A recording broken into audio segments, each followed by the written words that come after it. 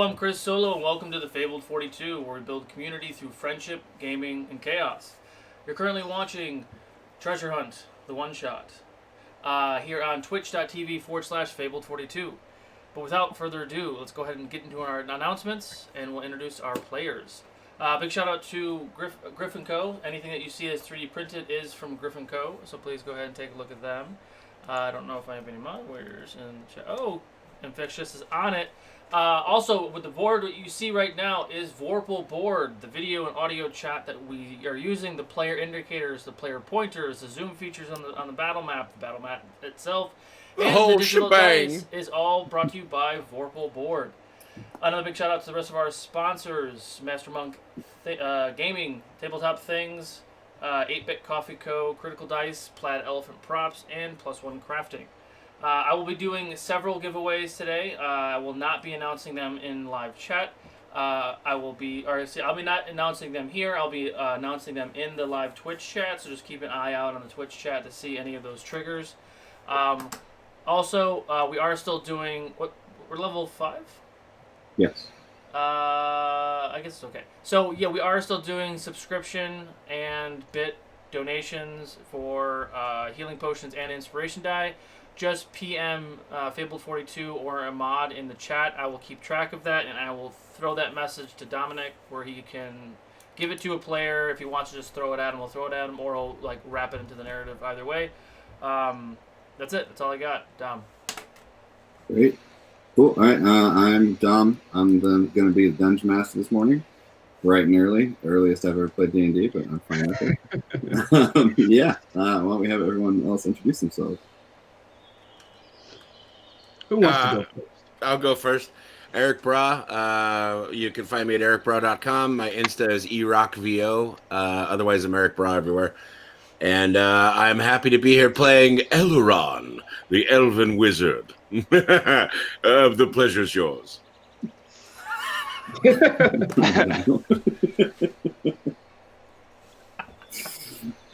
All right. Good morning, everybody. I'm GW. You can find me on IG under GW005. I have a lot of cool videos and clips and crazy things that I do. Today, I will be playing Ebel, the fighter champion, and it's going to be a fun time. I'm here to protect everybody and take all the hits. Make sure I don't go down, Cleric. I'm going to be very busy today. Cool. Yeah. Guys? Yeah. Me. Hi, I'm Everett. I'll be playing Norl Dingo Tooth, the half-orc monk. Oh, I guess you can find me on Twitter at Evco if you'd like. I'm pretty boring. But, yes, I'm a half-orc monk on a quest to cure my illness. Okay. Hey, I'm Alex. I'm playing Bingo, Dwarf Eldritch Knight, and I'm not really on social media, so you can't find me anywhere. And I'm Chris Solo. I'm playing Dane, the Dwarf Cleric. So I also did forget to mention that this is day 4 of GaryCon, and that's why I forgot to mention it, because it's day 4 of GaryCon, and we've streamed 38 hours of D&D. But we're going to go ahead and show the GaryCon tribute trailer for Gary Gygax, and we will be back in just a minute. Annual gathering of Gygax family members, friends of my father's, and fellow game enthusiasts from all over the country and the world. And we get together to remember my father and honor him by doing what he loved best, playing games. It's a memorial convention that grew out of an event after his funeral. He passed away March 4th of 2008. We had a relatively small funeral service. Then afterwards, I thought it would be appropriate to have a gathering in the American Legion Hall in Lake Geneva, which is the site of GenCon2, and a lot of fond memories for me and my family. My sisters brought some pizza, and we just had tables set up and played games, and people were shaking dice and playing various games and having a good time remembering my dad. And even though it was a sad moment, just being together with all those people was really cathartic for my family. I'm not sure who said it, but someone said, "Wow, Luke, this is a great idea. You should do this every year." And I think it was Jolly Blackburn said, you can call it GaryCon, because they have a character in Knights of the Dinner Table, Gary Jackson, which is a cross between my dad, Gary Gygax, and Steve Jackson. So, and they have GaryCon, which is supposed to be like Gen Con. So I thought that was fun, and so GaryCon was born. Lake Geneva is the mecca of role-playing gaming, because that's where my father wrote Dungeons & Dragons in the house on 330 Center Street. It's not just my hometown, it's where Dungeons & Dragons was created, it's where TSR was headquartered all those years, and there's a lot of creative people who still live in that area, and so that's really important that we're there and remember the foundation of the industry as well as what my father did for it. There's a feeling of camaraderie at GaryCon that I think you don't get at a lot of other conventions. It's about having a good time. There's definitely a family feeling, having my brothers and sisters and I hosting this event. It's really great that we get to do it, and so I think that is what's special, is that you feel like you're not just a person in a crowd, you're amongst friends. So bring a friend and come and play some games with us.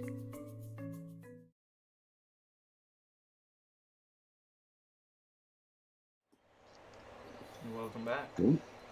All right. Well, welcome back, everybody. So we're going to go ahead and get started and jump right in. So as I bring my notes up, bear with me, everyone. This is only the third time I've run D&D on the internet. Thank you to the pandemic for this. All right, here we go. So, having come from all across the land, you, a ragged band of rat catchers seeking your fortune, ride tired horses along the quiet road. You've all been traveling with one another for some time, having met recently on the road and deciding to troop together, as in these troubling times there is safety in numbers for those on the open highways. In the weeks you have been on the road, you have rescued a caravan of troopers from bandits and even cleared a farm from a vicious infestation of rats of enormous size. You are weary from travel, your horse is tired, and your coins spent on what rare inns there are in this countryside. Having spent some time in each other's company, you have come to know something of your companions. You please each introduce your character, describe how they look, and anything you think your fellow travelers would know about you and what type of horse you would be riding. Eric, why don't you start us off? Okay. I am Eleron, an elven wizard. Classic elven high elf look, gorgeous, of course. Black and purple robes and a staff, and I'm frankly pretty awesome. All right, let's go right down the line. Ebo. I am Ebo. I come from far land. I grew up with nothing, and I have to make myself to something. So I venture with these fellow allies, if you want to call them that, to show everyone who I am and why I should be on the top notch of the fighting scale. I am dark skinned. I have the sides of my heads are shaved. I have a top knot of curls and locks. I wear garb of orange outlined in blue with chainmail armor. And on my back, I have a huge warhammer on one side, and I have a halberd on the other. And I'm here to look after these guys. Very good, nice. And Norl, is that how you say it? Norl, yes, Norl Dingo Tooth. I'm rather sickly at the moment, if you'll pardon my diseased coughing. But yes, I'm pale and green and gross and half orcish. Generally a bit of an old man, and I've come down with a strange illness that saps my constitution. I'm chasing the cure, but I've found no such luck thus far. I carry a quarterstaff, and this horse doesn't really listen to my commands, it seems. Great. And Bingo. Hello, I'm Bingo. I'm dwarf, 5 foot tall. My skin's packed with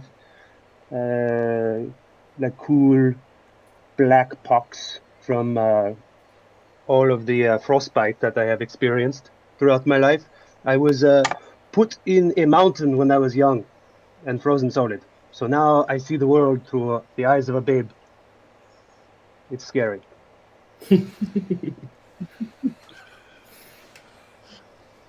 My name is Dane. I am a dwarf cleric. I try to take care of those who need healing and care for, especially the squishy ones. Excellent. And how do you look, Dan? Oh, typical dwarf. I have white robes with like blue inlays, wielding a warhammer.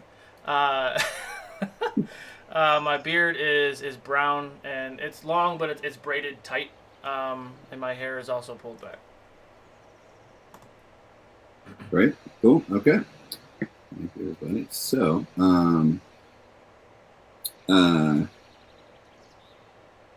your party is now approaching the village of Hamlet, having ridden up from the lands of the Wild Coast. You're poorly mounted, badly equipped, and have no large sums of cash. In fact, all you have is what you wear and what you ride, plus the few coins that are hidden in purses and pockets. What you do possess is, in quantity, though, is daring and a desire to become wealthy and famous.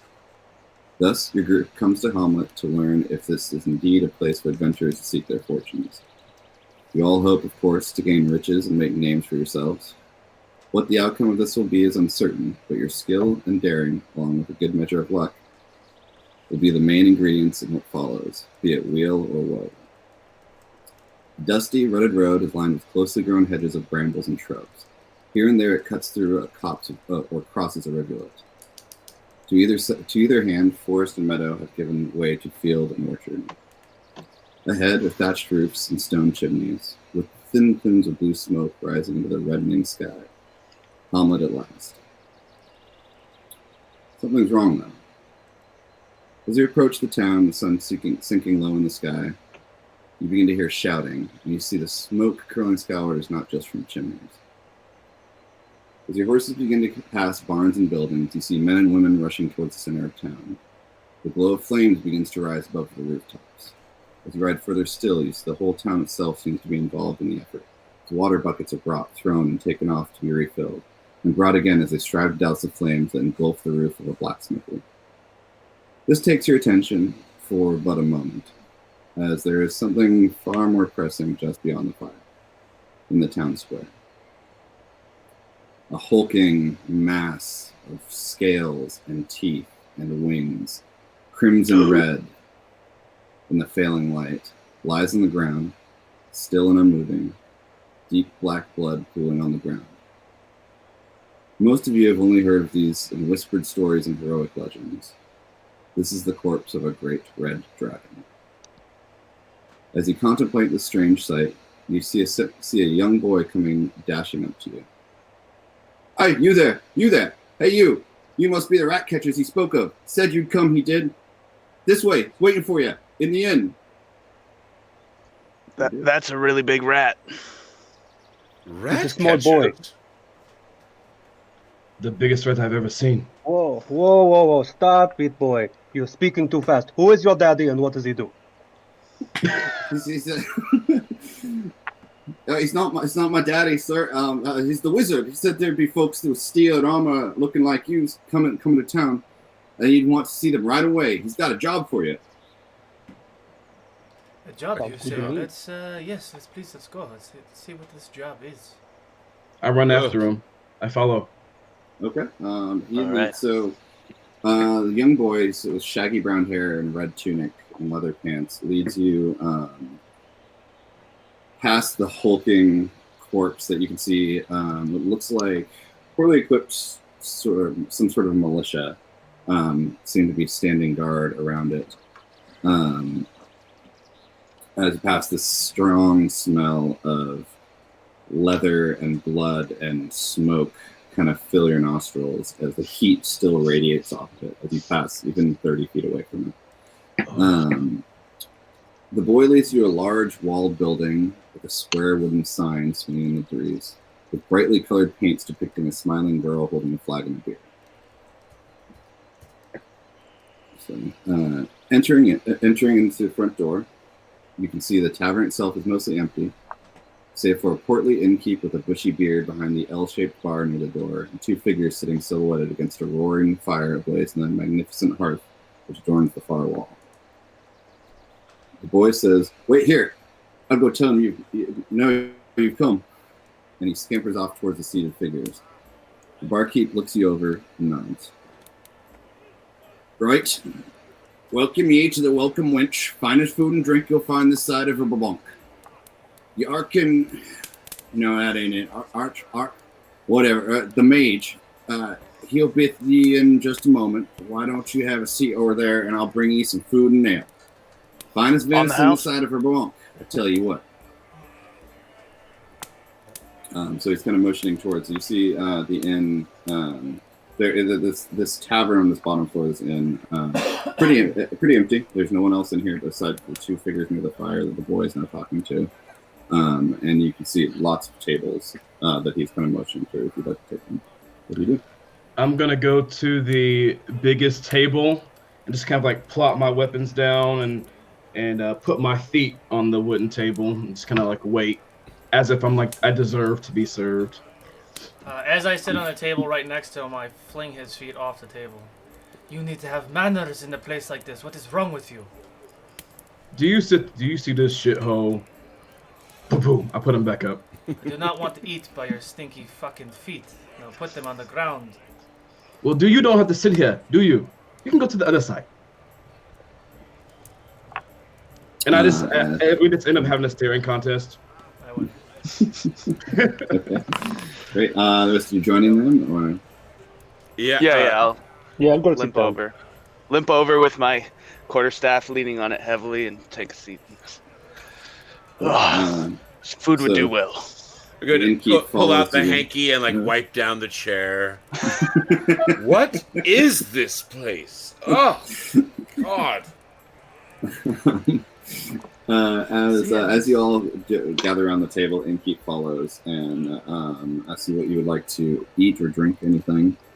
He tells you that they are famous for their venison and have the best beer in the area. Anything like Let's take one frosty ale, please. Yeah. Ale, venison, chicken, cow, all of it. Thank you. I'll have a bowl of whatever's cheapest, please. Okay. A soup, perhaps? Do you have a cold soup? Like a gazpacho? Yes.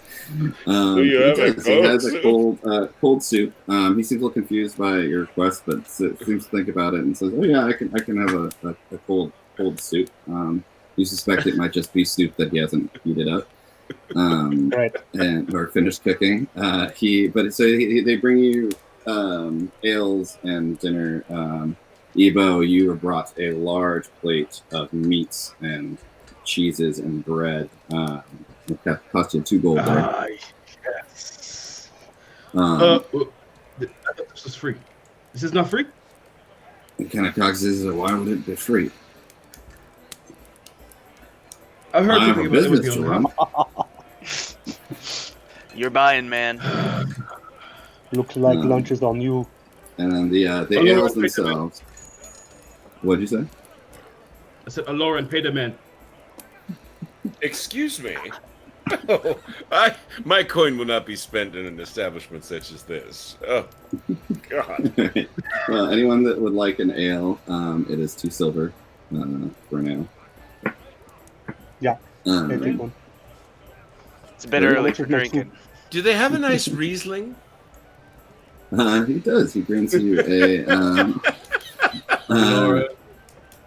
He offers you. He says that they only bring wine by the pint. So they have a nice Sudish Blanc wine that would run you about 5 gold. Ooh, my. Pretty pricey. Some of your fine taste. Fine. Ugh. Alright, he goes. He rushes off, and in short order, him and a couple other servants that come out of the back, bring out ale and drink and food and place it in front of you. Meanwhile, you can see over by the fire these two high-backed armchairs, silhouetted. You can't see the figures behind them, but the small boy seems to be finishing up the conversation. And then one of the figures rises and approaches. And as he moves out of the fire and into the light of the main floor of the tavern, you can get a better look at him.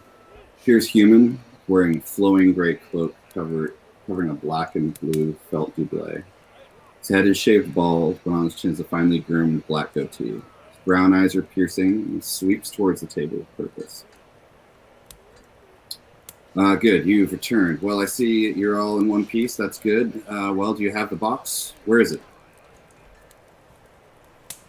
I look at Aloran. A box. Why are you all looking at me like that? I have no idea what he's referring to. I've gotten ahead of myself, haven't I? Nope, no box here. I do need to work on that. Well, you're on time. Yes, that's it. Well, as you can see, the beast has been dealt with, but now the real work begins. You are, as I suspect, need coin.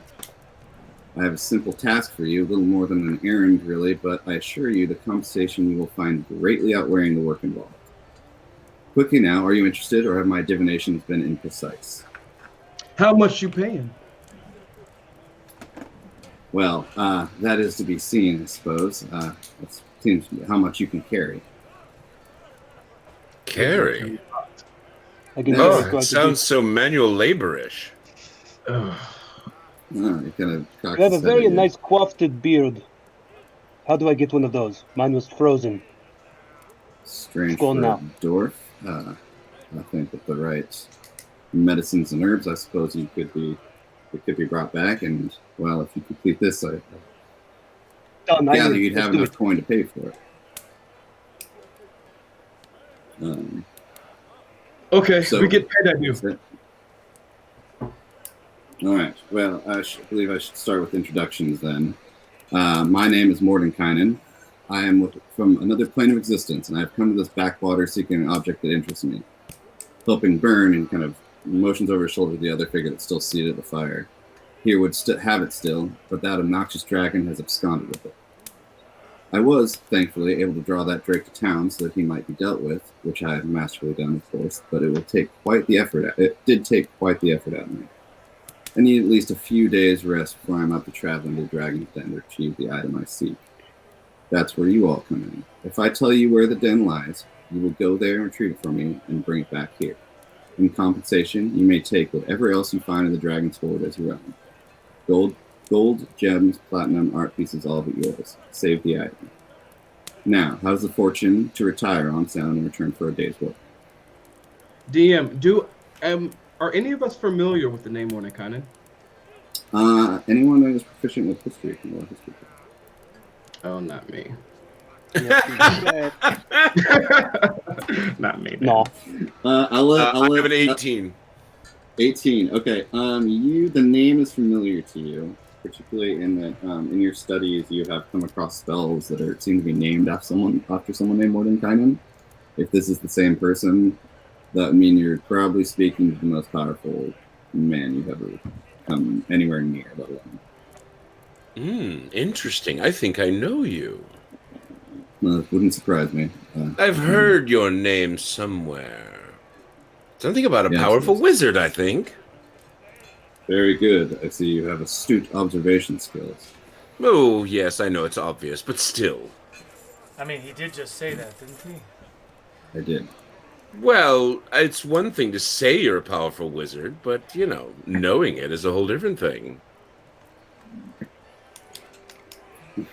Or not, perhaps. So you mean to tell me, Mordenkainen, that you were the one who felled this dragon by yourself? Yes, it was a bit of work. Burn helped a little bit, but it was easier. There's townsfolk running back and forth. That's why I drove him here, distracted him. Does Ebo believe him? Oh, insight check. Oh, not bad. Okay, that's going to be a 10 plus insight plus 2. 12? 12. Seems to be straight. He seems like a straight shooter. My eye, Ebo is visually impressed. Like, okay.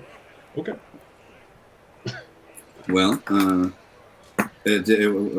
I wrong? Should I be waiting for another group of people dressed such as you to come to town? No. We'll stand- do it. We'll I do suppose it. we can. What is Okay, guys. the nature of this item? Well, the item I'm looking for it should be contained in a black box about this big, this wide, made of a dark black wood, and on either side large red gems inset in it. If you do this, I do warn you profusely. Under no circumstances should you open the box. What's in the box? What's in the box? That is not part of our agreement. Huh. Can we at least know? Again, the knowledge of what the knowledge of what is inside that box is not for minds such as yours. Well, that's a bit That's insulting. quite mean. I assure you, if you knew what was in the box, you would thank me. I am only trying to protect you. Ebo needs no protection. Right. Again, please do not open the box, as I do not want to have to come looking for your corpses and retrieve it for myself. Understood. Cool. He motions over to the barkeep, and you see the barkeep, who he appears to call Ostler. He says, "Ostler, bring them another round." And if you accept the Den of the Dragon is about a day's travel north. It is set in the remains of what remains there of a large volcano. We have the main entrance into this den, I have surmised, is through the top of the volcano. Of course, that is not a place any of you would want to go. But while I was in great combat with the Fire Drake, who I believe was called Tukur, I did read his mind, and I found that at the western base of this mountain, there is a side entrance, which is just past a small green pond, through about a day's travel. I recommend that you all get some rest tonight, leave in the morning, prepare yourselves. I believe Ostler here would be so kind for the man that did save the town to comp him some room for you all to stay in. Any other questions for me, or can I go back to my business? Yes, could you also comp this meal in this ale? Yeah, persuasion check. It's the guy with the giant plate of venison and fine meats.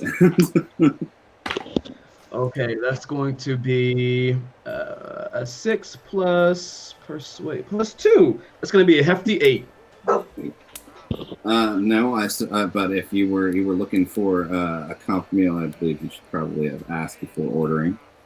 Let that be a lesson to you, son. I am not your son. Yes, obviously. All right. Anything else, or can I go back to my business? Well, I'm still with soup. I've got all I need. Treasure. Which way? That way? North, yes. Great. You see, kind of nod to you Wizard, do you want anything to ask Mr. Wizard? Any questions? Ellerin? No? Okay. As he starts to walk away, Ostler brings around a round of ales and sets them down on the table for you all.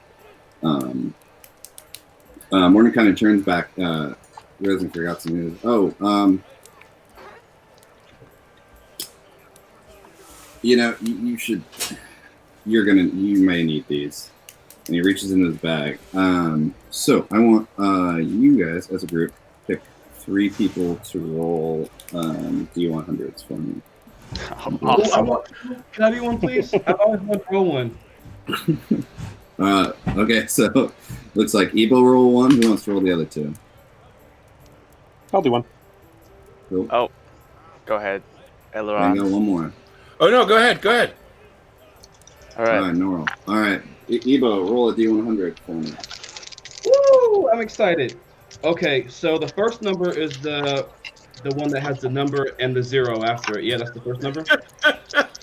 This is my first time. I'm excited. Yeah. Why don't you? Just Okay. roll it and tell us the number I it have- lands on. Quiet, Eric. Quiet. All right, so I got a 34. A 34. Okay. Yes.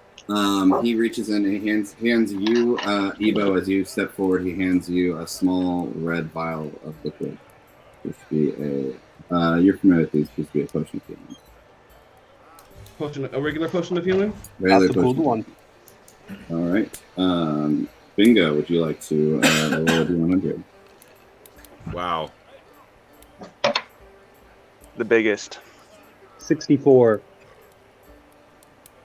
64. Okay. He pulls out another small vial and hands it towards you. This one just has this like swirling gray liquid, like a melted rock. He hands it to you and says, "This could be of use if you need to climb anything." Cool. See his giant D100 dice. And Norl, why don't you go and roll? I rolled a double op 4. So a 4? Yes. Oh, okay. He hands you, searching through his pockets, he brings out a much larger vial of red liquid and hands it towards you. This appears to be a potion of greater healing. Ah, I might find a use for this one.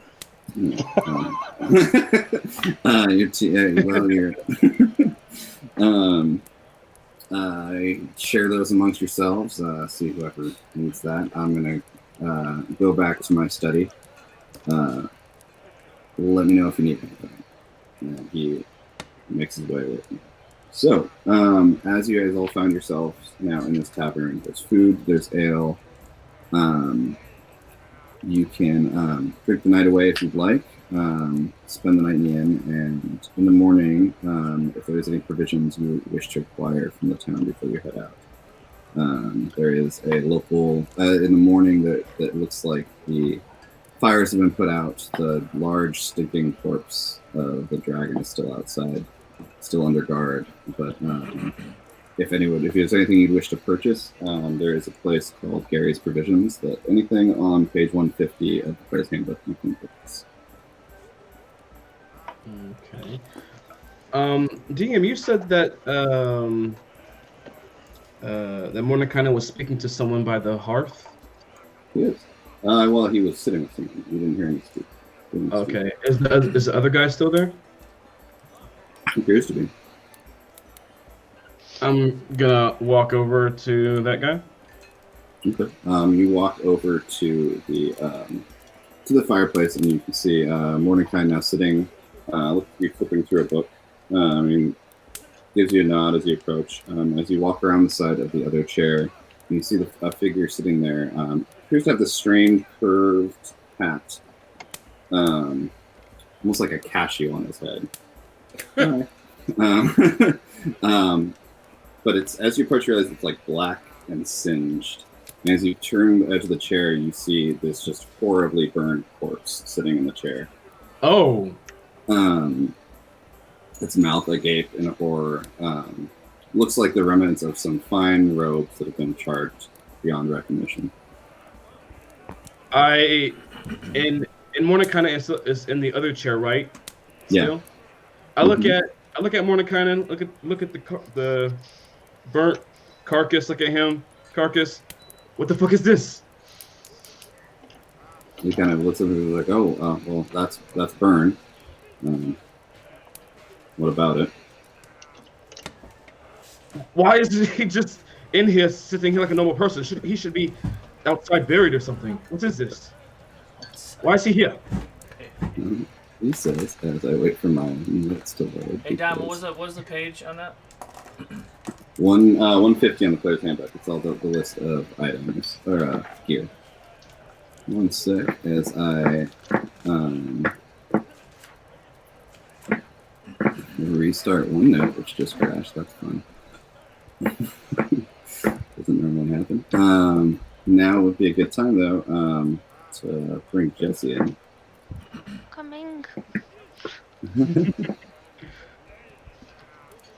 wrong. Cool. So Jesse, while I get my notes restarted before my computer crashes, why don't you go ahead and introduce your character? Yes. Words. Her name is Quillith Savannah. She is a wood elf ranger. She is originally from the Versi Wood, which is in the deep east of Faerun. She definitely. You said we've already been on an adventure, so I kind of know these people, right? Yeah. So you've been traveling them. You met on the road and you've been traveling together for about a month. So you know.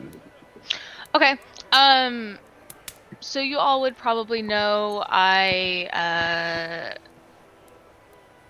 have spent some time with hill dwarves, and I have quite a fondness for them. And she has a very strong sense of home and morality, which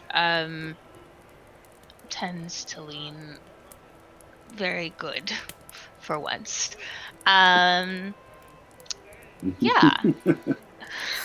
She's we'll figure her out. We'll figure her out as we go along.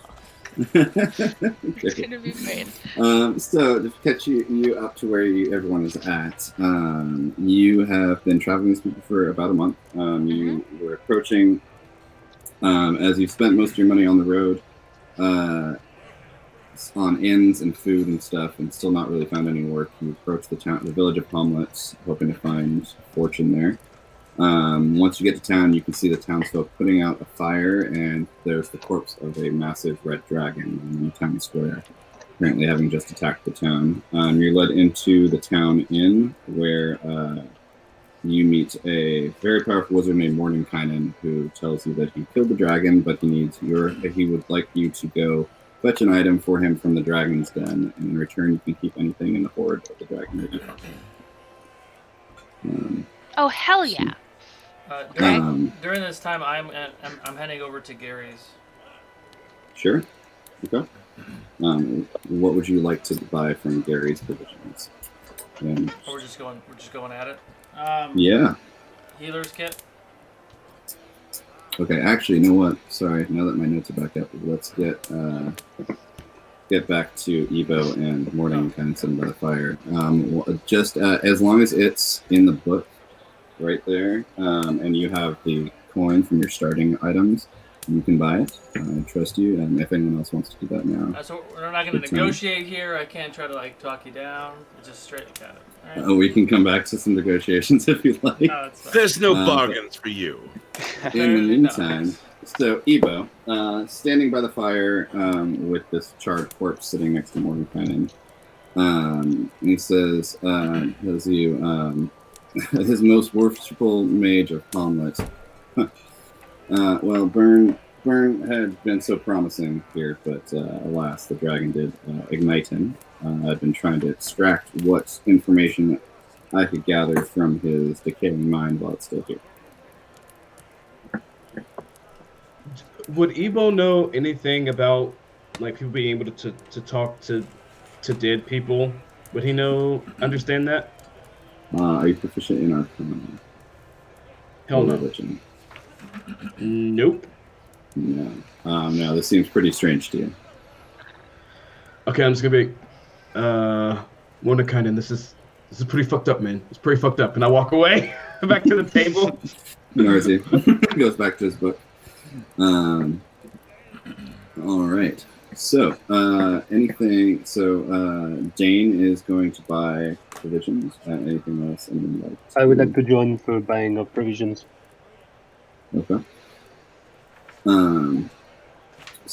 As you make your way through the town, with sun setting low, you come up to a large warehouse-like building that has a large sign kind of painted in an archway. And over the archway, the door says Gary's Provisions, and you can see a small gnomish man with gray beard closing up the shop. and as you approach.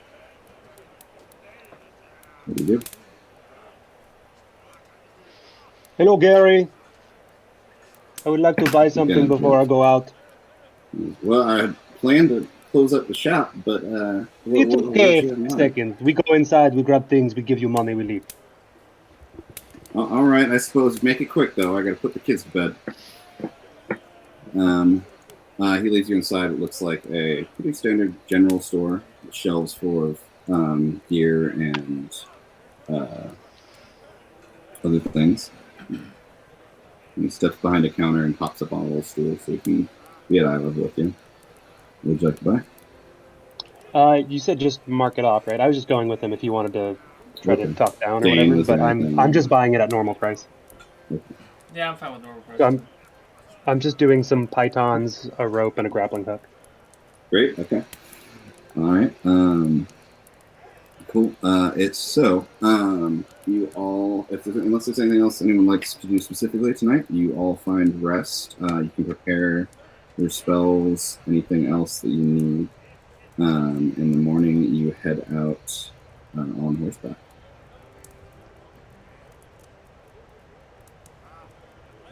In the morning, do I happen to see Mordenkainen around before we head out? Going down, he is still sitting by the fire. Seems not to have moved. Did you sleep here? Oh, I don't really need to sleep much anymore. Interesting. So tell me, if the corpse is still there, I like literally push it out the seat and I sit down. What should we be expecting? As the corpse slams onto the ground with this sickling, like wet, crunching thud as the ashes fall off of it. Mordenkainen arches his eyebrows. Excuse me, I was talking to him. Oh, I apologize for your witness, but what can we be expecting from finding this hoard of treasure? Do you know what might be in place? I have not been there myself. I know that it's a dragon's den. Can't be all that safe, but also the dragon's dead, so... He puts his hands up. Where are you sending us? Sorry, not there. Not there. Now, all right, if I can... I'm sorry, go ahead. Go ahead. No, go ahead. Well, if you can't give me any more information about where we're going, I guess we are done then. And I will grab the charred corpse and I'll just kind of throw it back in the seat with a thud, and I'll walk away. And it lows down. You see one of its arms breaks off and falls off to its side. Oh, don't you all start. right. Don't you start. Okay, so as you all head out, you resaddle your horses, mount up, and head out of the northern edge of town. You pass over a small bridge that goes over the stream. You pass some farms. You can see overlooking this town now. Now, on the brighter day, you can get a better sense of land. You see a large hillside with this. It looks to be a large church. Also, still that looks like the roof is caved in. There's still some burning smoke coming from it. Make your way north, and immediately, about maybe a mile or so north of town, start hitting woods, thick, dense woods. As you travel throughout the woods, picking your way through, heading due north. Is there anything you want to do on this day's journey? Quillet, how do you feel today? You were quiet yesterday. Yes. I'm sorry. I'm just I'm still getting used to that town, and now we're leaving, and I'm sorry. I feel a little tired from yesterday. Even though I didn't do much. Careful, you? you'll waste away. It's like you're not even here. It's very strange, I know. How are you? How's everyone? I'm fine. I thought it was kind of weird that wizard was trying to speak to a dead, charred corpse. That was kind of fucking weird, but I'm good.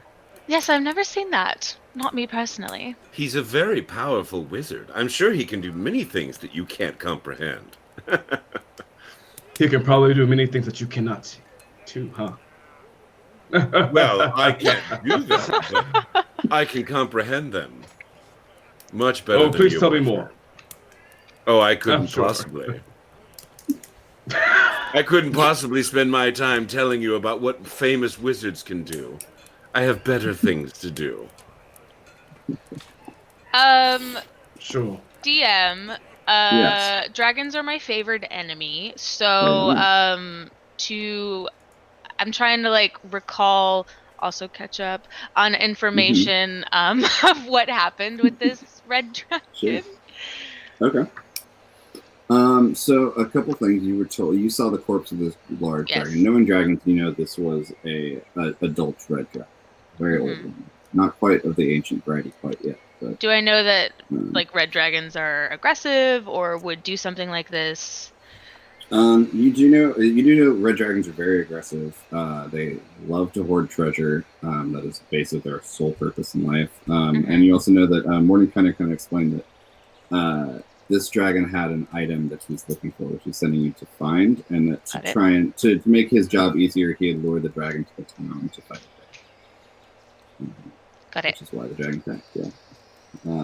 Cool. All right. So as you guys traveling on horseback through the woods. Throughout the day, pretty nice day out. Birds chirping with very few clouds in the sky. Sun begins to start crest over the horizon, or not? Sorry, the midway point of the day of noon. It starts to get lower through the trees as you come to what looks to be as the path kind of dies and turns off to the side. You can see through a clearing. You see a large green pond. Much like the one that Morgan kind of described. I'm sorry, you said a large green what? Pond. Pond. Sorry. Pond. Water, lily pads, all that. Yeah. Beyond it, you can now see, as you kind of step to the trees now, you can see sweeping up in front of you this very large mountain face of dark, ragged rock. And no trees growing on it. But why don't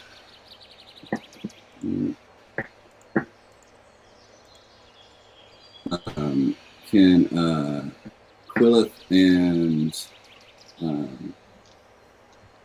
actually just Quillith give me a perception check. Perception.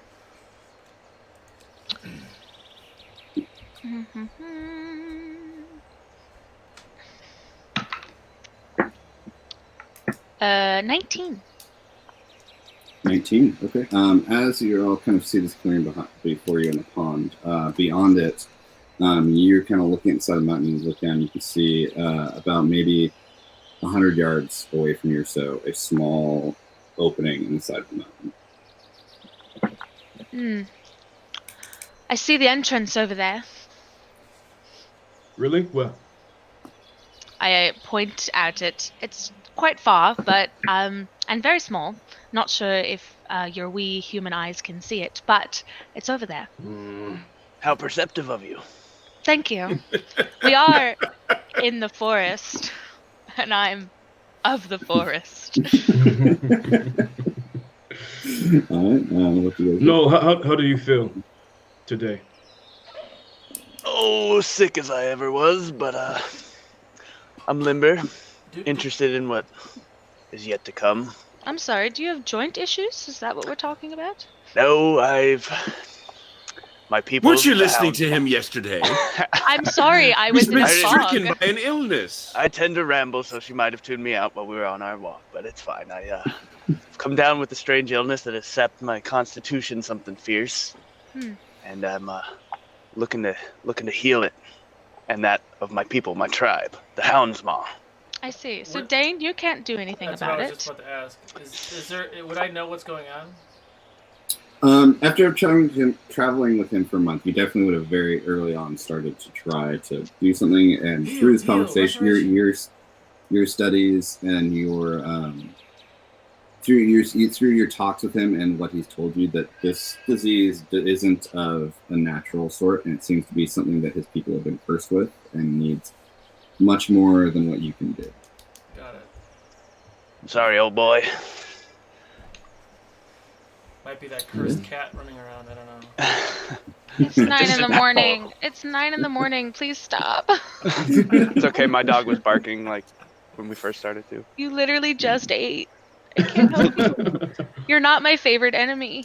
I'm sorry. Bingo, my brother in arms. You have been quite silent. What's on your mind? You know me, I'm chill. You are chill. You are chill. I don't want to be too hot by that dragon. Let's go to the mountain. We can go inside or up it. It's going to be great.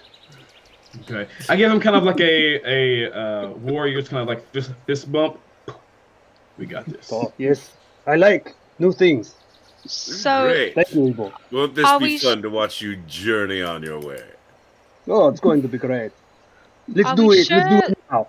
that all threats have been eliminated. No, I was speaking to the wizard yesterday or this morning. Of course not. And I was trying to see what we would be coming up against, and he just said it would be dangerous. He gave me no heads up to anything, so must be careful when we go in. If it was a cakewalk, he'd be here himself. My God, come on, don't be dense. Shut up, Elorian. Harsh. Well, should we get going then? Let's get to this cave and get this shit over with so we can get our coin and go back to doing what we were doing. Sounds good. Sounds great. Ebo will take the lead. He wants to be in front. He probably wants to be right beside Quilith. Because he knows that she is the best. Okay. So if you guys are walking out towards this cave. Yes, I'm going to be next to Ebo and lean back and say to Dane, "Where's your sense of adventure? Get things over with so quickly." Ha Have you seen these two? And he points to Bingo and Norl. I'm going to be very busy today. Oh, I'm fine. You don't need me. Hey, that guy gave me a potion, so I should be all right. He gave me one too. I Speaking of- pull out this like little vial. That's a potion? Oh, interesting. I haven't known a life where I can't do healing magic, at least a little bit. So as So we're going Evo into the cave? Is yeah, that where as we Evo want to be going, and- or up the mountain? I think we are going in. On the way to the cave, is there any sort of like tracks or footprints of any other creatures going in? Give me a survival check. And while she's rolling, I'd like to have... So Evo and Quilith in the lead. I want to have a marching order of the rest of you. Can I do a survival check with her as well? Yeah, go ahead. Are you proficient in survival? I am. Sure. Oh, Will I get crap. advantage because Like, we're in the forest? Sure is that he is, or sure that You do get advantage. 24. 10. Okay, well, as you approach, with the rest of you, are you following? Yes. I mean, Yeah, I'll be in the back. yeah, I'd probably be in the middle. Probably Okay. right behind Quill. All right, and the Ellerin and Bingo and Norl, where would you like to be in this marching order? I'm in the back. Okay. Well, then I'll be in front of him, I suppose. Yeah, I'll ride with Bingo. Okay, Bingo and Norl, bring them up to that. And Ellerin. Done. Great. All right. So as you approach, you start looking down to the grass, and Evo, as you see, both kind of lean down and touch the grass and think. Should and probably take taste it a couple little steps bit. forward. Yeah, taste some dirt. Look Grassy. around. You like, oh, I should do that too, and you kind of start looking around, seeing nothing. But Quilith, you do start to catch about 50 yards or so away from this cave entrance as you guys cross this clearing. You start to see these little small tracks, about this big. They appear to have 3 toes, clawed. Do they look more like kobolds or goblins, in my experience? It's funny for you use the goblins that you've heard of. usually have more than 3 tails. Well, they aren't goblins, I can tell you all that much. Well, that's good. I've dealt with goblins. But they only have 3 toes. Does anyone know of creatures with only 3 toes? 3 toes. Ebo will think about it. No, don't hurt yourself, Ebo. Elaran, you seem to be quite wise, or at least try to present yourself to be. Natural 20. Natural 20. Okay. I'm gonna message you on.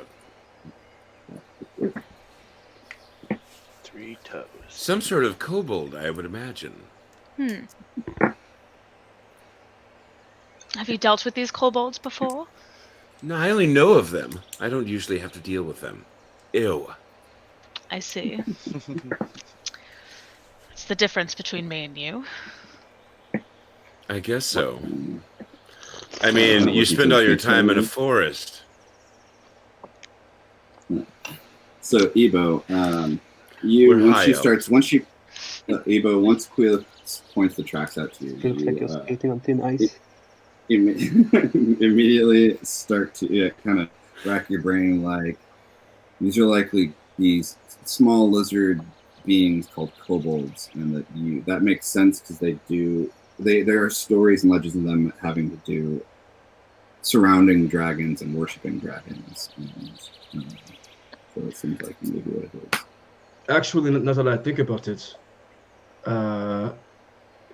Quillith and Aloran, you may be right. I've heard of kobolds being very close kin, almost worshipping dragons. They might be here. Elwan, get ready to get yourself dirty. I'm sorry, what? Don't worry, I Dirty. got your back. Oh, no.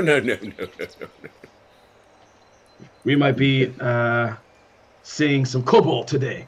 And I get out my warhammer and I smile, and like pride just kind of like runs over my body as I'm ready. Body's ready. Bane pulls out his shield and his warhammer as well. Oh. Okay. Are we having a competition here? I'm just getting ready.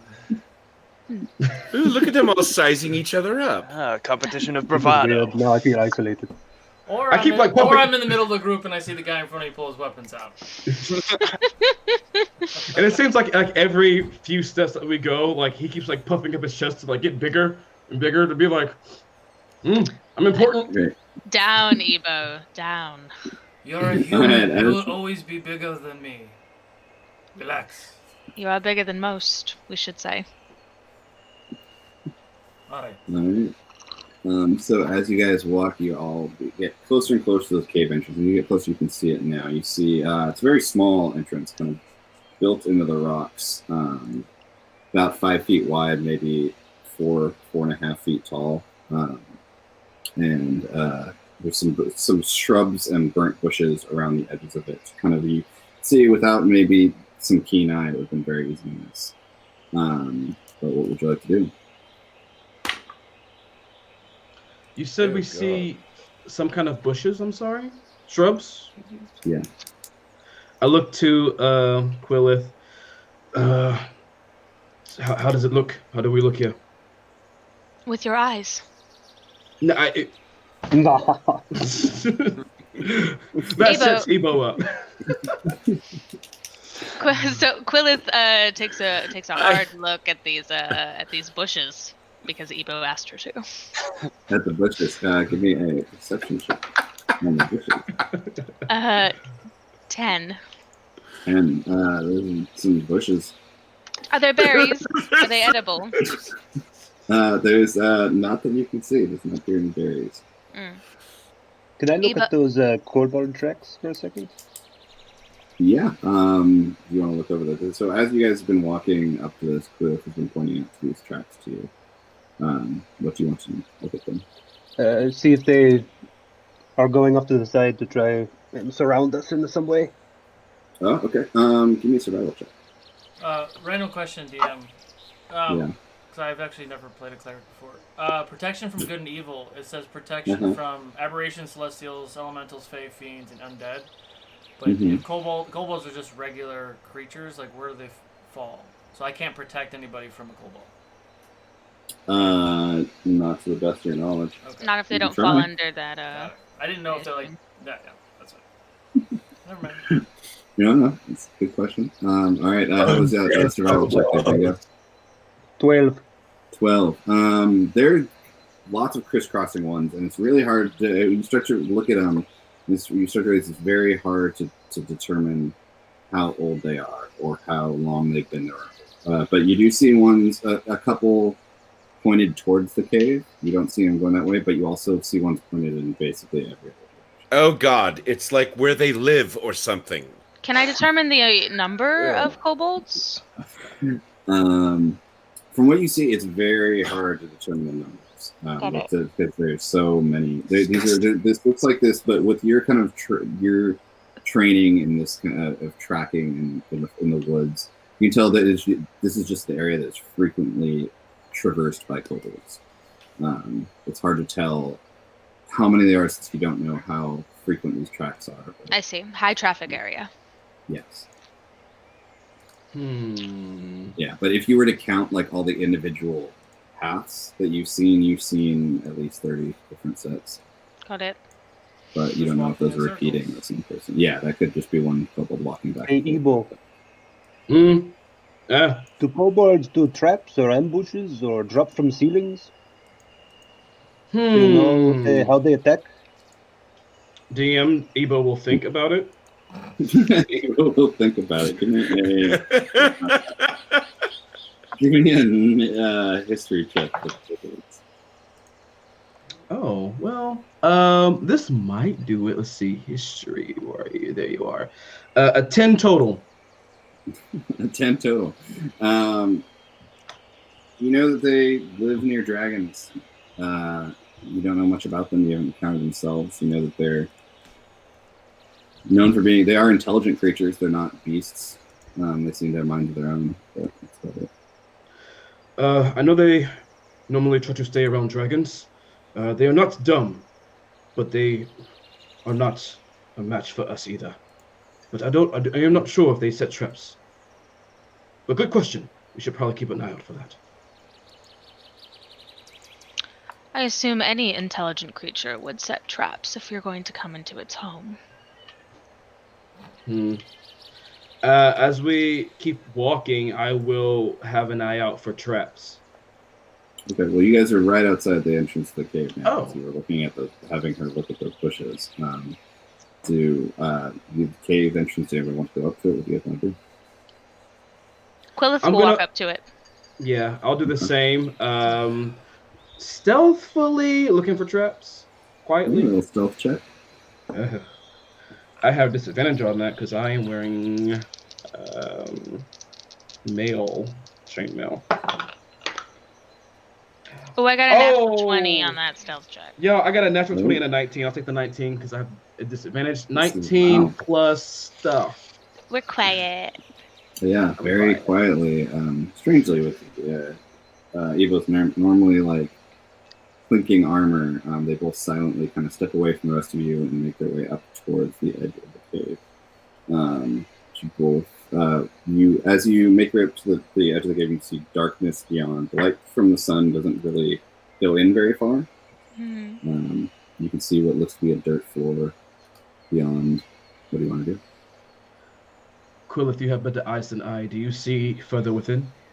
I do have dark vision up to 60 feet. Is there anything significant near this entrance, or does it just seem to stretch on? Give me a perception check. 10. 10. So many 10s today. Yeah. Wow. Keep rolling 4s. You see, looking to kind of peering through the darkness, kind of letting your eyes adjust from the bright sunlight, kind of shade your brow, peer in. You can see just beyond the door, it appears to open into this small cavern chamber.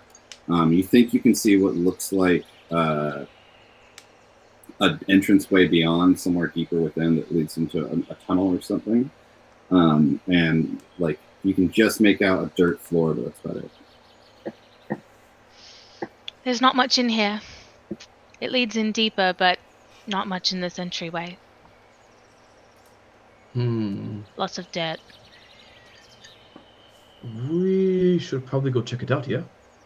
Does anybody know anything to cast a light or have a torch? Yeah, torch. I have a torch. I can light a torch with my tinderbox. All right. Bingo brings out a torch. Lights a I torch. could just do light, right? You can. You could. Okay. See, light you need to cast on something, an object, or. Can I cast it on someone? You can cast it on part of someone, or a piece of their armor, or weapon. Like Yeah. Who's in front?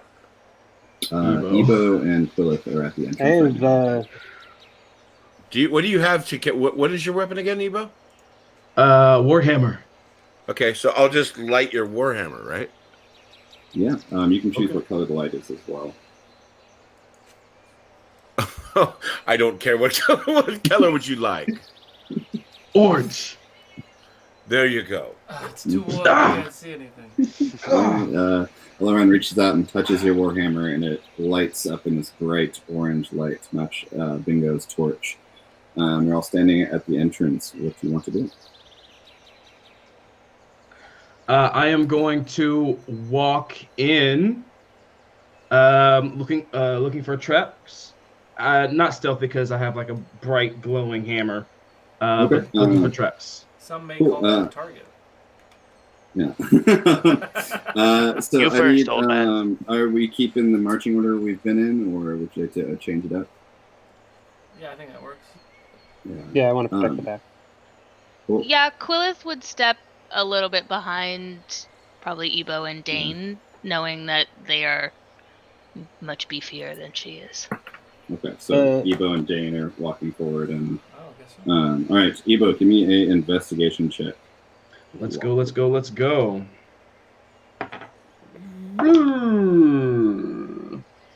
Oh crap! Natural 20. Rolling And that's a hot. 20. Wow. All right. I don't know if I have these rolls when I'm fighting. So you as You're you using them all now. As you approach the door, you're about to step through, and you can see a long, thin twine strung across the entrance to the door. You kind of stop everyone, you look past it, you kind of peer over into the cave, and you can see it attached to what looks like this metal cup with a couple rocks in the bottom of it. Is this? I say this to the team, like I pointed out and show it to them. Do I feel like we could just step? I'll ask actually. Quillith, do we think we can just step over this, or? Have I seen a trap like this before? Yeah, but once he points it out to you, it's pretty simple to devise what it is. But it's a very simple, like, alarm type trap, it seems. And then that someone would trip the wire, and it would shake the rocks in the tin cup and alert people to put them. Yes. Be careful not to trip on it or have too much weight around it at any time. Okay. So one at a time then. Yes. Should I'm already having to lean down in this place and now step over things? Ugh. Ebo will go ahead. Elaran, why did you even start adventuring? Why? Well, to prove that I was not the lame-o that they called me. I think they're being a little bit right now. Ooh, you hear Ebo in the front going, ooh. Keep going. Well, unbelievable fucking wood elf. It's fine. Okay, everybody, chill out. Let's keep going. Ebo, wow. Also, Ebo's if it's tiny little rock in can, then they're probably nearby to be able to hear it. Yeah. Yes. Maybe. Ebo will try to gather before he crosses over here to try to like gather rocks to make it kind of obvious that this trap is here, like just in case we have to run out later and we don't have time to look. So he's gonna try to just place rocks in a very obvious line to be like, this is where the trap is, jump over this. Okay, you're gonna break from it. So go. It's simple enough. There's gravel on the ground. You pick up some rocks and lay them out. Okay. And I will carefully step over it. Okay. So you guys, and who's going next, Dane or Cliff? Who's going next? You said. Yeah. Do I see anything above? Like we're all sitting here stepping over something and like raising our bodies to go over something. Is there anything above my head? Your perception check. Like another string. Vorpal. Wah, wah. Oh no! Nice. Nice. Nothing. There's there's rocks. There's also a giant mountain above you. It's a pretty sight. Yeah, it's nice. All right, yeah, I'll follow him. Okay, so as you guys are walking through, and Dane's kind of looking up at the top of the door, Ebo steps very carefully over, and as your foot falls down on the ground behind it, you feel it hit the dirt and then sink a little further as it catches something hard, and you look in front of you just in time to see a lever swing up.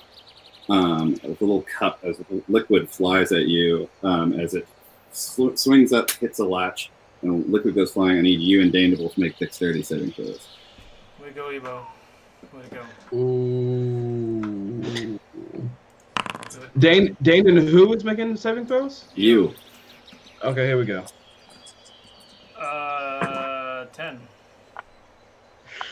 That's not the best. Let me see. I'm not using Vorpal right now. I'm gonna use something else. He's not liking me today. This is a deck save, right? Yeah. All right, so that's gonna be a 9 total for me. Oh, 9 total. Right, as you both kind of, Dane looking at the top, not really paying attention. You very proud of your rock setup. Step over and ding, and this as it swings up, you just get a glimpse of it. What seems to just be a shovel on another like round bar on the ground. But you step on one, it flies up, and there's some sort of cup of liquid that sprays, and it hits both of you. And it starts burning and sizzling as you both take 9 points of acid damage. Oh, we both take 9 points of acid damage? Yeah. And then as the shovel itself clanks down to the ground, ding, ding, ding, So just so I'm clear, it was a trap and then another trap, right? Yes. Kind of like what I dealt with in Iraq, where they would have like, oh yeah, there's probably a bomb right there, but no, it's actually this back here. So my spidey sense was going off. Yeah, it's super dark, but yes. Sorry. It's very dark. Sorry. Ebo turns to Dane and kind of blames him. It's like, Dane, you go to the back of the line. Go to the back of the line. This is your fault. There's still steam coming off of you, and you see your. I was gonna say while their faces are burning, he's like, yeah, go to the back of the line. The faceful acid in this guy. The cleric, nonetheless. Ebo, he didn't say it's fine. Just because you didn't see it. Oh. Let's go. Keep Well, I walking. guess it's triggered then, right? So we don't have to walk careful. Well, we have to This walk is the carefully. alarm one. You skipped it. My mistake. Thought You they know, were I've one and the heard- same. I've heard bad things come in threes, so perhaps there's one right beyond it. Bingo, you're I'm up. pretty A good DM, at a DM smile dark says looking that I'm around for Oh, correct. do things. step carefully, please. Do step carefully. Okay, who's going in? Yeah, Quillith's next. She's being real careful. Okay. You step carefully over the string, and you can see now the shovel that's been kind of dug up from this loose earth. Hmm And I look Round for in here. another trap beyond that. Give me an investigation check. Yes. And I look for a trap on the trap. 18. 18. Okay. 18. So as you step over, you look about. You can get a kind of a little better look at this room now. Behind you, the torches and glowing hammer. You don't see any traps or anything on the ground. You can see now this room, though, it's fairly small, maybe about 20 feet wide at its widest. This small cavern, the ceiling maybe 6 feet tall, and you can see now branching in front of you, slightly to like the at like the 2 o'clock position on the clock. Mhm. One tunnel that appears to open up wide, 10 feet wide or so, and kind of snake around in the corner. And then to your left, another tunnel, a little taller, and about 6 feet wide or so, snaking off that way. But appears to be no traps. I think we're clear. And I like just step fully into the room so everyone else can follow behind. Okay. All right, you step in. And we all carefully step over the wire. Right. Simple Avoid enough, the it's all shovel pointed at and step into the room. you. Yeah. Now it's been pointed at you. All right, you are all in the room now. Which way would you like to go? Can I actually collect the shovel? Is it like an actual shovel? Yeah, you pick it up now, and you can see it looks to be very old wooden shovel with a metal handle on one end, and that he apparently stepped in, and then the spade section side of it appears to have this like clay pot of some sort that has been somehow stuck onto it with some black adhesive substance. Cool. It's called electrical tape. Flex seal. No. You'd think that, but it's black duct tape. Gaff tape. I prefer the word gaff tape. Yes, it's Plus gaff one tape from shovel. the last shoot they were doing there. Yeah, that one right there. Yeah. Oh, they are Arts going to department, get get in here. charged for this? This may come in handy later. All right, mark down a shovel with a cup. Shovel with Got a it. cup. I love it. All right, so Treasure. you guys all find yourselves in this small room. You can see yourselves in this small room with two caverns going off in opposite directions. What you want to do? Do I notice the footprints going in any one direction mostly? Like heavier traffic? Give me a survival check. Yeah, I'd like to. Yeah, you can both give me a survival check. Can I help him with looking for that? Sweet. Oh, hey! For me, I got a 24. 24. 15. 15, okay. Both looking over, you start looking at the ground, and unlike the ground outside in forest, there is no tracks in here. You know, like, did they even come in here? Like, what is going on? And Evo, you kind of look a little closer, and you start to see some very consistent patterns. And you start to realize someone swept this ground. Like, the tracks are purposely covered.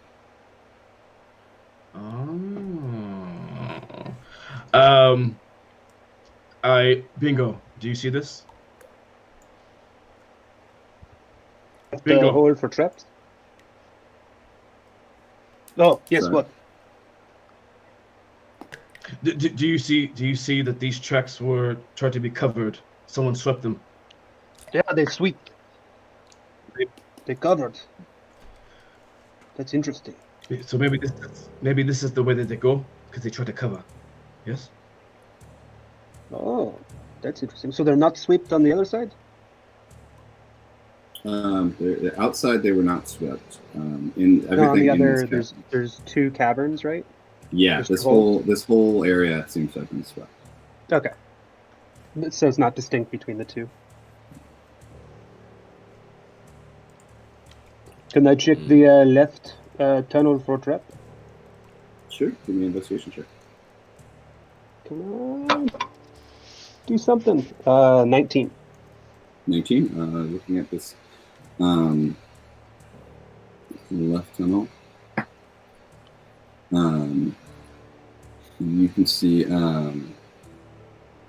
as you look through this doorway, you can see the ground beyond it, kind of this rocky path lead up, like raise up in elevation almost, and start to curve around a corner. You can't really see beyond. There doesn't appear to be traps or anything around it. It seems to be fairly open building. Seems clear this way. I'm not sure what's down the other way. I want to carefully walk down or a little bit into the pathway that's been swept, that the footprints have been swept. Looking So for both. So the whole They both have. the whole area has been swept. You Left looked or to right? the left. Oh, okay. Then I'm gonna follow. I'm gonna follow Bingo. Okay. I'm where not you going too far forward. Just going a little bit farther and seeing if there's traps. I'll leave the torch behind. Okay. Here. I was just gonna say, We can- great. Efron, Now we have no hold light. this torch. What? I look at our wizard and I point to my glowing hammer that he made glow. We have lights. All right. So Bingo hands off the torch and starts carefully. Not when the down, both of you are down the same tunnel. Wait, we shouldn't split up. If that's what you're I'm not going. suggesting. I'm going like to the bend just to look around the corner. Coming right back. Okay. Bingo makes his way a little bit further into the tunnel. Still Bingo, give me a investigating. perception check. Perception. I'm not good at those.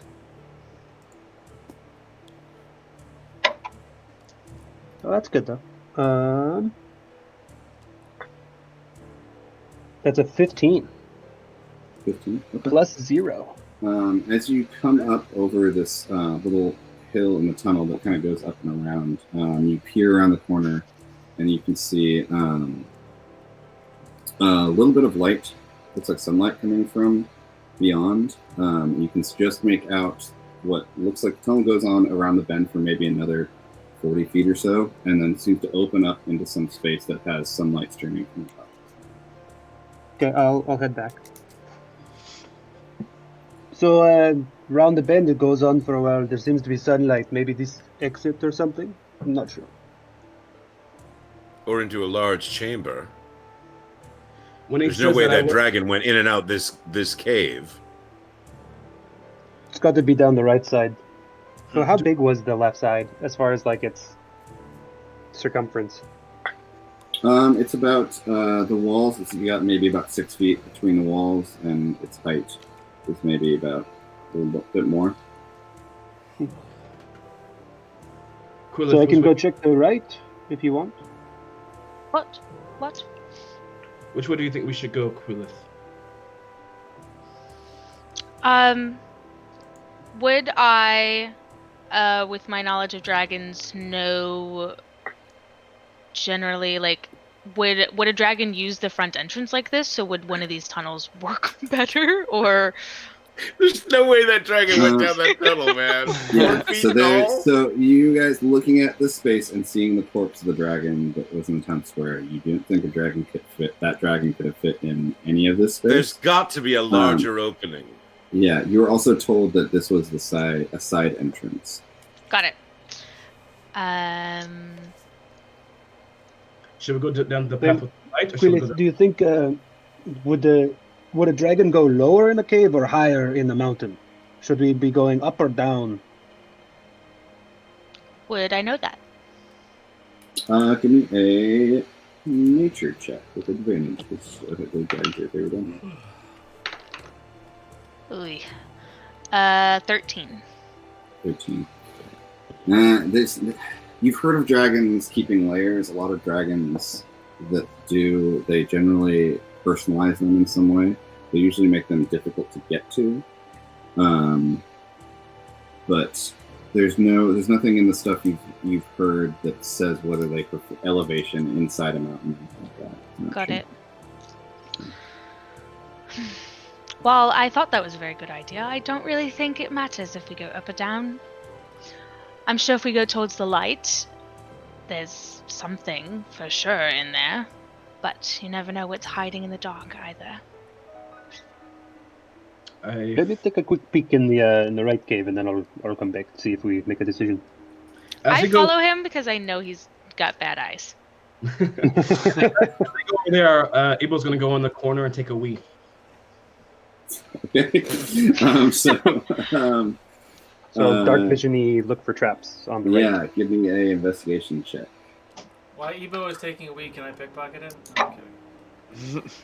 No, I'm kidding. Aren't you a 24. cleric? Ebo up 24. against the wall, it's like a 18 sconce. plus 6. I got a 19. Great. Both looking in. Bingo, as you kind of search, you both kind of search the doorway.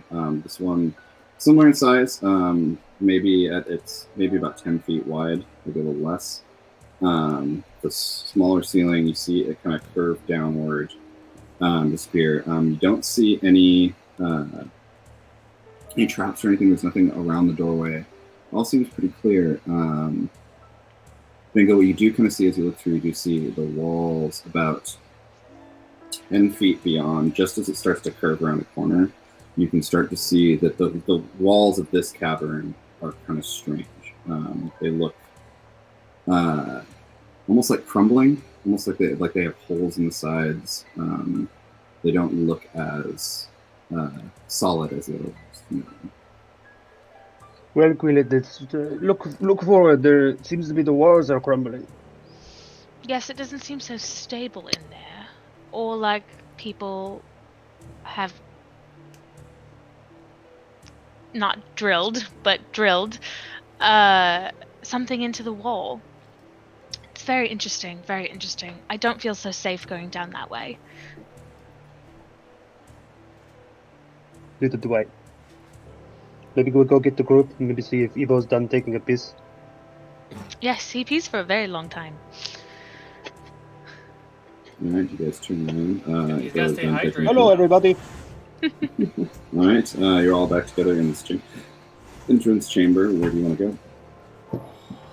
You guys see Ebo's stream start to like kind of disperse, like almost like doop, doop, doop, doop. I'm good. Let's go. Might need to get that checked out. Alright. Never mind. So it seems like we should go left tunnel. The right is unstable. Sounds good. I have your back. I'll watch our I'll watch the back of the line. Why is the DM smiling at this decision? Just kidding. I wasn't smiling at the decision. I was kidding. I was kidding. So I can leave. Yes, but, take the left tunnel. You know, don't see very well. Yeah. So okay. So you guys go towards the left tunnel. Excellent. What is your marching order? This Bingo, you're going up first. Mm-hmm. All right. Who's following?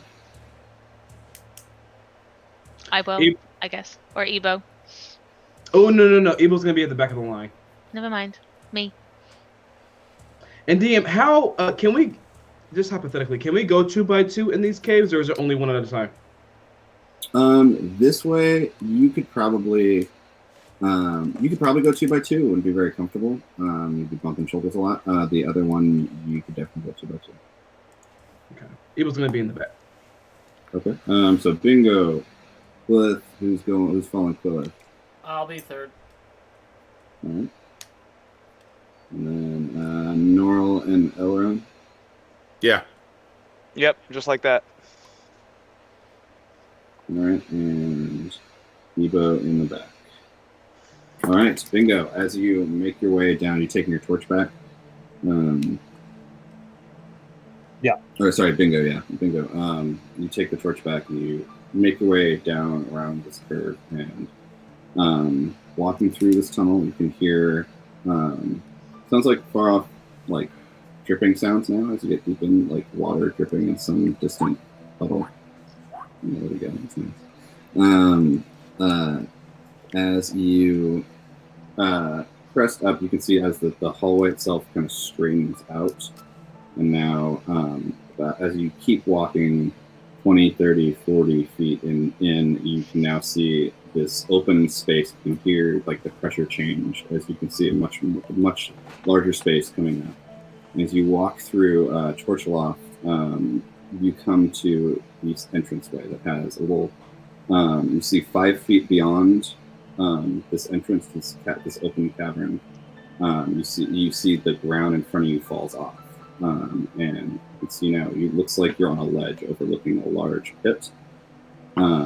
And far across, you can see sunlight streaming from somewhere high above, and kind of look up. You can see this appears to be some sort of circular, like almost like lava tube going straight up and down. Sunlight streaming in from somewhere high above. You can see across the way. Give me a perception check.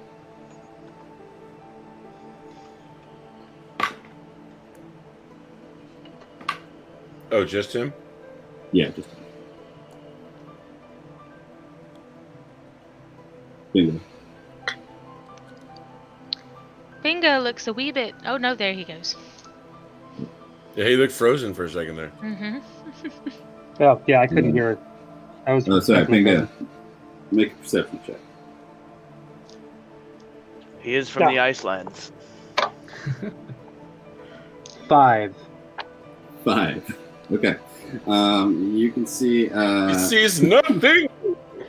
The only thing that kind of catches your attention is there's across this cavern, kind of peering through this bright light that kind of crosses the darkness and plays with your vision. Beyond it, somewhere in the distance, you can see what the glint looks like gold.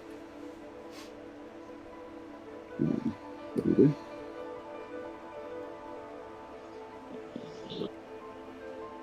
I'm still cutting out a lot. I don't hear what you're saying. So Okay. maybe someone else should. Do a refresh, Bingo. What do you see? I heard something about a glimmer, and then that's about it. I yell from the back, Yeah. Quillith, what do you see? Oh boy. I think I got most of that. I think there was a pond of some kind, and You can hear water of some sort. As you step out to the ledge, you can see this tunnel. This some sort of tunnel going up and down, like this lava tunnel, this vertical shaft that you can see across the way as you kind of look through. This light streaming down. The path you're on ends in this ledge that extends a little bit out, and then across this gap there appears to be another ledge.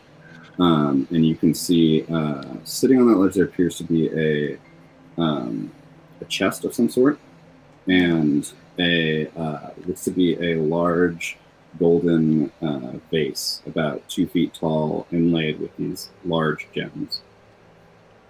As you kind of look out over the edge, you can see down below, the shaft keeps falling into the darkness. You can see maybe about 50 feet, maybe more, and you can see the reflection of the water towards the bottom. how far is the gap? You think the gap may be 35 feet, maybe 40? Got it. I relay all this. However, I do find it kind of strange that there's just a chest and a chalice out here. Or a vase, excuse me. It sounds like that chest is the one that we need for the wizard.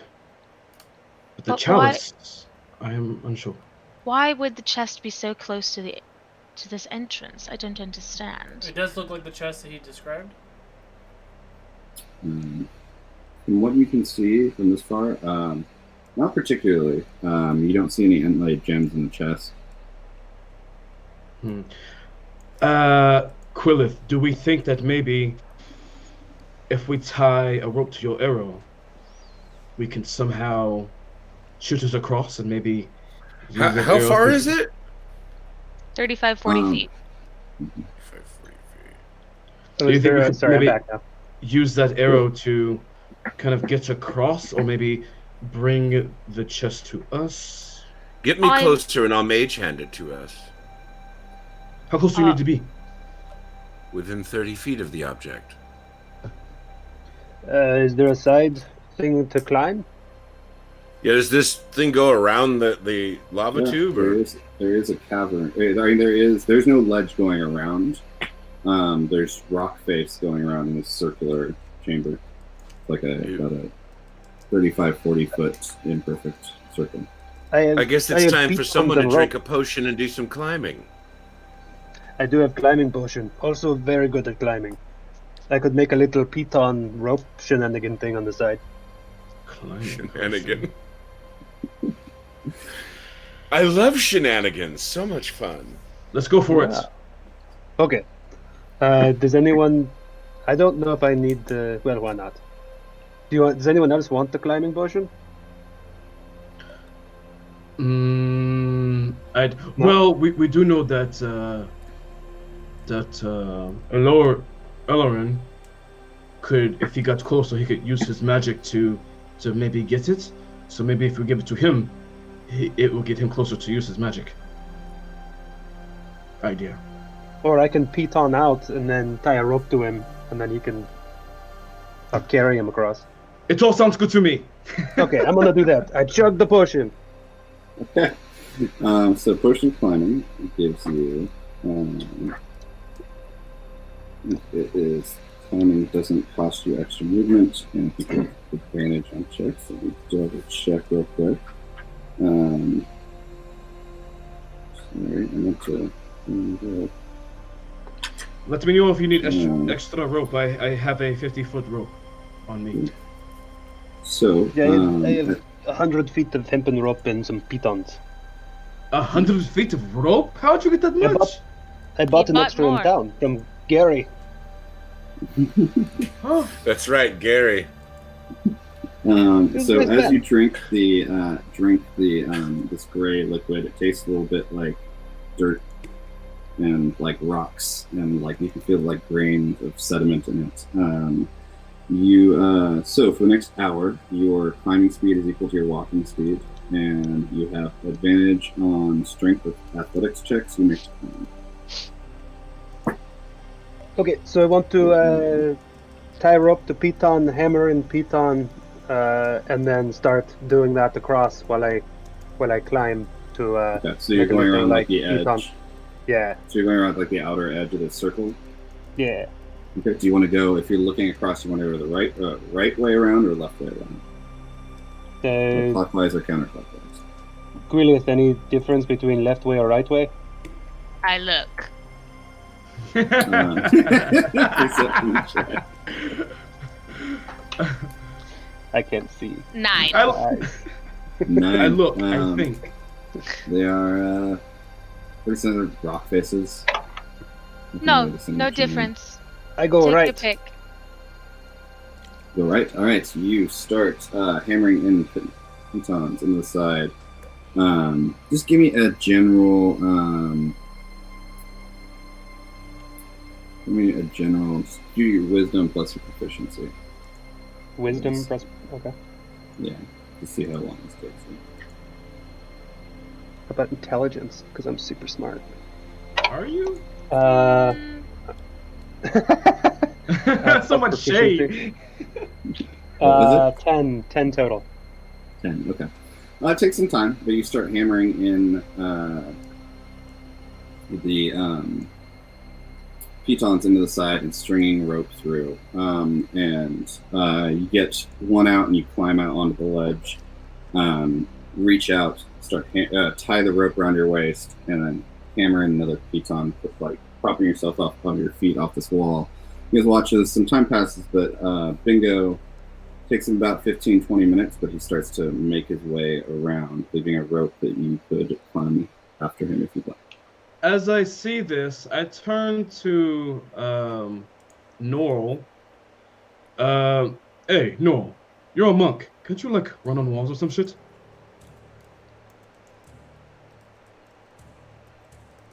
Norl? Nora laughs Cool. at He you. might have muted himself. No, he might be muted. I can't hear you. No, can you hear me? Oh my god, he's he's on been- mute. He's been strucken by the silent spell. Damn it, Elderon! What? I'm going to start. I'm going to be the last one. I'm going to keep the light out for everyone to see. And I'm going to tell everyone, I'll be the last one. I'll keep the light out for you if you want to go.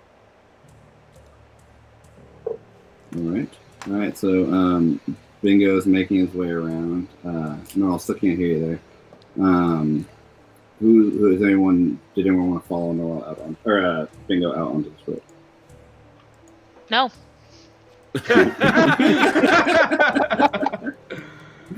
All right, Bingo. Quillith is there for moral support, and you can do this, Bingo. I believe in you. Bingo, how many pythons did you buy? 13. 13. Okay. It's plenty to get around the edge. All right. You get around this edge. 20 minutes have passed, and you now are about you are close to this ledge with the chest and vase on it. Would you like to do? So I'm on the ledge. I'm on the other side. You're not quite there yet. You're almost. You're in. You could either keep climbing, or you could step over to it if you'd like, or you could use someone else if you want. Whatever you want to do. I feel like it's a bad idea to just go grab it. Hello. You guys coming across, or do you want me to just grab it? I mean, Elaran said he had a plan. I thought he was following Right. So you. I've begun making my way with this rope situation. Okay, Oh, I really don't like this at all. Can I go back and try to help him get across? And Yeah, give me with Bingo's help, Elaran, give me a athletics check with advantage. You both ass. God. This is gonna be terrible. Hey, Norl, if your audio is still not working, check Facebook. I gave you a thing. Wow, with his help, bet I got a freaking 8. Okay. Wow. So you don't quite fall, thankfully, because Bingo did put a python up with the ropes that you would have tied around your waist. Quillith ties So- some rope to an arrow and is like readying if she has to. Okay. As you get about 10 feet out around this edge, Elaran, and your arms just give in.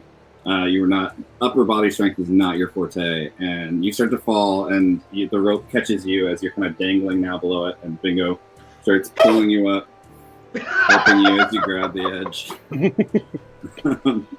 I knew I didn't like this plan at all. But maybe this you is going just to be hold very on to my back. yeah.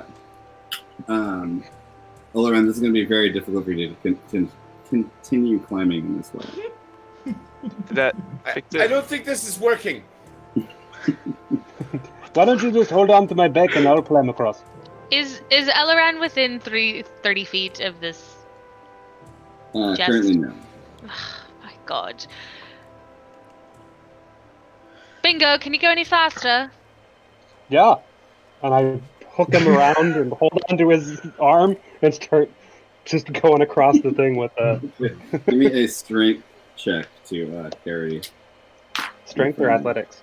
This is just strength. You're just carrying. Am I back elf. at all? An Yeah. elf on your back. 19. 19. Okay. So sorry. The wafy wizard doesn't weigh very much, so you put him on your back like a backpack. Wavy wizard. Start climbing on the wall. Pretty simple. Bingo looks like goddamn Spider-Man climbing on this wall. Just very quickly, as you crest around Elaran, give me a perception check. Oh my God. It was terrible. And it's even worse with the ad. Okay, 5. 5. Okay. I rolled a You- 2. Everyone has bad are kind of eyes. looking, remembering your recent fall, you're not really paying too close attention to how close you're getting. But eventually you look back and you realize that you could have probably stopped him a ways back, but you're now, you've got about 15 feet more of wall to climb to get to it, but you're within range of a mage hand if you'd like to use it. Okay, the first thing I want to do, though, if I'm within range, I will cast Reduce to shrink it down. Okay, which one are you casting Reduce on?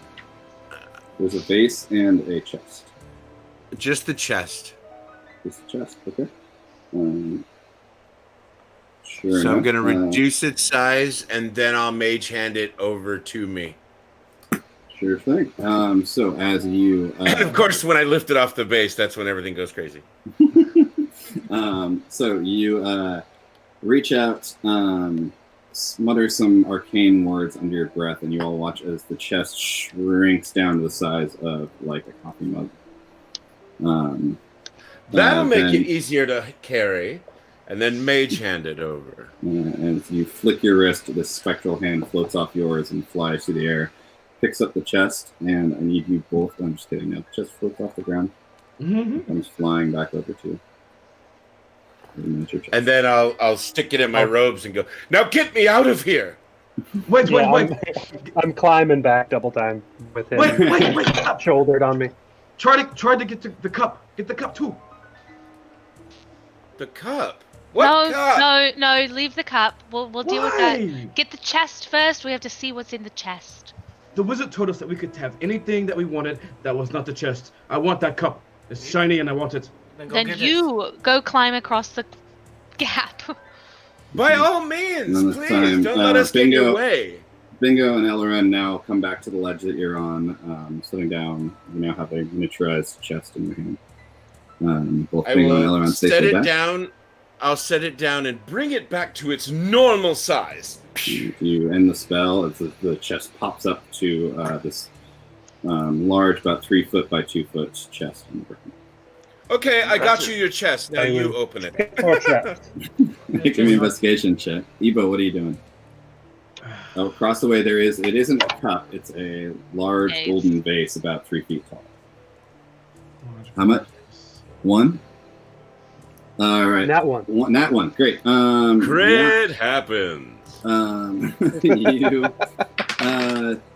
it's a Guys, chest. everything's okay with it. It's really hard to see what the thing is, but there's probably a lock on here somewhere. You don't know. This was a lot of work carrying this. The wizard said back if and we forth. opened it, it might kill us. Just want to throw it out there again. The wizard said what? Yeah, if we open the box, it may kill us. No. This isn't A the right big box. black Oh, I box. was gonna say. With two big It's red not the same diamonds. box, my friend. on it. Oh, Oh, you're delightful at times, I swear. a box is a box. Quillis goes to the box and Is the box still small, or has it been? No, Yeah, I brought it's- it back to normal size. I go to try to open it. It's locked. You said? It is not locked. Not locked. I open it. As this creaky wooden box opens, you look inside and you see 5 large rocks about this big. Rocks? Yeah. Do they look like Oh, normal I rocks? risked my to me? life for rocks. They look like what? Do they look like normal rocks to me? They seem like rocks. They're not like I pick- smooth, like dragon egg rocks. They're just No. rocks. I pick one up. Oh Look shit! it up. I was gonna say, Elrond assumes It's that now impossible. the danger's over, and he reaches in and grabs one. Yeah, you guys pick them up. Seems to be a lot of rocks. On accident. I look immediately where the chest was because this was obviously a weight of some sort. Nothing's changed across. Well, perhaps the Ebo gold was vase is right, still and the there. vase was the actual treasure. I don't like this. Why would you put the chest with the rocks in there? But what kind of rocks are they? And they're just normal rocks? It's like putting Yeah, weights nature in a check. bag. It's just meant to hold the Do these? chest. Yeah. Nature Do check. they? I'm nature checking. Yeah, Elran, you Ah. can give me a nature check. 16. 19. 19. Okay. The rocks, some sort of granite, some red like lava stone. Yeah, rocks. And there's nothing ornate about the chest. You said, right? It's a very simple, very old, simple wooden chest, almost more of like a trunk. Figure. I Risk take my out- life for rocks. I take out all the rocks and I push the chest into the water below. Okay, take the rocks and shove it. Wait. Oh. You watch as it tumbles down, hits the water, and cracks into pieces, now floating top of the water. There's probably rocks down there too. Well, now there's more of them for sure. No, we kept the rocks. Yeah, she took the rocks out. Ebo was going climbing. He wants that vase. Okay, Where- Ebo, give me a athletics check to climb across. On the other Okay. side, was there anywhere to go? It was just a ledge with a thing on it and nowhere to go. Just a ledge, yeah. Athletics check. Here we go. No, that was not bad. Ooh, +7. 7, 8, 9. 19 total. 19 total. Oh, very quickly you scamper across the pythons and rope, and as you get around to the side, you can see the ledge and the vase. What do you do? I want that vase. I'm going to go onto the ledge looking for traps. Ebo's gonna try to be smart. He's gonna look for traps as he's walking to get the vase. Okay. Cool. So As he scratches his you, butt.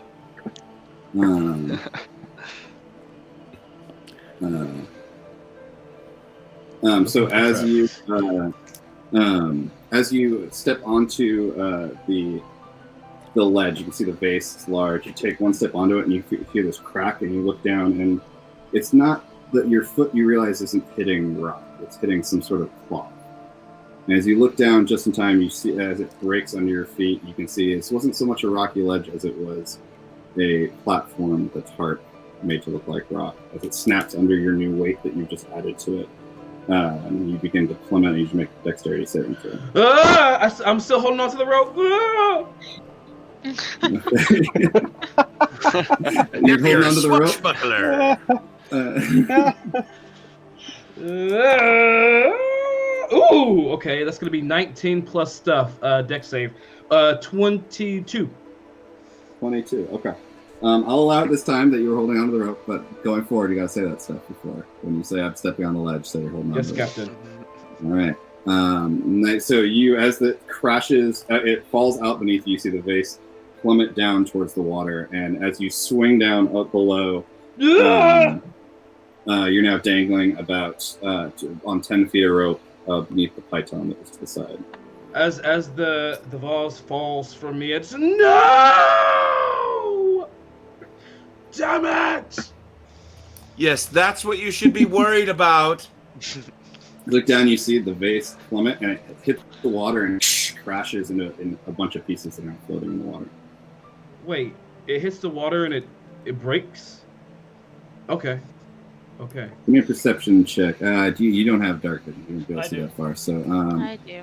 yeah. I do have the light hammer on my back, so I can still kind of see. This is outside the range of a light spell. Fair.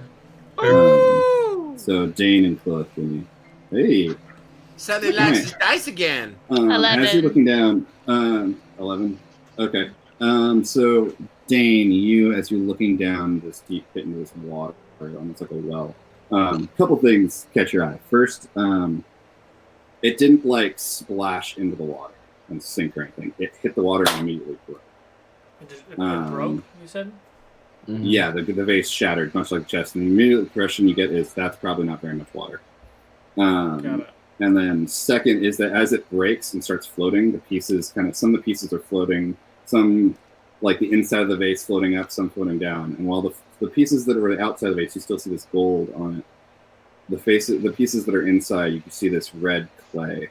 And as you watch for a second more, you see the gold start to dissipate as this paint washes into the water. The paint wash. Oh, I don't see that. I'm sorry. It was all garbage. It was garbage. It's probably a trap. Get your ass back over here. Some fakery seems to be afoot. Tomfoolery. Do I see anything? Anybody Fakery. like looking in like a little cave hole or anything looking at me? Give me a perception check. And Ebo, give me an athletics check too. With that. Okay, here we go. Do it. Up and over, up and over. Oh, 12 again. 12 plus 7, 19. I got 19 as well. You don't see anyone watching you. There seems to be no motion around you. Ebo, you climb up the rope, get onto the back of the pythons, make your way across, and eventually find your way back to the ledge you all started on. Ebo was so fucking pissed. While they're talking, can I grab some of my rope and pythons back?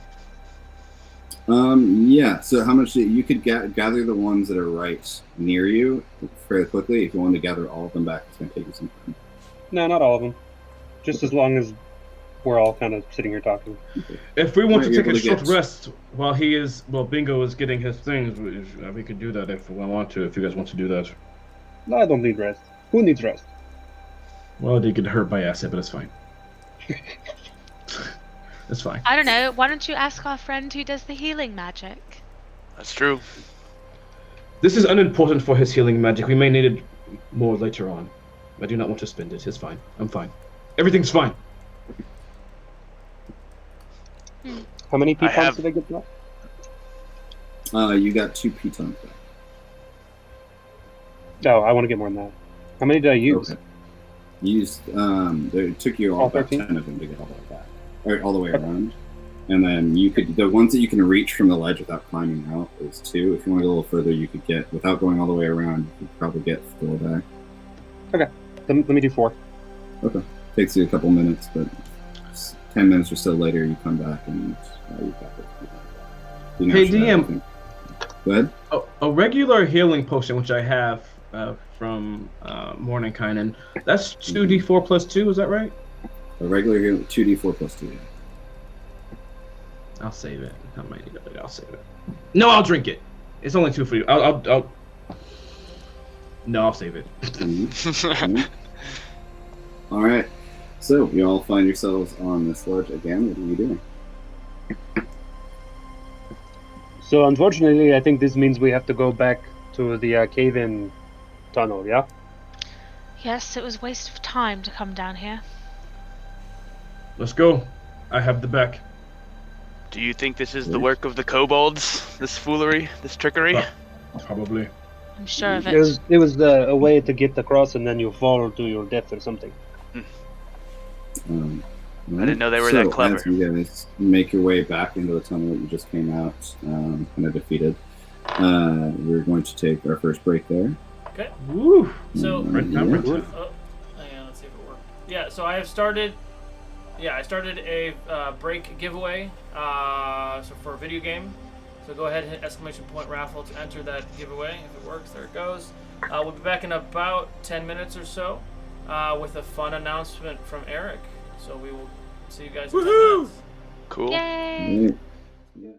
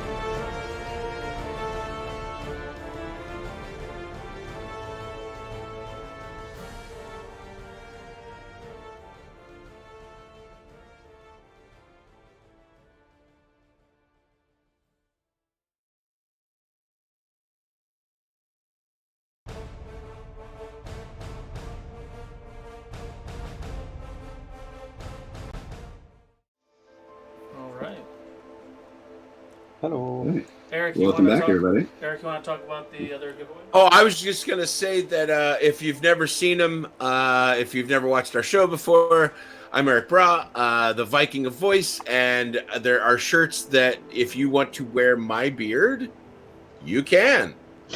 So if we get up to 50, I'd like to give away one of these beard shirts.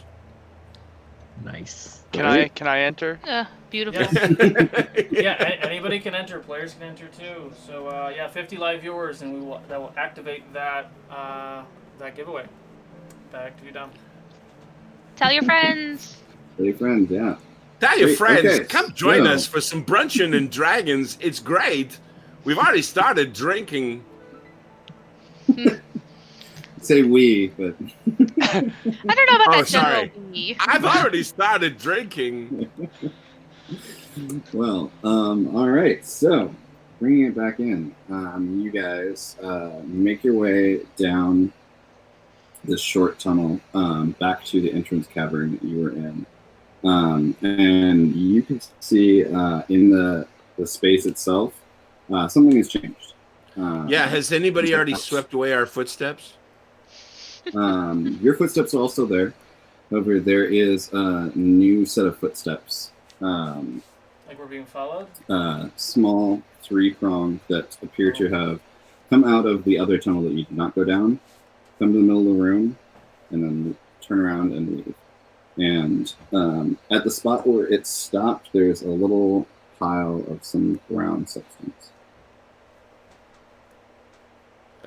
I guess. Hey, let's take a Aloran, you look. should identify it. Ebo, there's your treasure. Quillith There it just is, right there in the middle of the rolls room her for eyes. you. Fuck you all. What do you guys do? Go down I've- the right tunnel. Oh, I was going You to guys want to do investigate the something? pile of whatever. Yeah, do that. Investigation check. 16. 16. Oh, no, as you sorry. approach 19. 19. As you approach, smell hits you first. It is some sort of excrement of some sort. And it is hot.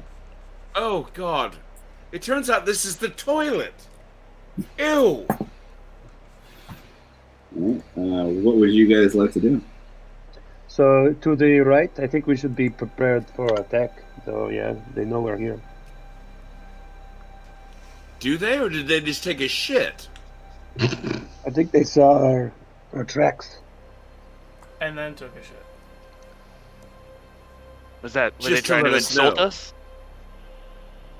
Oh, God, perhaps they are. Ew. These people really are disgusting. So Well- shall we do the same God, thing? I said people. Is that too... Should I have not said people? Oh. Creatures, perhaps?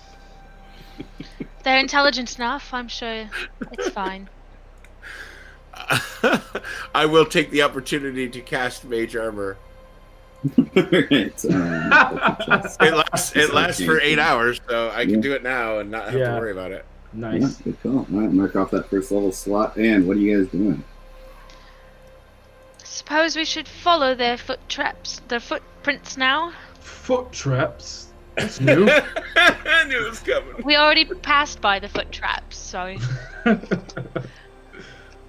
All right, Ebo's gonna prepare himself for battle, just in case anything comes his way, and he's going to take up the rear of the party as we move on anywhere. If we move, he's at the Ebo, rear. I've been meaning to ask you. You know, you don't reach very far with that hammer, so why are you always in the back? Maybe because my face is burned from earlier, and so I just want to watch our back just in case anyone tries to creep up on us. You just Okay. want to watch us all get burned first. Wait, you have both me and Bingo here to protect you. You're fine. Yes, He'll be in and yet- front, I'll be in back. You both tend to That's the stay in the bingo. back. It's fine. It's fine. And if everything's fine, Bingo, she looks at her bow and arrow and just it's fine. I'll look at I'm Bingo. good. Bingo, do you want to be in front? Sure. Okay. Bingo in front, I'm in back. Squishy's in the middle. What's the Okay. Who you calling squishy? So, this Normal. always I think looking we're down. calling you squishy. You're not What a wrong. terrible thing to call somebody. You're squishy. Is it like Elarin, soft you are and the cuddly? most squishy. So looking into this next hallway, Ew. this one is large enough for 2 people to walk side by side if you'd like. So I've got Bingo going first, followed up by Quilla. And then who wants to? Ebo's bringing up the back, but who wants to? Same order as before: Dane, Norl, and Aileron. Sounds good to me. Great. Yep. Okay, Bingo. Give me a perception check if you It's enter a this dark bingo. tunnel. I'm searching for traps. That's mainly what It's a I'm Cool. doing. bee. It's a bingo. That's a bingo. Ooh, that's not a bingo. Not a bingo. That's not a bingo. Hold on. Help him! Help him! 12. 12. All right. So, make your way down in this tunnel. It starts to curve to the left, and then immediately starts to curve to the right, in like this snake pattern. Lost of it. As you go down, sneaking for like looking at the ground, taking careful steps, looking above you. You don't see any traps so far, but every once in a while you'll see these little holes that look like breaks and cracks in the rocks. It's on the wall, a couple on the ceiling, a couple on the left. They look wall. natural, or they Keep look like going. they were. Yeah, were these made? Yeah, nature. Aileron and Bingo can both give me nature checks. Bingo, I believe you get. That's a advantage bingo. Since this is stone. That's a bingo. 18. Hold on. I had to roll again. Okay. I have a 22. Right. These look like they weren't purposely made. Oh, Maybe these are attack thingies. more They traps. should be stealthy and maybe run through or plug them. I don't think we should all run. I guess we should just be careful as we walk. Watch your step, everyone. Okay. I'm gonna redouble my efforts to not step on something that will shoot darts from the wall at my face. As you slowly make your way deeper in this tunnel, you get about 20, 30, 40 feet or so from the entrance. When Dodge action. Quillith, you hear these little footsteps, and you look around and you hear more, so just echoing all around you. You start to hear this just in time as you hear a swing, and I duck. you duck, but Bingo, does a 16 hit you? Nope.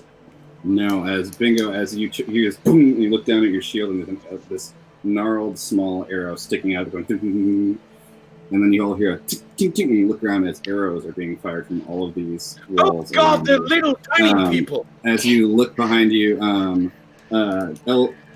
Ebo, I need you to make a dexterity saving throw. Let's go! Let's go! Let's go! Run, Let's run, go, run. Ebo! Woo! Oh no! Oh no, Ebo! Plus 3. That's gonna be a total of 5, sir. 5. Sir. As you hear this, shit, sorry. You hear that you feel this liquid pour on your shoulder. You look down, this oil streaks down, and you look up. It's time for this little burning paper to land as your shoulder ignites. Hang on. You take 3 points of fire damage, and as you all start to run, as Bingo So just much yelled, for "Run." keeping quiet. As you start running down this hallway, arrows flying, and you can hear yells and these little yips coming from the different tunnels and holes. Which now, as you look around, they're everywhere. You're like running through a honeycomb. We're going to go into a skill challenge. So, to get you through this Everybody get tunnel, ahead of me. I'll collapse the tunnel. yeah. So, for everyone who's not sure how skill challenges work, and for the audience, skill challenge works by basically you all give me a skill you would like to use to try and help aid you in getting through these tunnels alive. You can each skill can only be used once by the group as a whole, so be careful what you use. And you need to pass 4 successes before you get 4 failures, or you fail the tunnel. And there will be consequences for failure, as there are arrows and boiling oil and other things coming at you as you run through these dark tunnels. All right, who would like to make the first skill check?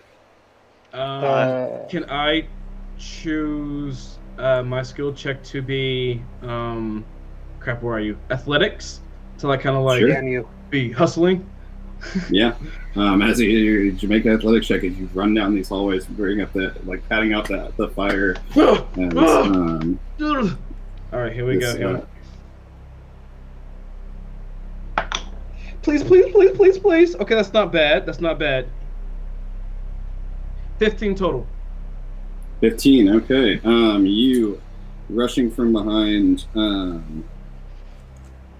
You kind of bump up into Elren, push him forward, and hurry everyone up as you go down, and almost pick him up for a second and bring him with you. As you rush down, and pick him up just out of the way as this apparent bucket of just rocks falls right where he was, smashing onto the ground.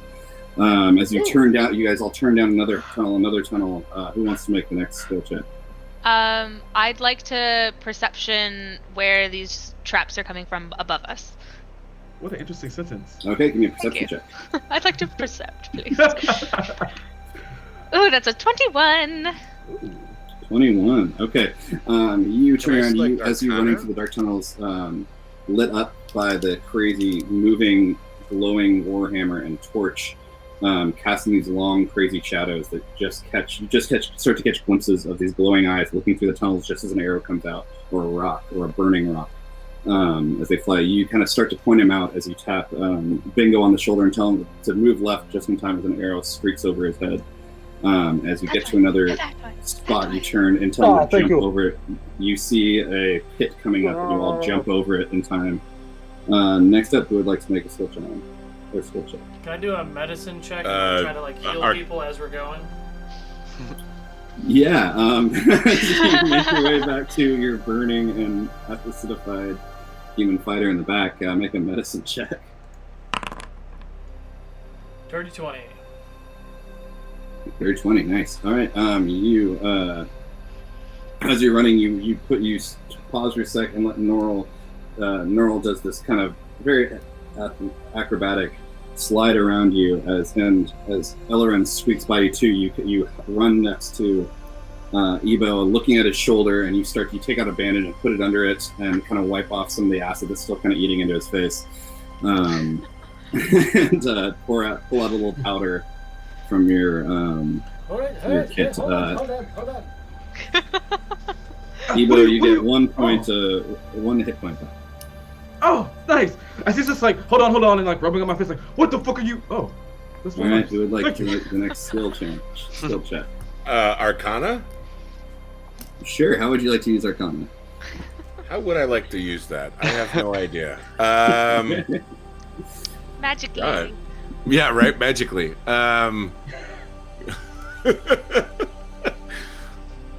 Well, could I just make the entire place light up so they can't see, they're blinded? Is that a possibility? Is that even something I can do with light?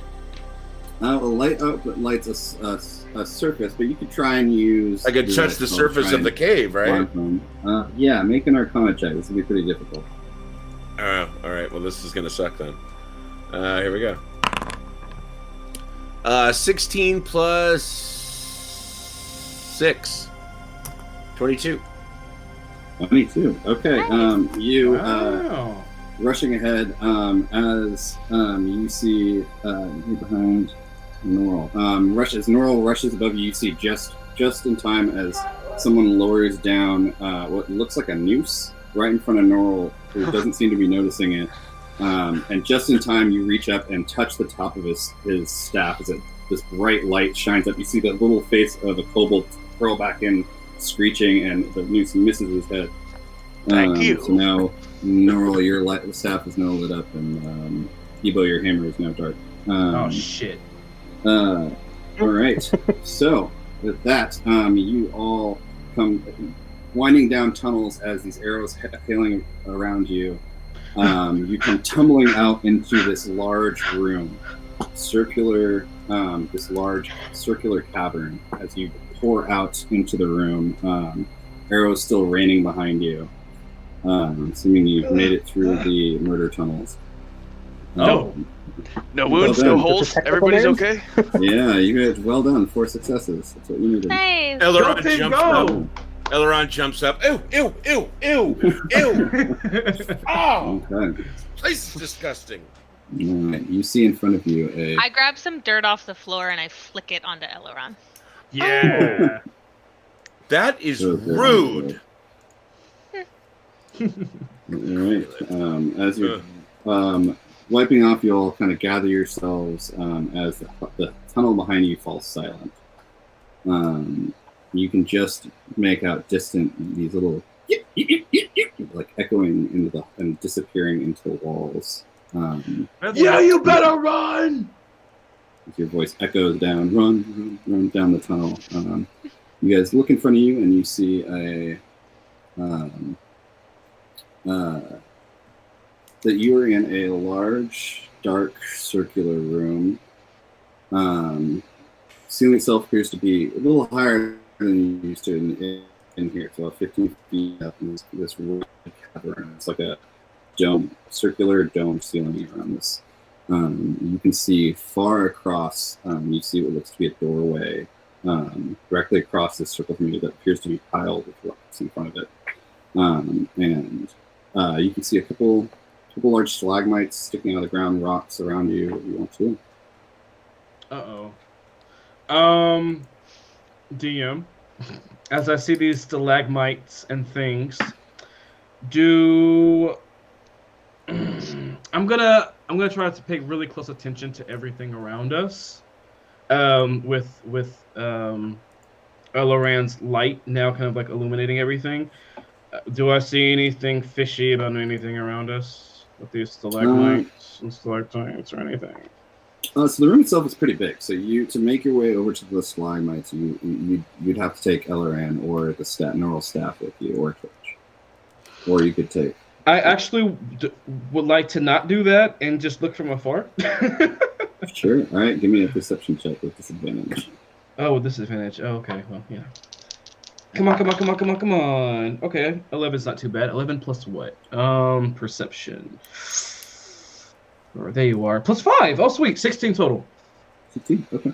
Looking about, you can see nothing too strange about the room itself from what you can see. You can see in the far right and left corners of the room, it seems to come to points almost. You can see it's like some strange rock formations on either side.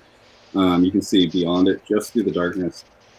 You can see it also looks like there's like almost tiers to the walls. So like the walls go up about 10 feet and then level off and then go up again in certain places. So the walls themselves in this chamber aren't perfectly smooth. But, so the way I'm visualizing it, when you said the walls kind of go up 10 feet and then they start new, is it almost like 10-foot staircases almost on the walls, or no? It'd be like one step. Like it's not like a series of them. It's more like it goes up, levels off, and then goes up again, and then goes into the ceiling. I see. I understand. Do I happen to see like any stairways or anything going up to those ledges? No. Okay. Did you say that this was like the end? Like it's just the end, like a dead end? You can see across this room, far across the far end, you can see like a cavern opening that looks to be piled high with rocks. I see. So there's rocks in the way. Mm-hmm. Got it. Yeah, well, that's probably about 60 feet, 50 feet away from you. I'll start to move. I'm gonna say out loud. Start going over there. Mm-hmm. Well, looks like I might have to start moving these rocks. All right, you're making your way over there. Okay. I'm making my way over there. Anyone else going with me? I'll go with. Don't think you should be walking on the floor. To investigate along the way. Make sure we don't step on something stupid. Same here. Give me investigation. And to show them the true lifting form. Do 18 plus 6, 24. Oh, I guess I don't need to roll either. 24. Okay. You don't see anything in the dirt. As you get about 10 feet forward though at first though, and then as you get towards the center of the room, you looking on the ground, you see right behind Evo. As Evo strides forward, you grab his shoulder just in time, point out, and you can see now the whole floor on the far side of the room. You start to see these little points sticking out of the dirt. As you bend down over and you brush some dirt off it, you can see it appears to be some sort of makeshift caltrop. Looks like it's made out of nails. Seems to cover this whole other half of the room. Thanks, Bingo. Watch out. Pointy ground. How far away now are we from the other exit that's like covered in rocks? You're about 30 feet. You could still walk across, but now that it's been pointed out, you're just going to be slow going as you kind of pick your way through. Essentially, it's like difficult terrain now. Okay, I will keep moving, and I will be very aware of these spikes coming out of the ground, these nails. Thanks, Ebo. I'm Ebo. Thanks, Bingo. Damn it, these rhyming names. Bingo, Ebo. We're best friends. And Dingo Tooth. So Mr. Dingo We'll always Tooth to be you. together. I make my way across. All right, as you guys make your way, start picking your way across the room. Queelith, you start to hear this cracking sound from your right. You look over your shoulder as Ebo and Bingo, you look to your left, and you can see now from the side of the room, you see what these look like these rock wall formations fall down. And they appear to have been these wooden doors covered with like a crinkled canvas kind of gray. As they fall in, and you see these small beings, these large shields cover almost their whole body, start marching from either side.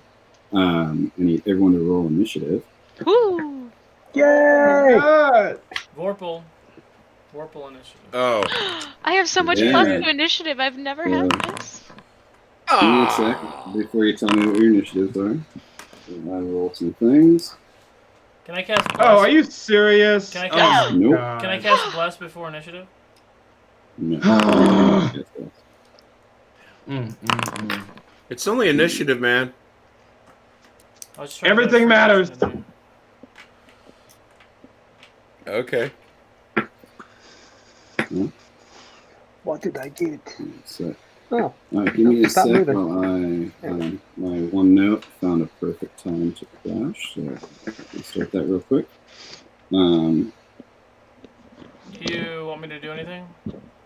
Yeah, why don't we get the map set up? Oh, natural 20. Look at that. Nice job. Thank you. All right. I will give, so initiative rolls, 25 to 20. 24. Must be nice. It's my first time. I have a +4. I've never played a Nice. character with +4. 20 to 15. 18. Okay. Sorry, 15 what? to 10. 14. What was your initiative, Elrond? Oh, I'm 7. Okay, we'll get, so 10, and who was 14? Norl. Nora, okay. Okay, and then Bingo is initiative 13. 13, okay.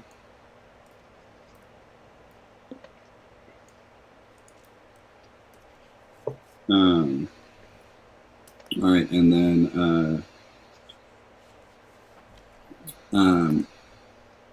Evo, what was yours? 7.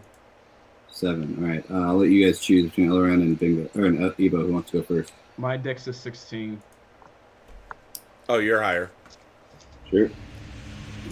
Evo. Great, and then.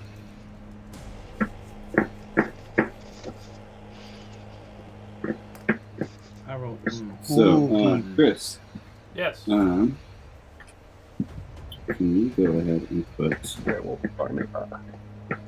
our guys? The set looks great until you put figures on it.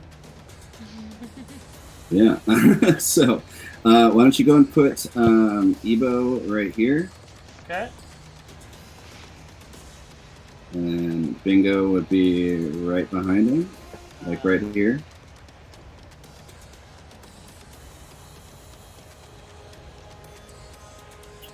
And then let's get Quilith to be around here, right? Who? Quilith? Quilith and the rest of you can show him with your cursors where you'd like your moves to go. Did they not move very far before this happened? Otherwise, I pictured we were much behind them. They had only gotten to right there. It's basically as soon as he started walking across the caltrops. So you're saying that we Got came it. from here, over here? Yeah, you guys came from over there. We're Probably coming from about here. left. Okay, so we should be over here somewhere. Or Yeah, you I guys guess would here. be in this area. So everybody's in that area? Yep. This is my rock pile. So yeah, everyone's player cursor should match your mini button. That makes Cool. sense. And Yes. if you can't see the battle map, you might have to click your background and drag it around. You actually could hit the sync button, and that might work too. And you also Yeah, might I have like to use do- the scroll. So Yeah, if you scroll out, you'll see it, and then you can scroll towards it. yeah, mouse wheel will help with that. Okay. Yep. Vorpal's awesome though. Okay, so as these things flood into the room, Flood into the room. why don't we get a Mr. Chris, if you could put 2 right where my red cursor is right here, put 2 of our shield guys, 2 of which one? the shield ones, I can't hear you, buddy. 2 of the shield ones. Shield ones. Got it.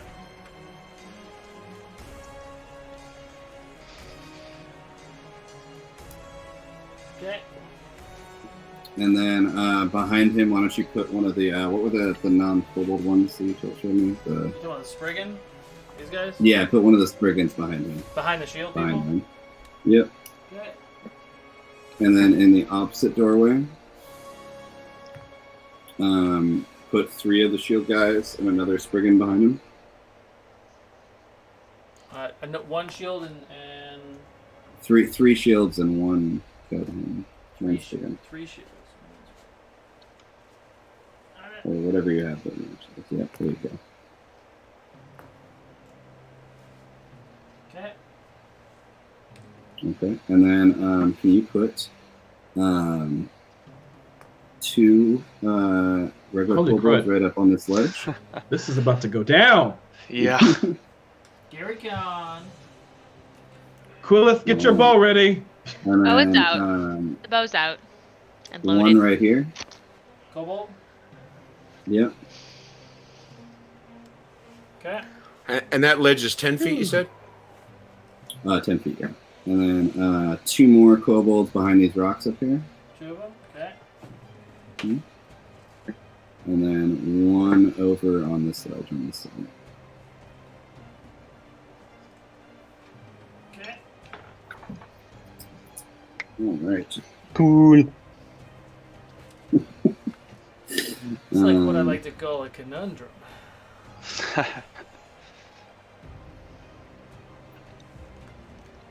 All right. So let me just write down some stats here.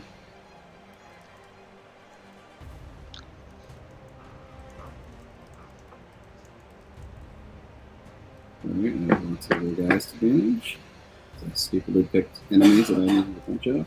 Don't forget to unclick your mouse. No, the mouse. thank you. The mouse thing is fine for this. Okay. Thank you.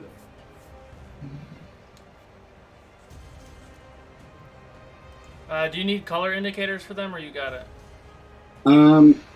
They'd be nice. I'd say it's fine. I can keep that one. Okay. Because I can put like conditional markers on there if you want. That's okay for now. Let's see how this goes. You guys might probably not for now.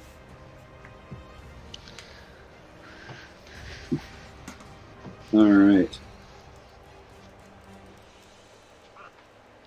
Cool. So, top of the round is Quillith. Quillith, how do we say it? Quill lift like a quill on a All bow. right, so you see flooding in from each of these sides, you see these groups of kobolds with these strange shields that seem to be at some sort of hide or scales, covering most of them, forming the walls as they advance in. And you see above them, snaking out on these higher ledges, these more kobolds sneaking through the rocks. You see them pulling slings and rocks out of packs. And then you can see just beyond the two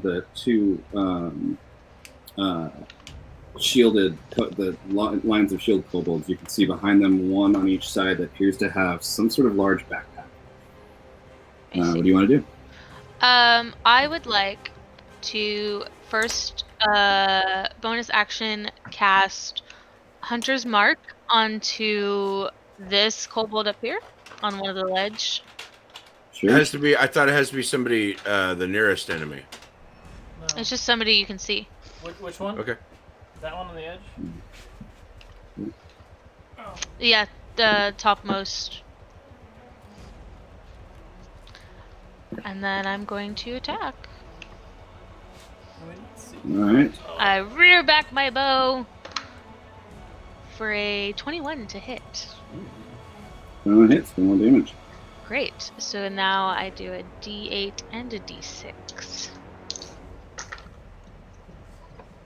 A 12 piercing damage. 12 points of piercing damage. As you rear back, you fire your bow, and the arrow just catches the thing right between the eyes of its unit. Its body goes stiff, and it just falls limp to the ground. Great. Too bad I already used my bonus action. And then I have a second attack, and I aim for another one on the ledge over there. Okay. Same side. Did you kill that one? I did. So these ones, okay. So these ones over here behind the rocks do have cover.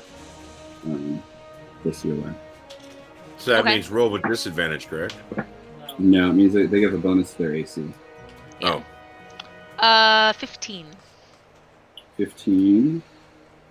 15 does not hit. As you slam it, you see it duck behind a rock just in time as the arrow smashes off the rock.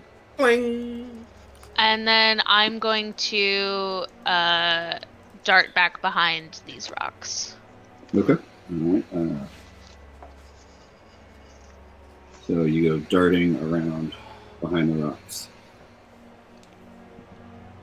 And All right. That's Great. my turn. Cool. Next up is Dane.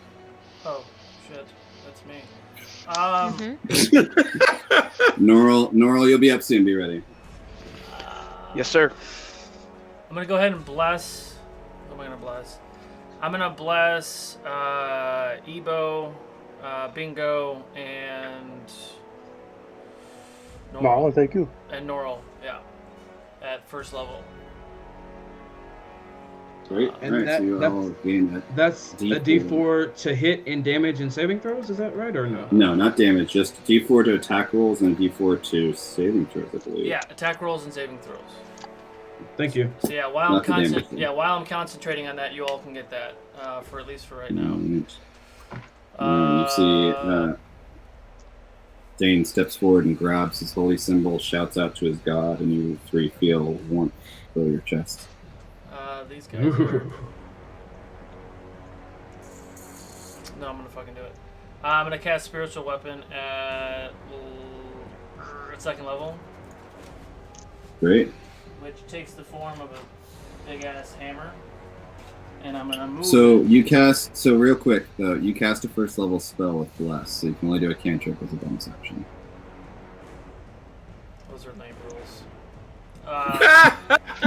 They're the real rules. That's the real rules. I mean, Sorry, bud. Even Crawford says he doesn't like those rules. So that's the end of my turn then. I'll stay there. Okay. All right. Next up is the kobolds. So the three up here. So they're gonna move. They have. They're gonna move 20 feet forward towards our Ebo right here, all on a line. In like a flat line, or are they running a row? Like all together, they've made a shield wall. Got it. And the one behind them is going to follow them, and hiding behind the wall. And then the other ones behind, the opposite way, are going to do the same to come up behind Bingo.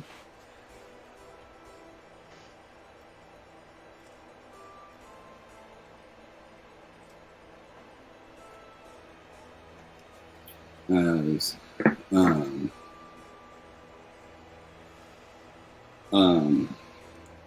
and then the so first off, this one right here is going to attack Norl right there with the sling. Do I have some partial cover there? You do not. It is from an elevated position.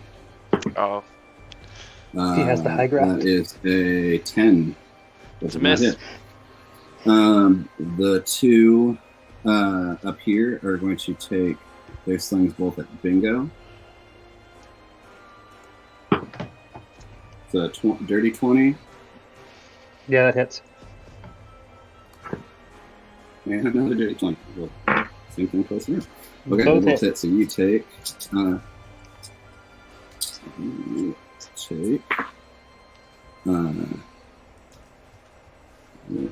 you take 9 points of bludgeoning damage as you turn to see these two rocks bang off your head.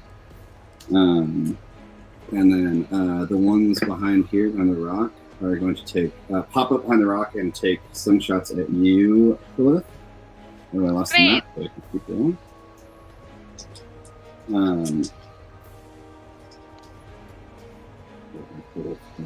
I'll give you half cover behind those, so you have a +2 to your AC. Thank you. It's a 22 and another dirty 20. Oh, Yes. ooh. Rude. This will fit. You also take 9 points of bludgeoning damage as two more rocks swing over the side as they bang into your head. The three shield ones next to Ebo are going to make spear as they pull out these long poles with these sharpened points, and they start stabbing forward. They're going to take. I'm going to use my. I'm going to protect him with my shield and the protective fighting style. So I use my Okay, so he reaction gets. to So your reaction, so he disadvantage gets on one AC. attack. Okay, No, first disadvantage on the first attack. First attack, great. Okay. Brother in arms. No. So the first attack misses. That is a, yeah, it's like a 7. Second one. Second one's a nat 20. Oh no! Next one is a Am I not supposed to be seeing the map? 13. No, Yeah, it's my gone. map's Yeah, gone. I lost It's gone. them. The map is gone. Just hold on. Yeah. Second one's a 13 to hit. Miss. Evo? Miss. Okay. It misses off. It bounces off my armor. Fourth is a miss as well. Oh my god! That's another miss. And that's it. As they start stabbing towards the 3 spear attack, each one making 2 attacks at you. One of them jams into 2 your attacks. side. You take. So God, I have no bonus action. Nah, casters usually don't. take 16 points of piercing damage. But I don't want to. Hey, Sorry, and then the 2 next to you, Bingo, are going to make their attacks against you. this is still the third initiative order, right? It's still the kobolds. Got it. Okay. Yeah. First one is a dirty 20. Yeah, that hits. Second one, Stop rolling so high. one really high. I'm sorry, that's a 23. Yep. Well, they have advantage on these attacks because they have abilities. That's third hit. Yeah, that's a miss. So you take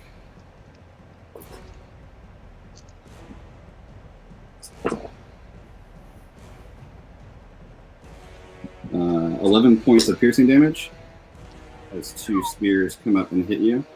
And then behind them, you see these 2 kobolds behind the shield walls start to pull things out of these packs and these pots and stuff. And the first one is going to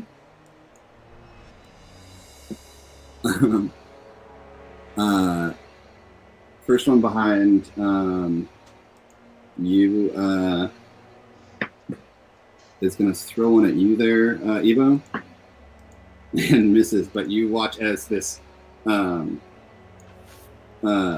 flask of like clay flask goes flying through the air as it throws it over the shield wall towards you. You duck out of the way, and it smashed on the ground. You see smoke and steam as the acid hits the dirt next to you. Enough with the fucking acid! The one closest to you there, Bingo, is going to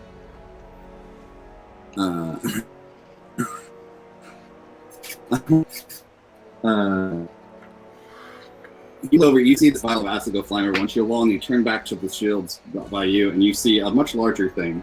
It looks like a wooden cage. It goes flying over the top, and it hits the ground next to you and breaks, and you see this small black and white furry thing roll out onto the ground.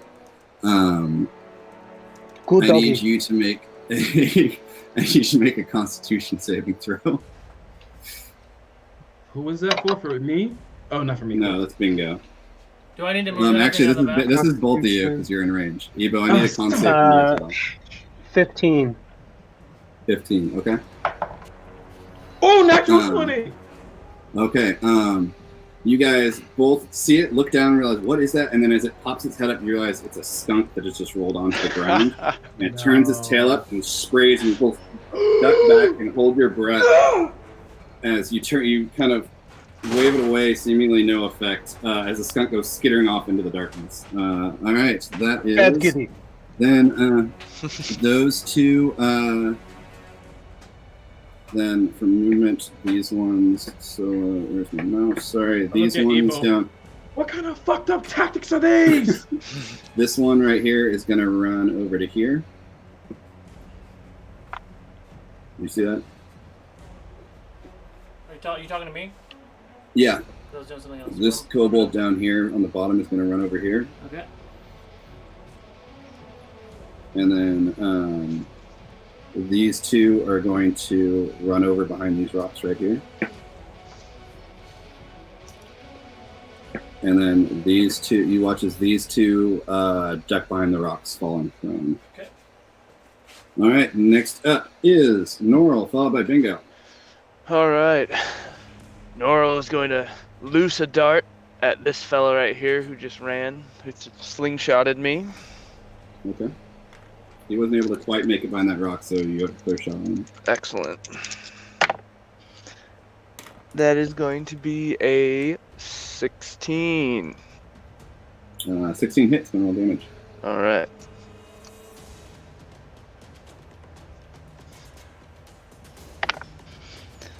He takes 7 points. 7. As he's running, you see him, you line up the dart, you throw it, and it goes flying through the air. You catch him right in the back of the neck, and he goes still and just slides in the dirt dead.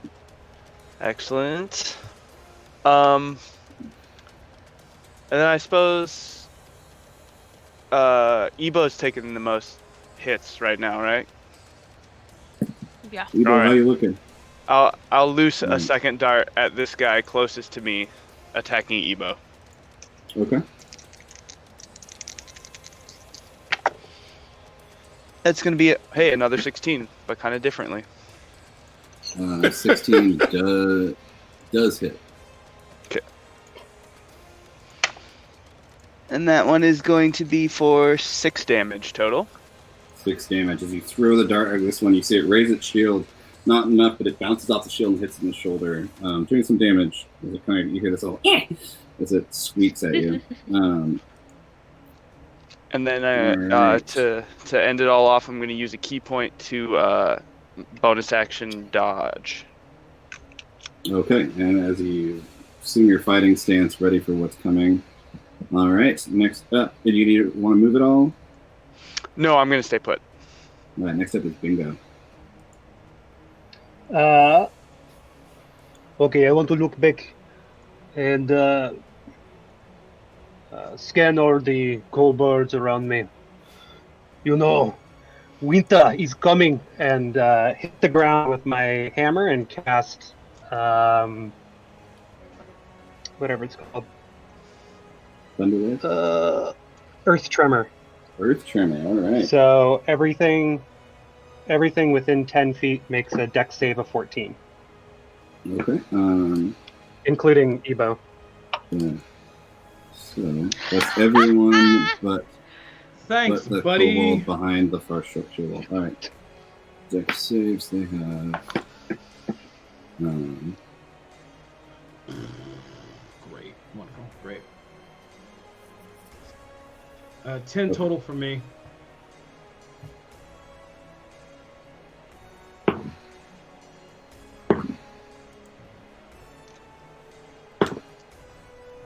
I guess, 10 fails, right? That deck save? Yeah. You take Wow. 5 points of bludgeoning Jesus. damage. Thanks, buddy. Thanks. Sorry. Did not roll well. So You're also knocked these prone. two- Great. Yeah. Even better. Yeah. No. So great. These two right here succeed. This one is knocked prone, as are all three of the shield guys over there are knocked prone. So Damn This it, is- bingo! Burst shakes the I thought you shakes were the better. area. Hey, did you use bless for Um, that save? Oh, I didn't. It might matter. Oh, I'm sorry. Hold on. Do it. Sorry, I got a 4. I I got a 4. I got stuck with 14 managing total? things. 14th That pass? meets it. Yes! Yeah, it's a 14 save. Thanks, Solo. Okay, so they all take. You take how no much damage and are not knocked prone. It's 5 bludgeoning and knocked prone if they fail. If they pass, nothing. Okay. Thanks, So- Solo. I'm trying to listen, but I'm also dealing with tech issues. So I got you. I owe you one. You owe me 4. Haha. And 5 feet around me in all directions is difficult terrain. Oh. We were already in difficult terrain, but yeah, awesome. Extra difficult terrain. All right, so and then cool. So Solo, real quick, just so I remember, can you knock these guys prone? This one right here, that guy's prone, and then these 3 shield guys are all prone. And Not the one also, behind you. the kobold on the green cursor is dead. I don't. Oh, he's dead. Yeah. Sorry. Yeah. No worries. If I'm just this my players usually know this. If I'm not looking at you all right now, and I'm looking at one of my 5 screens, you have to say solo to get my attention to do something. Sure. Okay. Got it. All right. As they eat this miniaturized earthquake surrounds you all, and a bunch of these kobolds fall to the ground. What else with you, Bingo? Evo, you're up next. bonus action. I'm going to bonus action Second Wind. Sure. And gain 9 points of health back.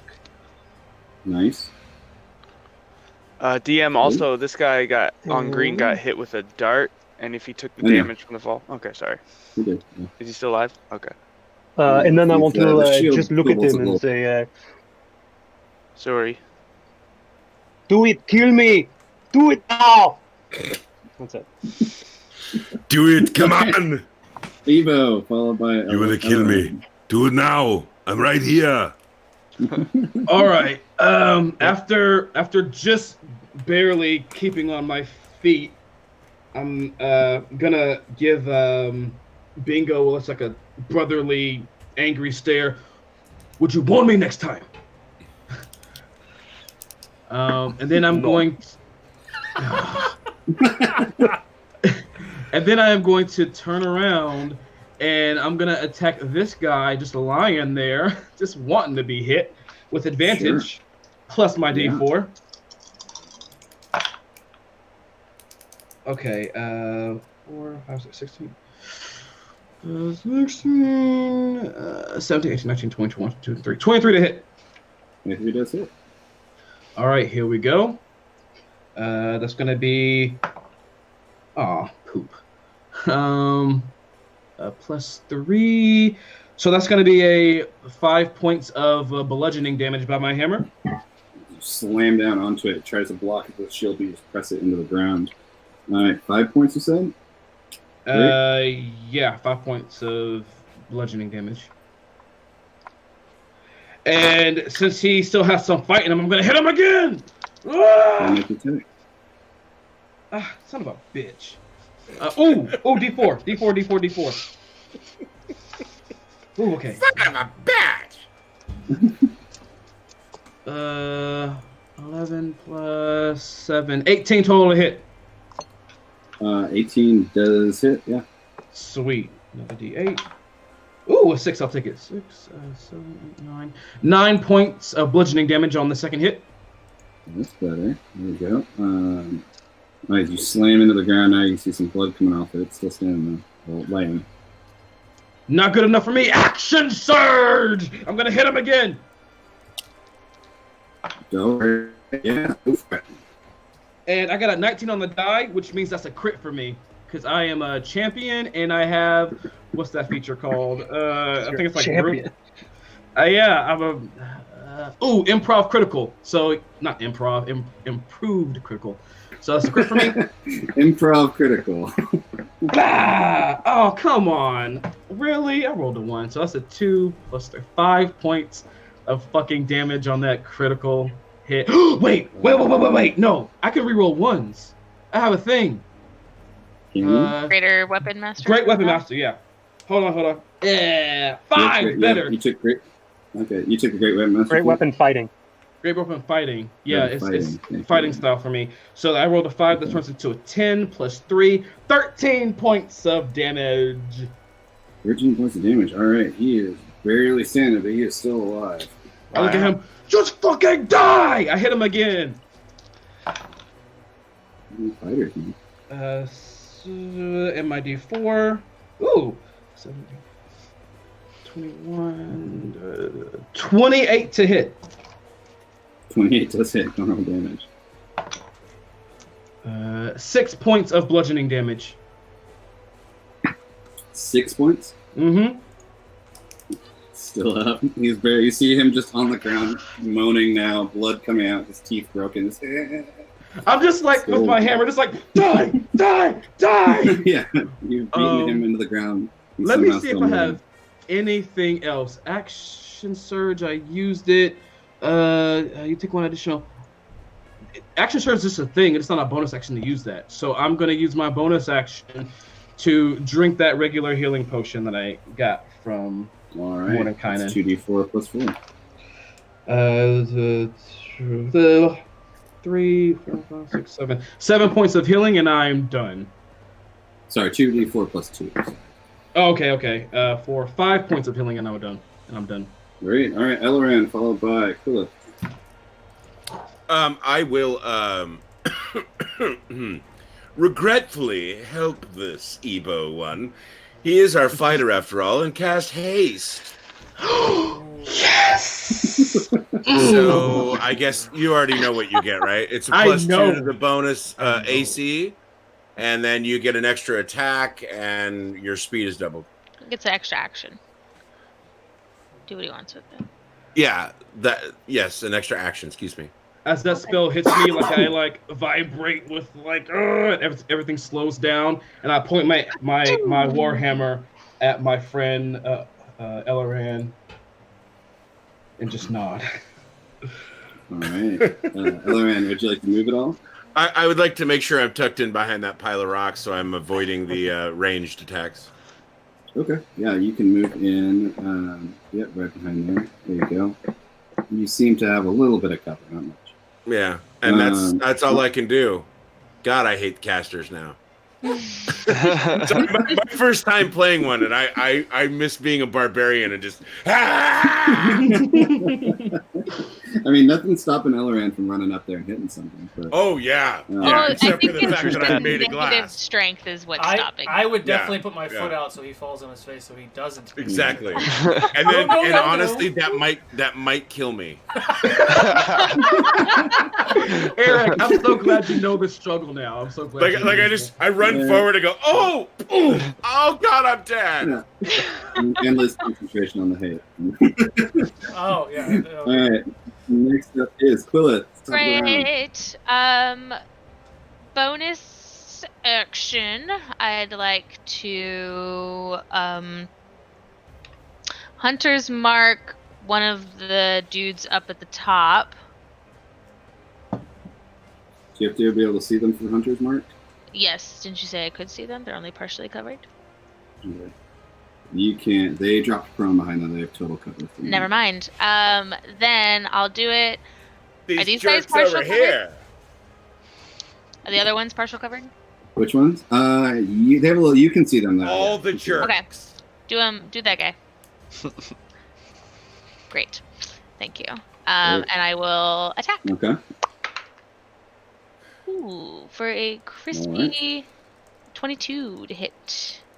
That is crisp. 2 hits. Even with the lots of cover. Lovely. 12 plus 4 is 16 piercing damage. 16. You see it as it peeks over the edge. You ricochet the arrow off the rock in front of it and take it out right through the eyes. It falls to the ground. That Yes, one's I dead.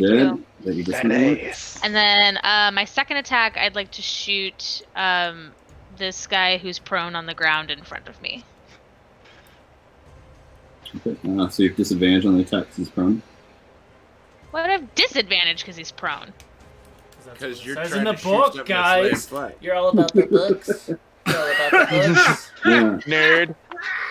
Whatever. I'll Fuck kill it. you next. Can you hear the salt? I heard all the salt in there. God, it's like a Um, fucking sandy beach over there. Even It's with almost like we're playing this game. even with disadvantage, I got a 17. Even with disadvantage, 17 does hit. Lovely. Um, He's not marked, so it's just this. So he does 6 piercing damage, but because I am a hunter, I'm going to once per turn Colossal Slayer, and he takes an extra D8 Ooh, get it, girl. Get it. for 6. okay. So he takes 12 damage. Punished. 12 points of damage. Nice. I can do that once per turn. Thank you, Ranger. Wow. Yeah. All right. You pierce it inside. You see it kind of squirming on the ground, not looking great. Anything else you'd like to do? If not, Dane, you're up. No, I'm done. Cool. Dane, go ahead, and you'll be up soon. Okay, so everybody who has Bless, I apologize, but I am concentrating on something else. I'm going to cast Spirit Guardians. I need everybody in that pile to make a Wisdom save. Yeah. Me too? No, the bad guy. Oh, cool. Like, come on, y'all.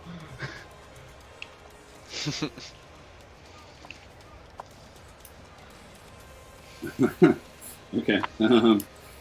Wow, how nice it's a of lot you to be fun. able to set your own spell effects. It's really nice. So.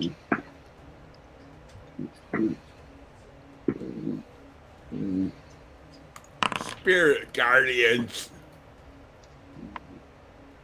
You're so spirited and guardian. Wow, wow. Mediocre. At best. And Chris was the far guy, but I'm pointing like you can see where I'm pointing. Jesus. The guy furthest from the camera. Over here, there's another, the one that's the whatever it's called, the Spriggan? other non-kobold looking thing. Yeah, is that within? Yeah, he's Okay. everything is within. Everybody who's around there is in that circle. Yes. Okay, so everyone except for this guy on the ground and the guy standing above him failed. Okay, so they all take 10 points of radiant damage, and the 2 that succeeded take 5. Okay. You see as this holy light fills the area, and how much damage was it? Sorry. That's a lot of damage. 10 points so of damage. You see this guy is just incinerated in the holy light. He's the gone. One that, the one that Evo was smashing into the ground. Hey, that was mine. Dibs.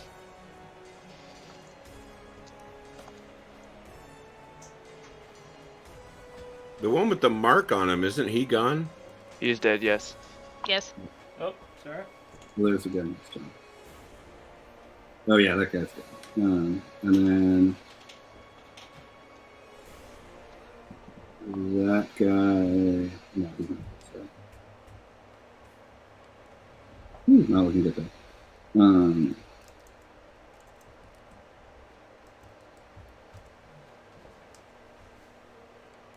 gonna take 5 on a success. Yeah. Whew. All right, as this holy aura dissipates throughout these kobolds, you hear them all squirming. No! These little yips coming from behind them. All right, there you go. Yeah. Anything else, Doran? Or Dane? Whatever your name is. Whatever the fuck your name is. I love it. That's the best DM line ever. Whatever the fuck your name is. So, an affected creature from the spell is halved in the area. When the creature enters the area for the first time on a turn or starts its turn in there, it must make the save again. Yeah, I know Spirit Guardians well. My cleric casts it all the time. Okay. And I believe the kobolds are next, so they have to make a save again. Yeah, they are. So, the ones that are still alive. Are there other ones that are dead in that? No. Okay. So, fail, success. It's a 13 pass. No, it's a wisdom 16. Ooh.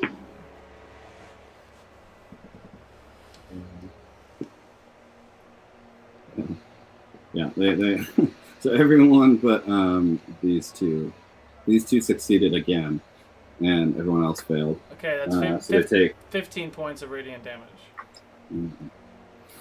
All right, so that one that is right here is incinerated. It's 3d8 GW. Oh. Ow. And then that one takes. It's 15. 15, yeah, 15 points. Yeah.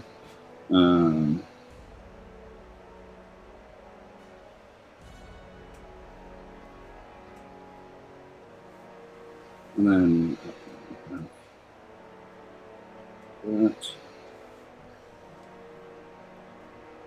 that other one behind this guy is eviscerated too. The one that was still standing back there. And no, and this guy right here too. Cool, there you go. All right, up on your feet, let's go. Freaking clerics, man. All right, so that is the start of their turn then. The ones that are left standing. This one is going to stand up.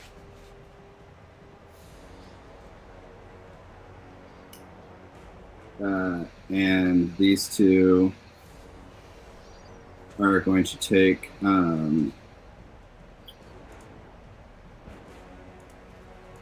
this one's going to move towards you.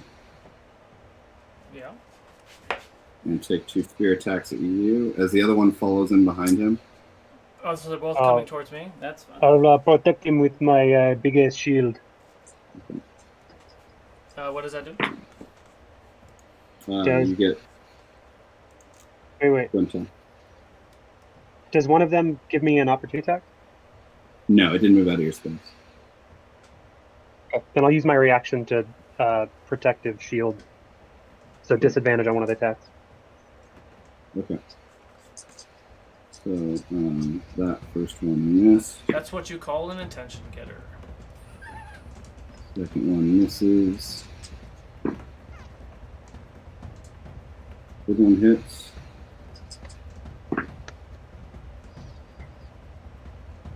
Third one hits.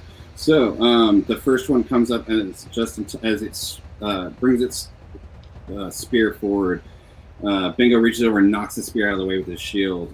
Save you time. The other one comes forward in 2 quick jabs. Those both hit you. That's a 12 points of damage from the first attack. 12 points? No, sorry, that's 12 points total. Sorry. Got it. So then, do you make a concentration check for your guardians? Which is that makes You get to beat a 10. Okay. Nice. All right. So then that one behind you, Evo, is going to stand up. It barely gets way up off the ground. Is going to take 2 swipes at you. That is a dirty 20 and a 19. How does he hit me? He's hitting me with what? Spear. Okay. I'm I'm sorry. And my AC 7 is points. actually higher now. So instead of it being 16, it's now 18 because of They haste. still both hit. Oh, damn it. So you take 6 points of piercing damage. Oh, sorry, man. And then these 2 back up here are going to pop up with half their movement. And they're going to take 2 slingshots at Glyph. That's 12. Not hit. Miss. And then a 19. Hits. If I ever get to my turn, I'll do some stuff. I heard that. 4 points of damage to you, Phil. Great. And then this one over in the corner, and then they're both going to drop back down prone behind the rocks. Ugh. And then this one is going to pop around and take a shot at you, Ebo. Oh, fuck. That is a 20 non-natural. Yeah. Ebo, you take 3 points of bludgeoning damage with another rock that slashes your head, and now that one's going to drop prone behind those rocks. Ugh. It better. No.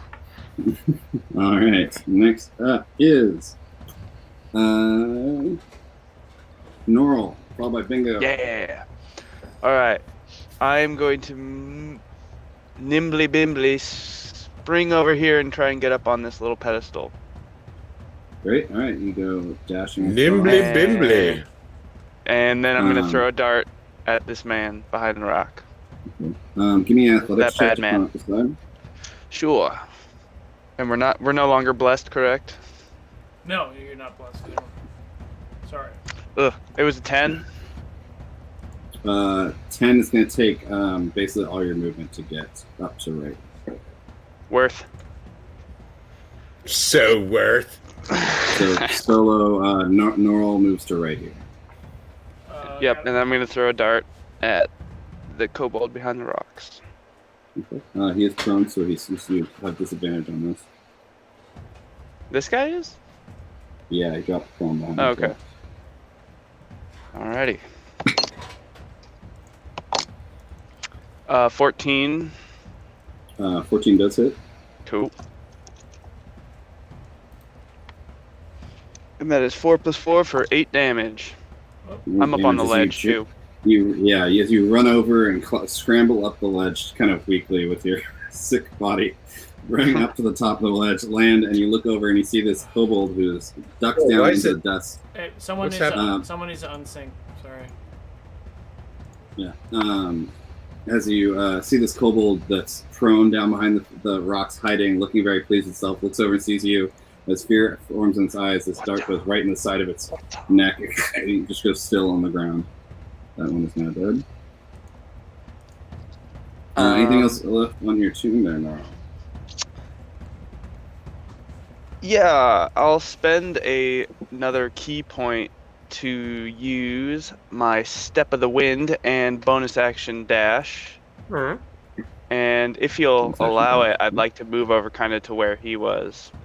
if I can kind of jump Okay. that little chasm. Yeah, so Solo, he was actually up on that ledge that he's right next to. And is this guy And then give me a Yep. acrobatics check. Yeah, to jump across.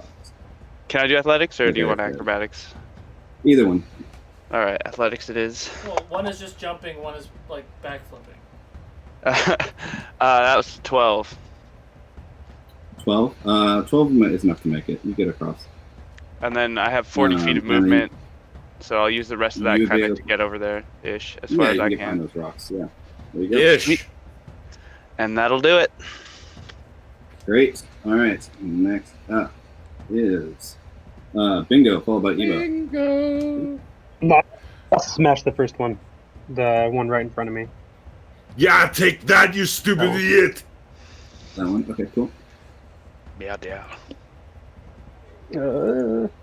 I'm going to smash your face. I'm going to do it very, And that very quickly.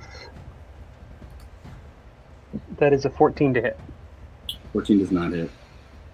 Okay. Second attack. 22. 22 does hit. And 1d8.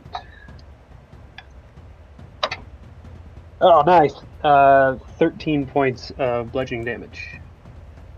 13 points, and you bash into one. You stumble a bit and like drop its shield to the ground and try and pick it up. It turns to you see blood coming from its eyes and mouth. Not looking good at all. And action surge. And I'll hit it Yeah, again. brother, get it. You hit him again? Ooh, he's Action doing surge, all hit your him again. work. 21. Sorry. 21 hits. No.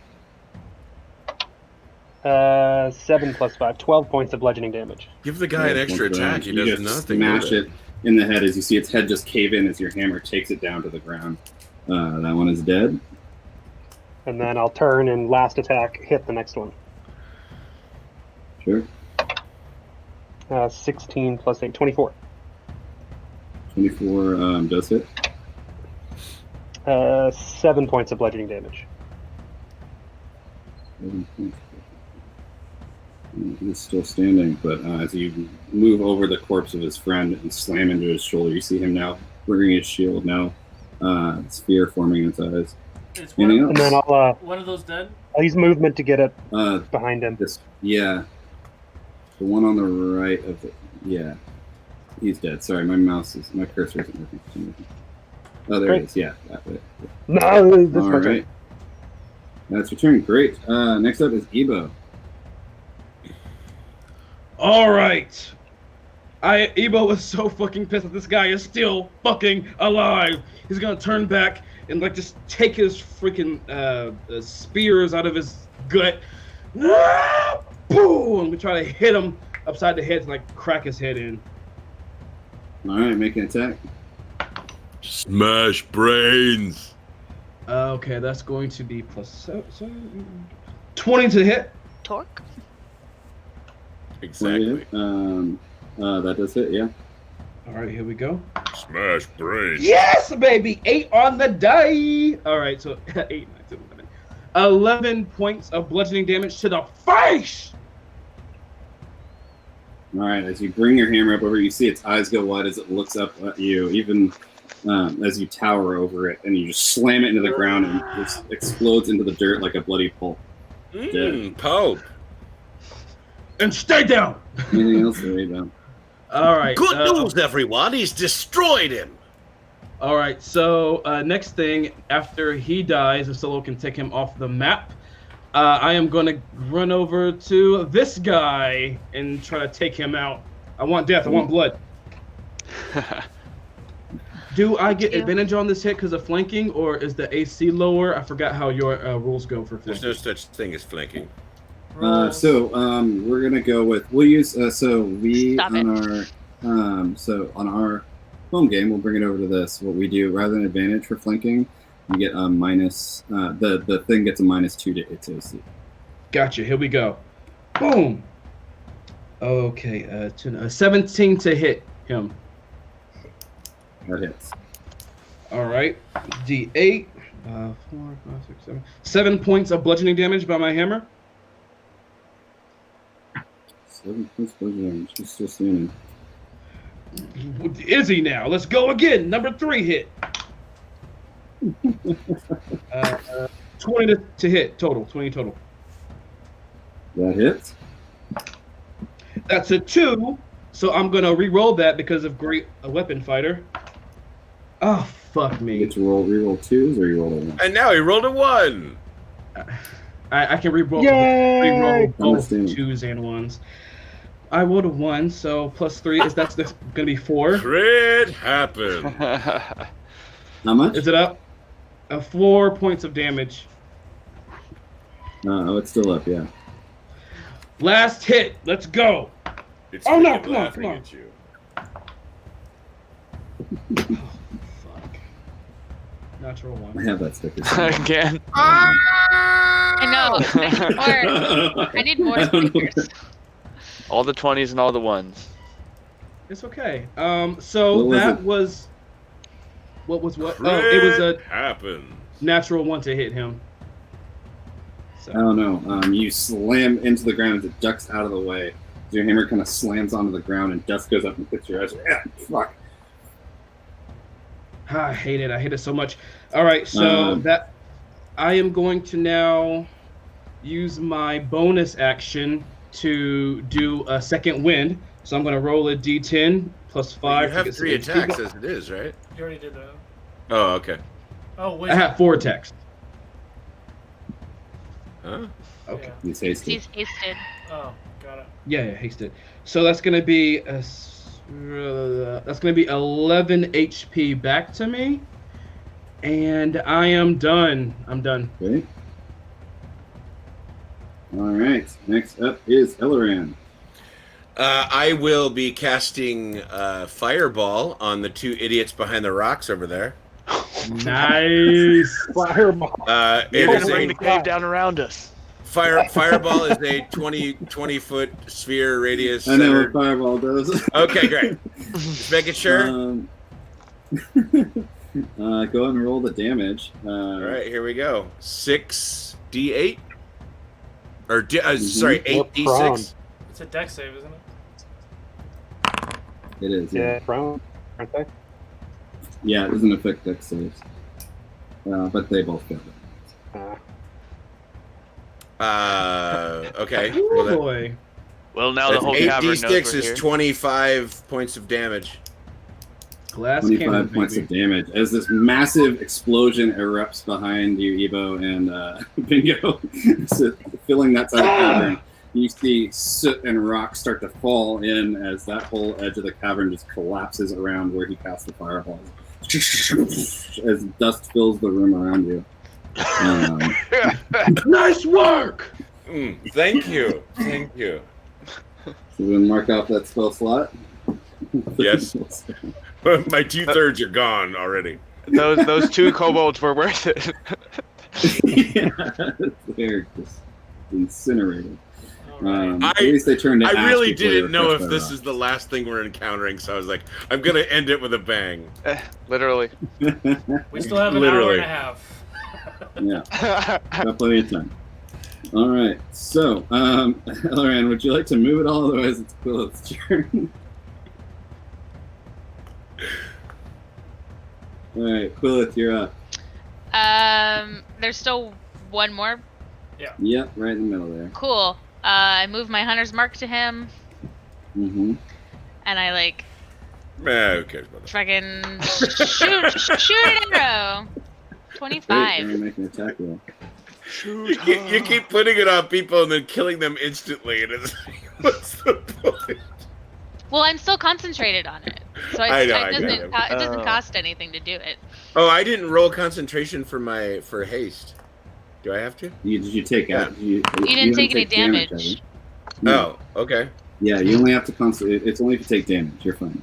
Well, I think that'll work anyway. Yeah. So You beat 25. the DC of 0 by 19. 25 to hit. Yeah. That hits. Gonna roll damage. I rolled max damage, which is sick as Oh. fuck. Damn. 8, 14, 18 points of damage. 18 points of damage. All right. So As just, So, into his neck. yeah, Into his as neck. the solo, I think they say on your show, the choice is yours. Oh! Oh, it pierces right through him, and it like stops right in front of Ebo's face. Well, Any- it's Ebo's chest section, since the kobold's very small. Oh, the kobold is small.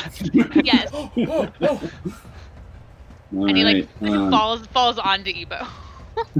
Is this Ebo? This arrow pierces through it, almost hitting you, and then the kobold stumbles over and falls onto you, like grasping at you, and then it just and expires. And you just see me back there putting down my bow. I look at Quill and like put a thumbs up. So, Yeah. DM, I was going to ask a question, but since the last person's dead, I'm going to ask it anyway, just so I know for future purpose. If I walk 15 feet away from an enemy, and then walk back towards the enemy, do they have to make the save again with my bubble? Because they leave it, and then they enter the space again. No, but it doesn't. It only happens once per. It's on their turn when they enter. Well, no, it's also, or if they enter the space. Think about that. On the first time on its turn. Of course, you're gonna break the game. It's I'm fine. just asking a Yeah, question. not how it works. Someone Gonna has to zigzag take back the and job. forth. All right, so as you guys find yourself in this circular chamber that's now something dark and filled with the dust that's still expanding from the fireball that collapsed half the cavern. We, as you brush it away, lick your wounds, we're going to take you've been next hit. break right there. Okay. Yeah, all right, we'll take a break there, and we come back in when we see what you guys do now after your first encounter with the kobolds. Exclamation point, raffle Guilty. to enter in the second break giveaway, and we'll be back in about 10 minutes. Get that t-shirt. Woo!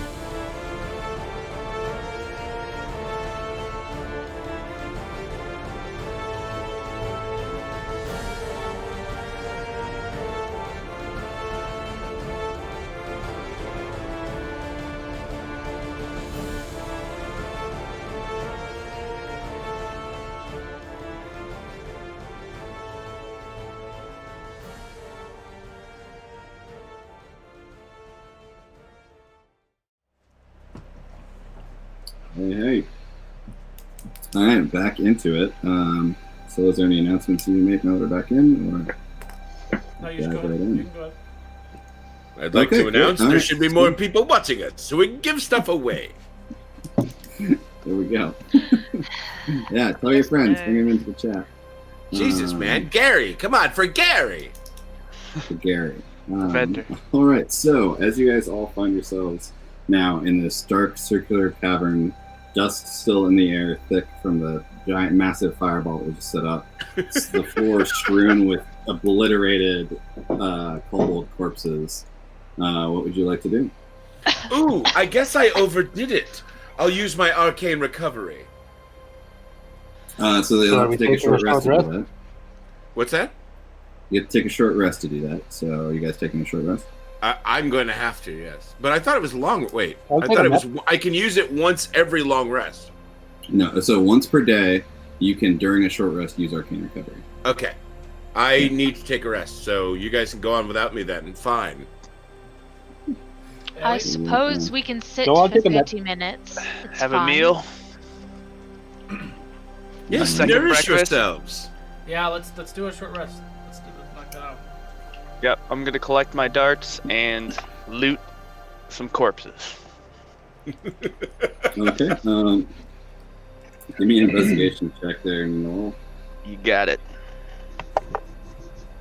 Not too shabby. Oh, with a -1, that's a 15. 15. Okay.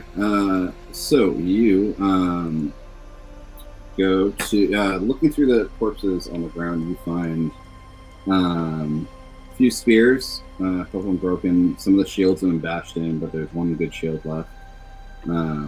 There is a couple of the ones that were above have these little leather slings, and you find a bag of rocks on them. You do find on one of them has one of the far ones, that'd be the last one that you killed that was prone behind the rocks. You find this little vial of what looks like some sort of like clear white liquid with flecks of red in it.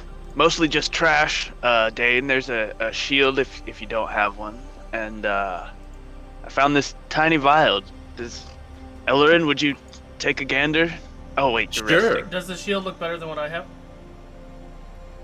No, it looks like it was cobbled together from leather and scraps of wood, and there's some rocks sewn into it, like it is a cobbled together shield.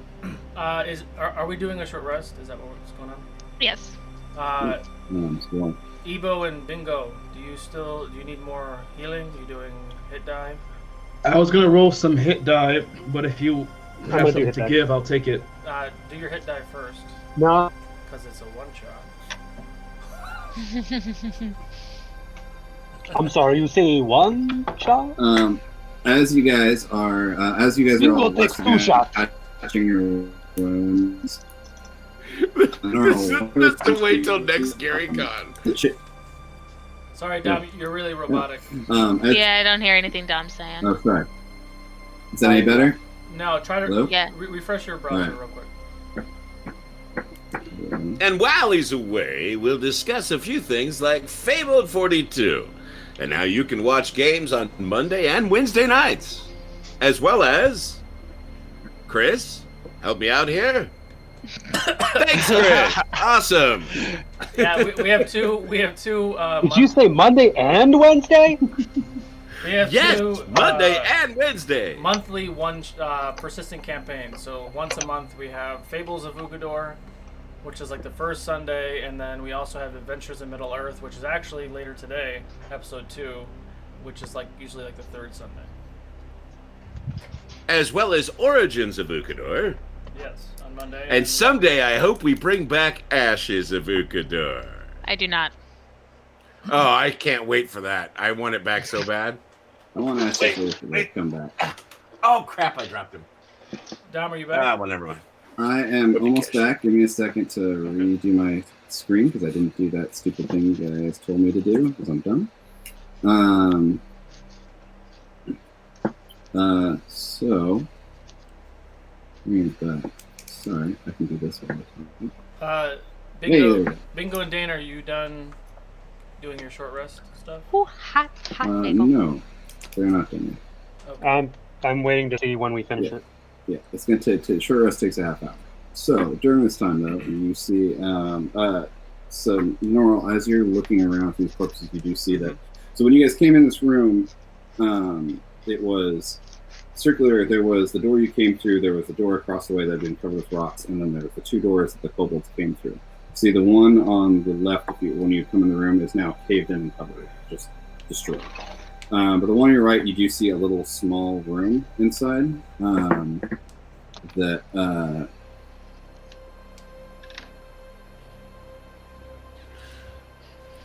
No! Sorry. All right. You can see, as you're looking at it, you do see what looks like a couple pots and a small chest. Here in this room or in the side room? The side room. Okay. Are the pots painted gold? They're not, but you can go in closer if you'd like to inspect them. Sure, I'll investigate them while I'm on a tear here. Going in? Mm-hmm. I'll check for traps. Okay.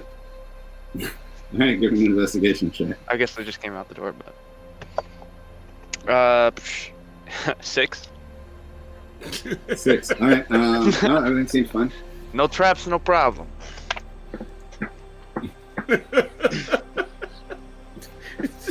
He's that half-orc monk from New York. All right. So as you walk in, you walk towards looking. As you walk through the door. You're looking at the pots and you feel something drop. Knock your ankle, and you look down, and there's tripwire that is now suspended your leg. And as you look down, it's above you. As you see the string go off to the sides and go up, and it's attached to these two wooden planks that seem to be holding all these rocks up as they swing down, and you make a dexterity saving throw. As you guys all sitting around patching your wounds here. Nora, I'm over here trying to rest. What are you doing over there? Can I deflect missiles? No. It's not a ranged weapon. What are you, Neo?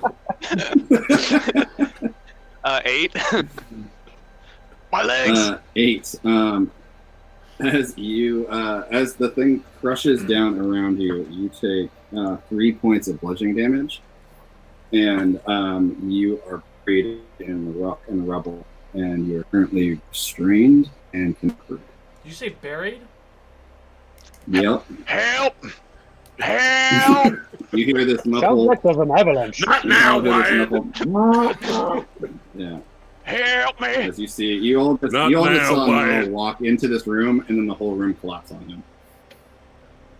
Damn fool's got himself into another problem. Gonna have to go save him from that too. Should we be worried about that? I'm gonna try to dig him out. Okay, give me an athletics check. If I help, will I not have my short rest? Let me tell you about a guy named Norrell. They Gets got himself into all kinds of trouble. Before you. Hey Dom, what was the check? Did you say if you help save his life, will you get a short rest? No, never mind. What did you roll? What'd you roll there? What was the roll? With advantage, because Bingo's helping you. It was an 11 is what you rolled. Athletics check. Athletics check. That's what I'm asking. Okay. Oh, that's better. 18. 18. All right. So as you guys both start digging out, you find eventually, just as your breath is starting to give out there, Gnarl, since your constitution so that you cannot hold your breath very long. You find a very beaten, covered in dust Gnarl and pull him out of the rocks. Damn fireball loosened all the rocks in here. Oh, sure. Blame me. I do. All right. All right. As you all settle back down. Thank you, boys. Rest. Thank you. Is anyone keeping watch? I can keep watch. Nope. All right. Yeah. No, I'm gonna sit down. Okay. Me, I Dane, do. I can. Okay. I can. Both of you. Quillith will take a Quillith, watch. roll a perception check. Okay. When you get that. I got a 19. 15, excuse me. Okay. 1615 or 1915. Yeah. All right. So you all settle down, start bringing out water, skins, and food. Start bandaging yourselves. Time passes. What was that? More time. Sorry. Some time passes. Oh, sometimes. We can use a Time hit. passages. We can use a hit die, right, on short rest. You can, yeah. All right, then I shall. All right. And so, short rest passes. Use any hit dice you'd like to regain your arcane recovery, any other abilities that you get back on short rest. I think on D&D Beyond you can just hit short rest, right? Yeah, and then however Yes. many hit die you use, you have to click that little toggle deal. And then roll the hit die. How's everybody looking? Quill's great. If Ebo I'm is fine talking, now. I don't hear you. I'm afraid I'm utter perfection. Do I have to make like a Yeah, I'm wisdom good. save? What's that? What? Good? What about wisdom save? I was just joking. It was about his utter perfection. Deception check. Okay. Ooh, that sounds like jealousy. All right. So you all find yourself healed up a little bit, ready to go. What you want to do? So there's the way that we came, and there's two Mhm. left and right are both caved in, so we can only go forward or Yeah. back, right? Tally ho! Doesn't look like we have much of a choice, really. Ebo stands up and he begins to walk forward, so he wants to move forward. Okay. I'll walk I mean, behind Ebo. We probably only have the one choice. I love that so much. We have an ass in Ebo the gets front up and walks and an forward ass in the because back. Ebo wants to go forward. All right. You make your way towards the caved-in door in front of you, or not caved-in, but the door at the far end. As pick carefully through as Bingo points again the caltrops that still litter this side of the room. As you make your way up, you see a door covered in it. And as you get close now, you realize these were very purposely put in place to try and block the door. What do you do? Before I start moving the boulders and stuff or whatever is in front of it out of the way, do I see any traps or anything that maybe this is trapped if I touch it or whatever? Investigation check. Oh, I didn't bother to put, like... Natural detect one. magic. Thanks, Joe. Natural one. It's you guys have seen a lot of traps in here, so that's probably it. So they probably used up all their traps. Okay, I'm gonna take my warhammer and I'm gonna start smashing the rocks and whatever is blocking this exit. Ooh, he's awfully worked up, isn't he? Great, right. Make athletics check for me. Going to back up a little bit.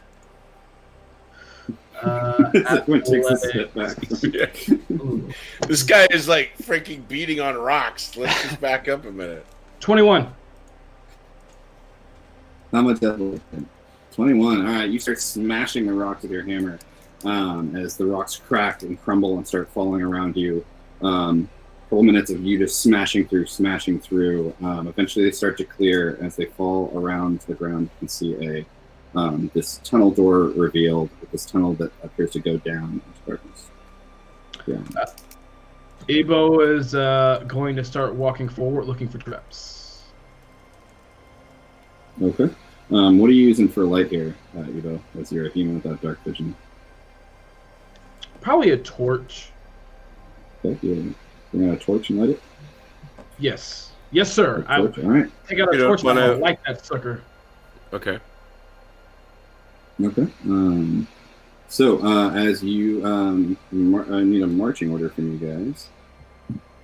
Well, Ebo's in front. Ebo, who's following Ebo? Which Is it- means we have to- Champing the grid here. Are we in single file or by twos? This hallway does no. You can be two abreast in this hallway. I'm gonna be behind Ebo, but like 5 feet behind, so anybody could be in front or next to me. Okay. Anyone want to be up front with Ebo? I'm going to be 5 feet behind Dane. I'll be up front with Ebo. yeah, I'll be up front I with Evo. Oh, never mind. Yeah, I'll be in the back. yeah, stick me wherever you need me. Okay, so Norl and Cliff are up behind, right behind Ebo, then Dane, then Elleran, and then Bingo bringing up the back. Great. All right. Bingo, So as bringing you us back, yo. start making your way down, torch lighting the way through this dark tunnel that kind of goes, swoops down, and then starts to even out. Then swoop down a little bit more, and then even out. Give me a investigation check, Ebo. Jeez, you were not kidding about hiding their fortresses away or their treasure away. 11. Up, Kitty, stop! Kitty. I don't think the kitty understands you. Great. You hear a voice calling through the darkness. Oh, Sorry. nice, Kitty. Stop it. I Stepped don't all think over the my kitty laptop and understands I you. sent GW a message. Sorry, That's Ebo. cute. How much was that, Ebo? 11. 11. Okay. So as you're pushing down, you make your way, and you start to hear like your footfalls become like splashes, and you start to realize there starts to be a little water on the floor. Not very much, like a centimeter. And you take a couple steps further, and it starts to getting a little deeper, and you can see things floating in the water around you. And you can see as you kind of bring your torch down to look at them as you're looking through the water for traps, all around you, you can see these floating rat corpses. They seem to have like their throats slit as you pick one up, and the water. You realize the water around you is dark red, and it's this putrid smell of sewage and rotting old dead rats and blood fills your nostrils as you slurp through the water. No. Sorry, I think this is this as far as we go. Somebody grab him. I keep pushing him forward. Ebo. Yeah, you push Why forward, are Ebo, you- as you slush through. The water No, itself. not Ebo. Elleran. I know. From Ebo's way still walking behind. forward. Yeah. I'm in the back. I know where you are. Stop it! Ebo, at this point, the water itself is about almost a foot deep. As you slush forward, you can hear as you calling back, telling them to grab Elleron and make him come. You feel something catch your foot. As you feel another tripwire catch your foot under the water, you look up, and these two clay pots are released from this twine above you, and they fall and sploosh into the water next to you. There's a beat, and there's this as I need Oh shit. Ebo, Quillith, Norl, and Dane. Oh no, there's no save for this. So, Oh no. Shit. I was happy, then I was like, oh wait. you all take 10 points of lightning damage. As these two pots hit the water and immediately electrify all the water right nearby. Elleran, Bingo had just grabbed you and about to pull you forward, stepping into the deeper water, and seemed to have just knocked you. Just Oh. Gee. stopped you. Hello. And no one's left to even appreciate that I was right. Okay. What was in those? All right. So traps. you guys, what's your name? Sorry, Ebo. You're now in the water. You're still about a foot. You can see these two jug kind of still floating next to you. These rats all around, all dead. You can see now ahead of you as you bring the torch forward. You can see the tunnel itself. It seems to extend another 20 feet through this water. Then you see it turn sharply up out of the water. Turn sharply up out of the water. I point this out to the rest of the team. Okay. Does that look weird to you? Everything looks Weird? It looks like a way out of this disgusting water, so I don't know. You tell me. I'm going. Does anyone think it's weird that all these dead rats have slit throats? Who I just think it's slits more weird I that mean, they how else got do you shot kill a yet. rat? It's a very, very serious rat killer, I imagine. No, it is very interesting. Do I have? Elleran. Oh, go ahead, Ebo. Do I have any idea of what beast, maybe, or whatever could have killed like to slit the throats of these rats just for shits and giggles? Like, roll a nature check, and then Ellerin and Bingo. Roll a nature check, and then Ellerin and Bingo, can you guys both roll intelligence checks for me? Oh, I'm good at these. Didn't they call us rat killers back in the town? may I please do survival instead? Nope. Wait, Okay. intelligence 18. is off the +3 then, right? So 19. 7. 19, okay. Come back to the 7 for you, Bingo? It's okay. Ebo, what'd you get? No, 18. 18 for Bingo. Ebo got a 7. 7, okay. Kobolds could kill rats. You two, Ellerin and Bingo, you think about it, you saw them, all your friends, this flash of electricity, and them all get shocked as these two jugs hit the water. And you've heard of various philosophers and engineers starting to experiment with electricity and how combining some certain things, you've seen them do it in jars, create these little electric shocks.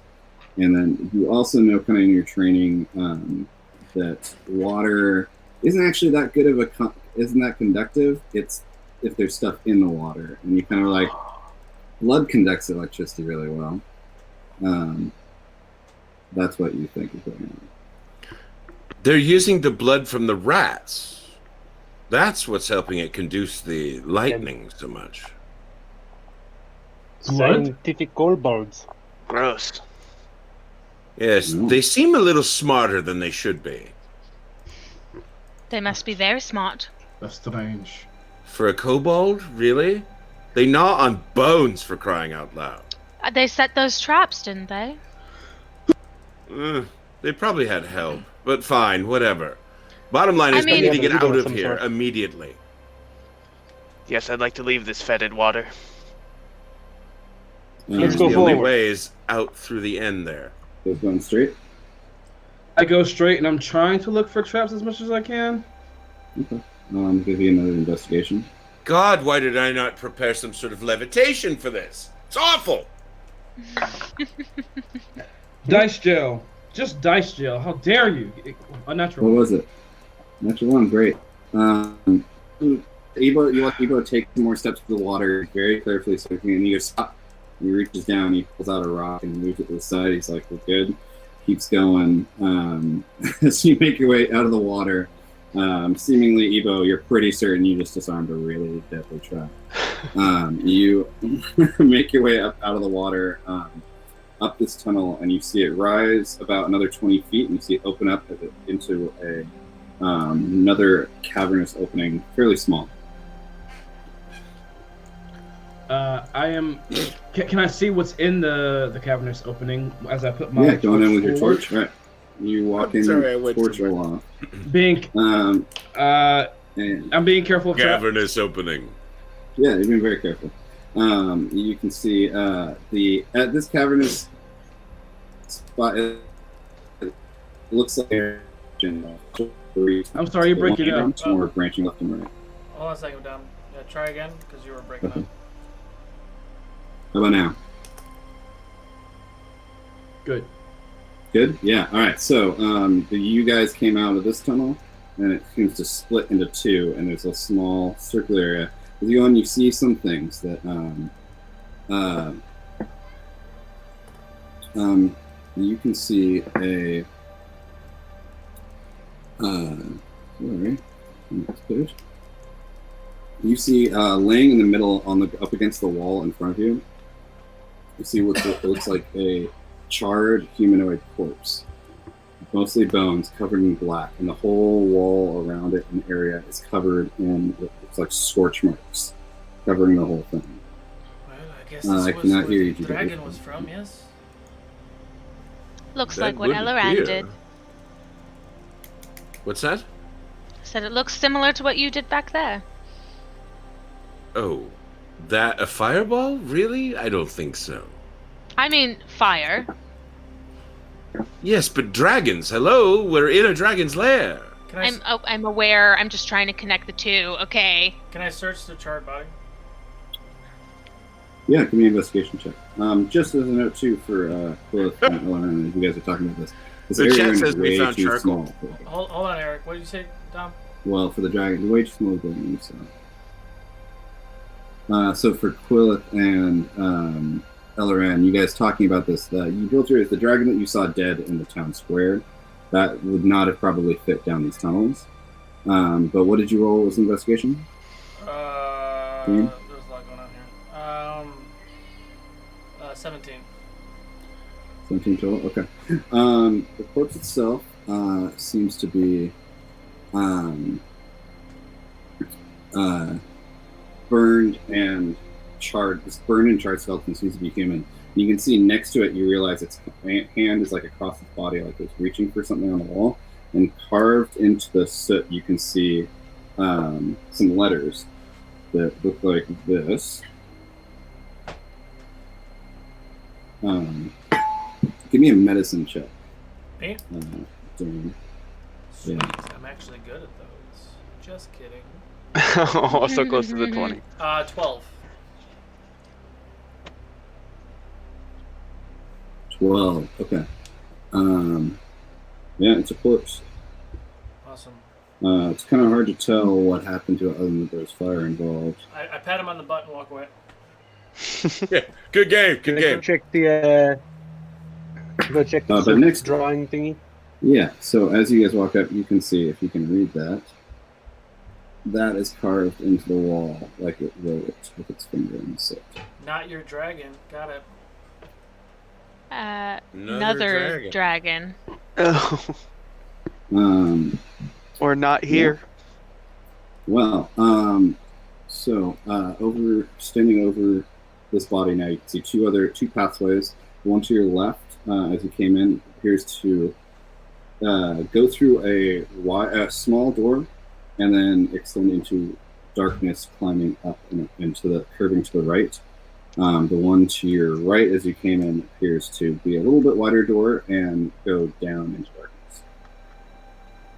Well, Are there any scratch marks or tracks? Sorry? Say it again? Scratch marks or tracks? Survival check. Are there any scratch?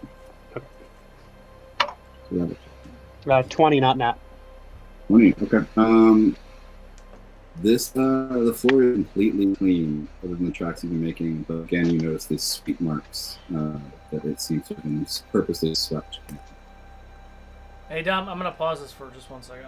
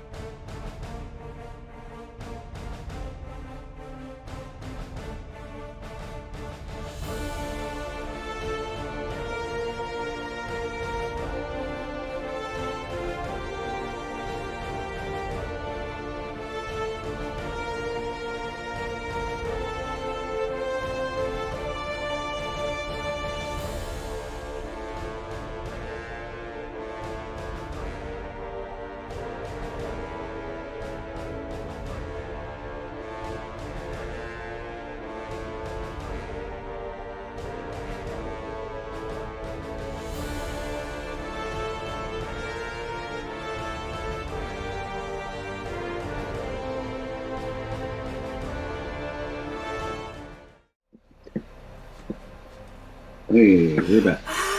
So, everyone's dead and on fire. Oh, God. For technical difficulties, we got it fixed though. So, you guys see these two paths going each way. What do you want to do? And you said right was bigger and left was smaller? Right was a slightly larger opening, but seems to be going down. To the left is a smaller opening, which we going. Can I? Have we been going? Hold on, wait. up? That got reversed. It was to the right was a bigger opening that went down, and to the left was a smaller that went up. Yeah, is that what I just said? No, that's what he said. Okay. Yeah. Just making sure. Cool. Yep. Can I smell any difference between the two? Oh. Yeah, give me a perception check. Ooh, 21. Hey, can't you track dragons? Yeah, Oh, Probably. 21. favorite So, enemy. Oh, you have As you advantage walk- on that then. Oh, sorry. You walk over to the door on the left, and you can lean your head over it. smells. You smell stone and dirt, and it smells very clean, very brisk. Kind of. Not brisk. No, that's the wrong word. It doesn't. You don't smell any of the filth that you'd smelled in the previous times. You go over to the other door that leads down and you smell this. It smells like old meat, kind of rotting. You also smell 21. You can smell a little bit of smoke, barely. This tunnel has rotting meat in it. Perhaps cooking, because there's also smoke. Or some sort of animal. Or beast. And this other tunnel is quite the opposite. Maybe the nether dragon is dead too? Or it's down Oh, and the you think they're tunnel. just barbecuing the other dragon? They may be barbecuing the kobolds. The that dragon sounds might delicious. be. That means if we go there, we might be facing a dragon. But we also might find the horde. Yes. Money, gold. You have my attention. Either way, I could use Why a don't spot of we, healing. You people are insane. You said you need healing, Noel? I would love some. I've got this greater health potion from Mordenkainen, but Yeah, so let me do that. I'm gonna do prayer of healing real quick. Level 2. 2d8. This is that for everybody, right? 6, yeah, it's all of us. So everybody will get 8. 14 points of healing. Oh, thank you, Dane. That Does gets that me go back into up in temp? Is fighting there any shape. way that goes into temp, or that's just regular? Just regular. Okay. Thank you, Dane. I needed that. Yes, That much electric- appreciated. That electric barrel kind of surprised me. Oh, what did I said 14, right? Yeah. Mm-hmm. Yeah, it's just your spellcasting ability modifier, not your proficiency bonus. So it's you rolled a 7 plus what's your wisdom score? Prayer hearing says +5. Oh, that's not 14. That's 12. 12. Sorry. Math. So 12, just kidding. Yeah. All right, what are you guys doing? I am so I say we go to the cooking. You point the way and I'll lead. Yeah, I'd say we go towards the one that actually has a scent. Proves that something's down there. Yes, danger. I start walking towards where Quillith is pointing, I walk too. Okay. looking for traps. All right, you guys walk down. Give me an investigation check there, Ebo. And as you start descending into the darkness, the smell of ash and meat and smoke. Natural 20! What are we rolling? Okay. He rolled an investigation check. Just him. So as you descend down another 20, 30 feet, looking about with your torch, you don't see any traps. You see this tunnel seems very clean, very it's not clean. It's still dirty everywhere, but it doesn't seem to be touched by much. There's no tracks. There's no holes in the walls. There's no thing at it. You get down another 20, 30 feet, and it starts to level out, and you start to see this red glow coming from the distance. As you turn a corner, you see the tunnel open up wide as you see this large cavern opening up in front of you. There's smoke billowing out. You can see a shaft of light coming from somewhere, and these flames licking the ground around in patches. As you approach, you can see now, as you're looking at this, and the smoke is getting thick and starting to kind of make it difficult to see, but you look down as you kind of go to cover your mouth and cough, you look down and you can see 5 feet in front of you a string stretched across the cavern. As you kind of follow it over, you see hidden behind a rock another cup full of rocks. Good lord, they're really trying to protect this fucking dirty cave. That treasure must be really, really good. Everyone be do you careful. do? I'm going to walk over, but I'm going to look for other traps beyond it as well. Sure. Okay. You want to roll another investigation check? I'm taking 15 feet back. Yeah, I might take a step back as well. I've been burned by him twice now. Let's see. That's going to be a 4 to look for secondary traps. Oh, yes. I'm definitely stepping backwards. Don't be mad As at you us. step over, looking careful. You know what? You I'm were still looking there. for it. I'll give you advantage on that. You can roll more. Oh, more thank time. you. Thank you so much. Thank you so much. Okay, well, that's better. 10 total. You step over it and you're like, you kind of pause, look down your foot, and you're like, there's no other strings. I'm good. And you put your foot down. And you feel this little, like, board give underneath that presses down just slightly under the dirt. Oh, fuck. And you hear this rope go, like a rope is being pulled by something heavy. And you look up and you can see at the end, the mouth of this tunnel you're about to come out, you can just see a little small thing drop down onto the ground. And you see it looks, there's some light coming from it, and you realize it's a candle. And it hits the ground. Oh, and you see no! it ignite, and this line of oil that had been seeped into the dirt in front of you ignite and come flying at you. I need you to make a dexterity saving throw. Tuck and roll. I pull out my emergency blanket and I'm ready. Dex save. 21 total. 21. All right, you get out of the way just in time, not catching fire as the ground around you ignites in this line of flame that now takes up the middle of the path in front of you as it extends into a little patch outside. And now you all hear this low rumbling sound coming from beyond this world. And you hear another one. It sounds like this high-pitched whine, and then you hear That these can't be good. words come echoing from the darkness. Leave or die. He's got a valid point. Warhammer out. Do I recognize this as a dragon voice? Give me an insight check. Oh, it's my plus 10. 10. And you've never heard a dragon speak. You've heard that they can speak, so. Ebo. Yeah. That's fine. It's speaking I common. cast invisibility. Ebo, you ever alright. taste dragon? Up I ahead, have never, but I'm so Ebo and Quillith will be at the front. Roll 4 perception checks for me. Oh, come on. 18.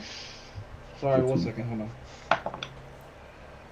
on. Perception's going to be a plus. That's going to come to a total of... Ooh, hey! 12.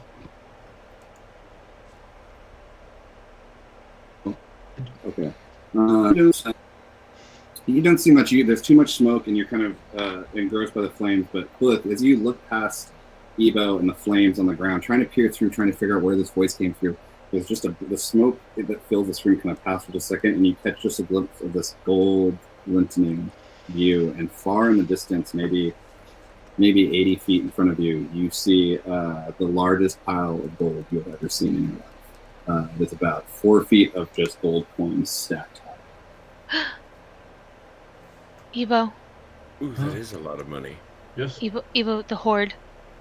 I look. We found it! But we just can't go running in there. Well, go carefully. I mean, the voice came from somewhere, right? We'll be ready. I have my hammer. I'm gonna start walking over there cautiously. My hammer. You kind of slide past the fire and make your way around it. You walk out past Head on the a candle, swivel. and you can see the oil at the base of this. Okay. I keep walking, looking for traps, and head on a swivel, like ready for anything to come at me. Give me a perception check. The rest of you following? Invisible. Keep it up the rear. Yeah. Elrond, you did go invisible? I tell everyone to tread lightly. My perception check comes to a 10 total. 10 total. All right. As you walk out into this room, you can see through the smoke. You see little bits of this, like this room. The earth is a little redder, and the walls are a little this red tint to them. These billows of smoke coming from little holes in the ground. You see little plumes of fire stuck in the earth. And as you get a little closer, the smoke clears, and now you see it. You see the large pile of gold that close in, and then you see another and another. Mixed in between rocks and stalagmites and these huge gem formations. You can see just piles of gold and chests and weapons and all sorts of treasure. And you hear it again, this rumbling, and you feel the ground underneath you shake briefly. And you hear this large, something around the bend to the right move and shift, something huge. As you hear the voice again go, "Leave or die," as it echoes through the chamber. Yes, repeats herself. Sorry. I've gotten 2 asses to the face. I've been lit on fire. We're not fucking going anywhere. You say asses in the face? Is that what you said? Acid. It did sound like you said acid. Sorry. 2 asses. All right. I heard acid. Get your heads out of there.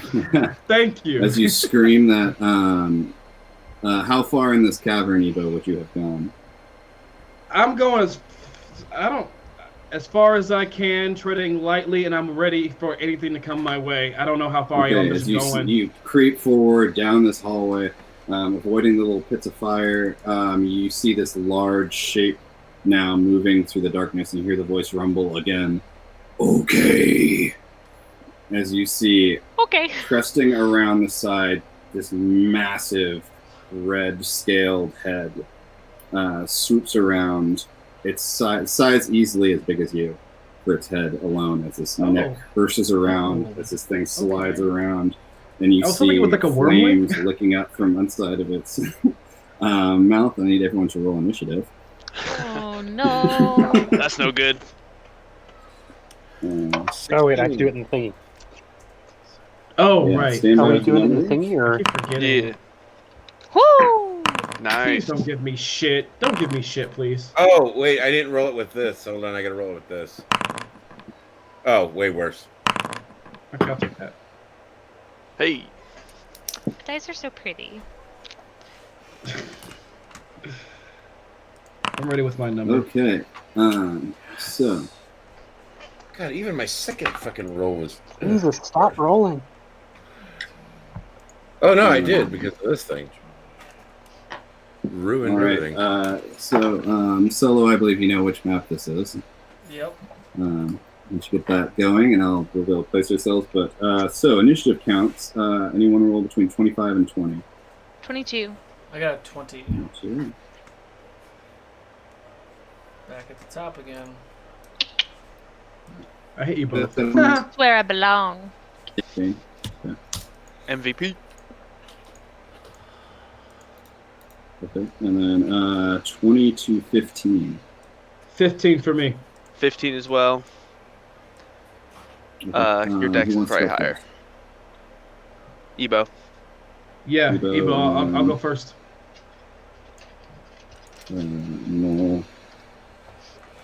I keep on either calling you Gnarl or Norbert for some reason. All right, and then Elloran when he comes back and Bingo, what did you guys get? Elleron got an 8. Elloran got an 8 and a 9. Okay. Man, Elloran with those initiative rolls today. I know, it's rough. Okay. All right. So I had as a you nat guys, 20 with my die roll, but not this one. I saw you in that. All right. So we will give Solo a couple seconds to get this map set and start placing these people. Oh my god. Your please. cat is so vocal. It's amazing. I have never heard a cat talk so much. It is amazing. We've gotten noise complaints about our cat. I house sit for a summer one time with these cats this person had, and they would just at 3 a.m. every day on the dot, they'd stand in front of the front door and just start screaming like they sounded like people. So Yeah, it's literally like he sounds like a crying baby, and I'm we're just actually like, not fighting a dragon. We're fighting a cat. Yeah. So where's everybody at right now? Ebo, I can't see the map. Are we supposed to go to the map right now? The map is there. Yes. You have to scroll out. Yeah, I see it. You have to zoom out down. I'm zoomed way out. I just don't know where we are on it. I'm That's what I'm gonna asking refresh it. Where are you? Is what I'm asking. Oh, well, he went to refresh, so he'll be gone for a few. He'll only be gone for like. But you all see the map, so where are 15 you on the seconds. map? Is what I'm asking. Yeah. Oh, we don't know where we Ebo's came out from. pretty far. You guys came from the left. I'm in the side. back. We came from the left side, Yeah, I assume we came from the tunnel. Yes. so we're over here. Then I'm probably right here. I'll say I'm right here. Yeah, I was somewhere in the middle there. Yeah, Wherever's knowing me, I'm clever. probably there. Perfect.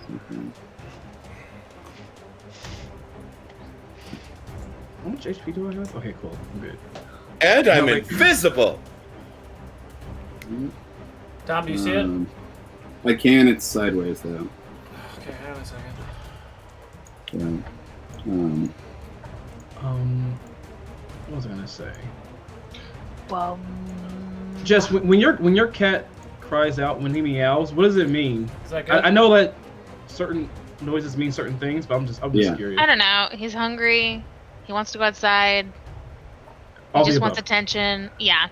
Okay. Like right He's now, I good think he's just bored because he hates having us home all day.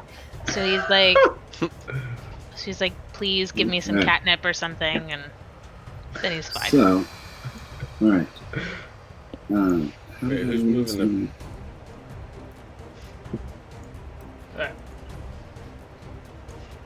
Ready to go. Okay, so I lost the map now. What's that? There it is. Sorry, You just gotta scroll. figuring out technology. Okay, there we go. Now I can see it. Okay, so go in place of the dragon right here. Right there in that little corner. No, right Surprised. here, where my red thing is. Your mouse may not be in that spot. Well, that's Like right here. Yeah, a little bit further. Closer. mean- Oh, he's beautiful. There you go, as it peeks around the corner. All right, and as we start, as these, Willith, you are up top of the round. You can see as it comes around the corner, these huge wings flapping.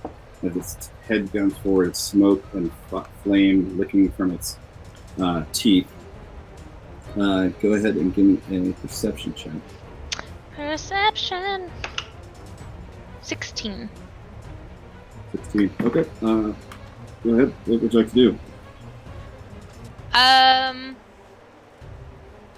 Well, I assume he's not going to give us his money, so I'm going to move over to the side over here, just to the other side of the tunnel, and Okay.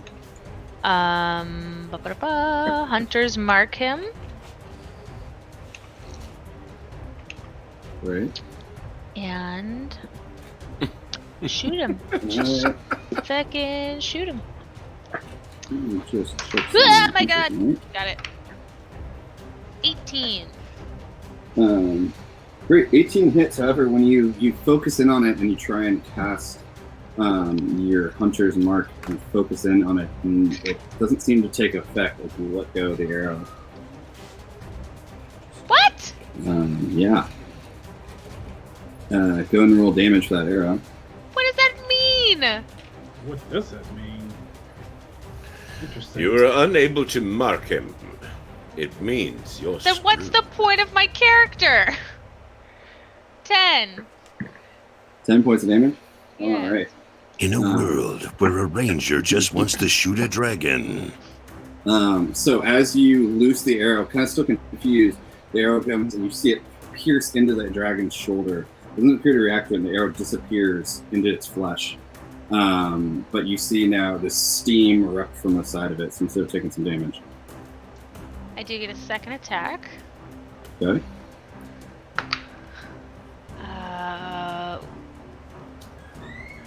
25 to hit. 25 hits. Roll damage. 5 damage, and then I'm going to Colossus Slayer. Ooh, for another 8, so 13. 13 points of damage. As you loose your arrow, your next arrow, it streaks through. You see it pierce into its face and disappear into its jaws. You hear this come from its throat. All right. Anything else you'd like to do on your turn? Otherwise, Dane is No, up. end my turn. All right, Dane, what do you do? I'm gonna run the other way. No, I'm kidding.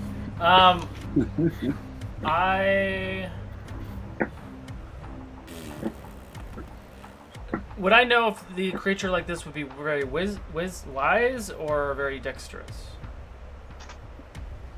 I'm going. You've never encountered a dragon before. You don't know. I'm gonna cast. You know, dragons are incredibly intelligent, and you imagine with its rippling muscles and wings and its lithe neck, it could probably move pretty fast too. I'm gonna cast. Yeah, why not? I'm gonna cast Shield of Faith on Ebo as a bonus action, which gives you +2 to your AC.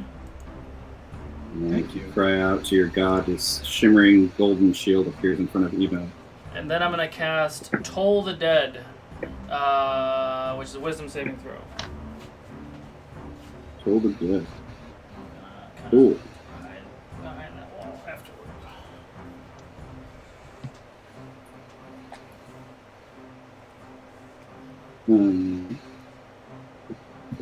Wisdom saving throw? Yes. Okay. As you bang your shield and this sound of a bell ripples through, seems to have no effect. No effect. So I'm gonna hide behind the rock structure right here. And that ends my turn. Yeah. Run and hide behind the box. Sure thing. I'm just ringing the dinner bell. That's all I'm doing. I'm gonna go hide. That's cool. That's cool. Great. All right. Next up is the dragon. Yep. Who is going to go forward 10 feet. And then as it kind of swings to face all of you, slow around, it opens its mouth and you hear this deep echoing rumbling. And you all, through the smoke, I need Norl, I need Ebo, I need Bingo, and I need Elleran to all make dexterity saving throws. Bad. Real bad. Yeah, not great. Or are we using? Sorry, I didn't use this. Oh, are I'm we ready supposed with to my use that number. for saving throws? Oh, am I supposed It to do doesn't matter. No. Oh, okay. That's I Cool. would like to it. reroll, but Too bad. All right. That's the game. I got a 16. 16? I got a 9. that? 11. 7. 11. Okay. Ebo? 9. 9. Okay. Elleran, you succeed, so you only take half damage. You all, as you see it open its mouth and this flame shoot out of it. You all duck out of the way, and you hear this. Look, give me another perception check. Me? Yeah, and as flames erupt around the other four of you, Elleran, you take 3 points of fire damage. No, sorry, you take 7 points of fire damage. Sorry, I forgot that stuff. 7 points of fire damage. The rest of you take 14 points of fire damage. 12.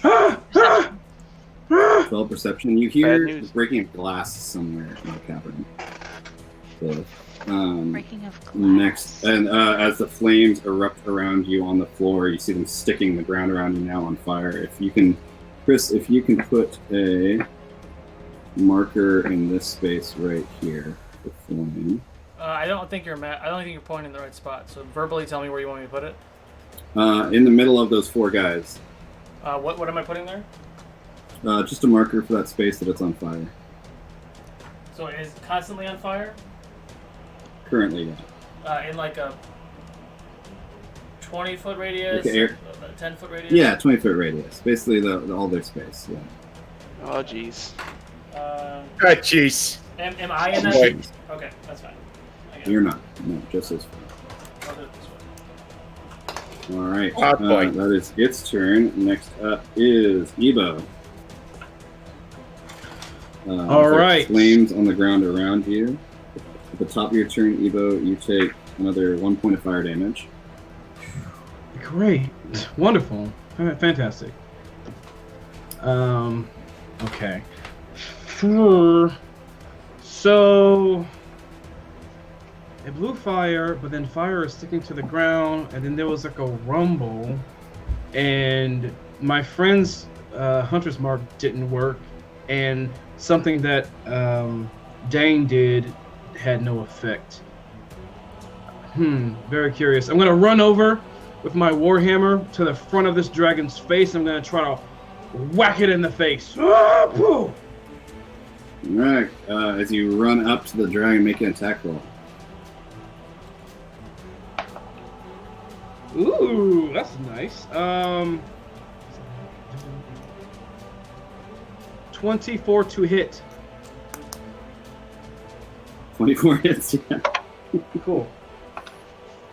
Ooh, that's gonna be 9 points of bludgeoning damage to the temple. Pooh! 9 points of bludgeoning.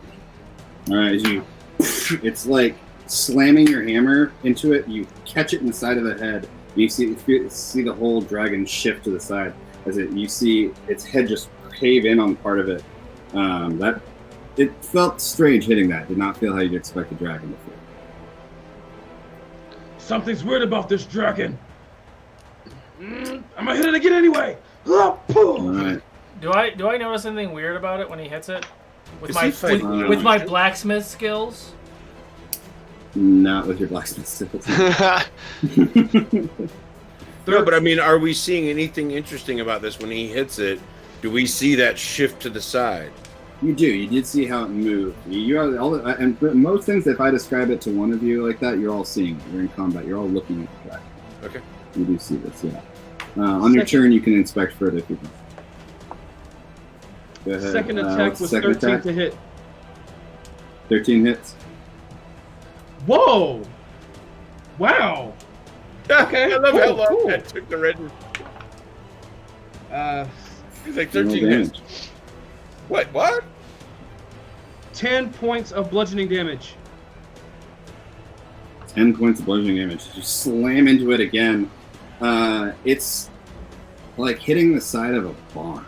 Like you feel it give when it hits. Give me a perception check. I don't think this is a dragon. Wrong accent, but whatever. Ooh. Yeah, Roujar came out. 14. Sorry. So 14. You can hear noises coming from the belly of this dragon. Fucking cool. They sound like they're much lighter, and you hear this whirring sound, and then you hear these like pulling. You hear this. All right. Next up is. I think something's in the belly of the beast. I'm done. That'll be Something Norl ate is up it? next. Who's up next? Norl. Oh, me. Sorry. Yes. Top of your turn, you're still on fire. You take another 1 point of fire damage. Dang it. I'm looking pretty bad. I'm going to use that. Well, I'm going to get out of the fire first. I'll move over sort of on the other nub next to Quillith. And I'm going to chug that greater healing potion. Okay. And how much is... Greater healing potion is 44 plus 4. Yes. Alright. I'll just do that on the table because I don't have 44. Bingo, you'll be up next. Yeah. Oops. Disregard the D20. So that's 9 plus con, right? No, Well. just plus 4. Plus 4. Okay, so 13. That helps me out a little bit. And I'm moving Right, over by chug the healing Quillith. potion. And Alright, you still have an action left. yes, I did. Ebo's the only one who noticed those robotic noises, correct? Yeah, you guys. That one, that would be only him hearing that, as you guys are still All right. on fire. In But that case, sorry, you did hear me say something about something in the belly of the beast. in the belly. Yeah. In that case, I guess I'll just throw a dart at it. Okay, roll an attack. You got it. And where is Norl at the moment? Next to Quillith on the other side of that little like Got it. nub. Oh, that was bad. Okay, 9. 9 does hit. All right. Yep, something's up. Yep, no. 9 hits? Oh boy. It's not a dragon. It's not a 5 piercing damage from a dart. 5 piercing damage. As the dart disappears into the chest of the dragon, Ebo, you hear this inside.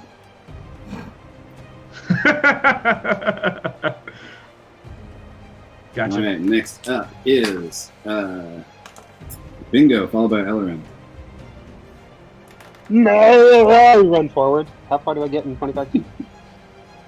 So he runs 25 feet forward there, solo. You do at the top of your turn take 3 points of fire damage. Ooh. Okay. So that's how I can get that far with 25 feet. Mm-hmm. Okay, I'm gonna action dash and go around to the backside of it. Okay. As you and then run I'm around going to the to- back of the dragon. Yeah. Go And ahead. then So bonus Solo, action, he's going to run around to second behind word. The back? the dragon. Yeah. Bonus action, you did what, sorry?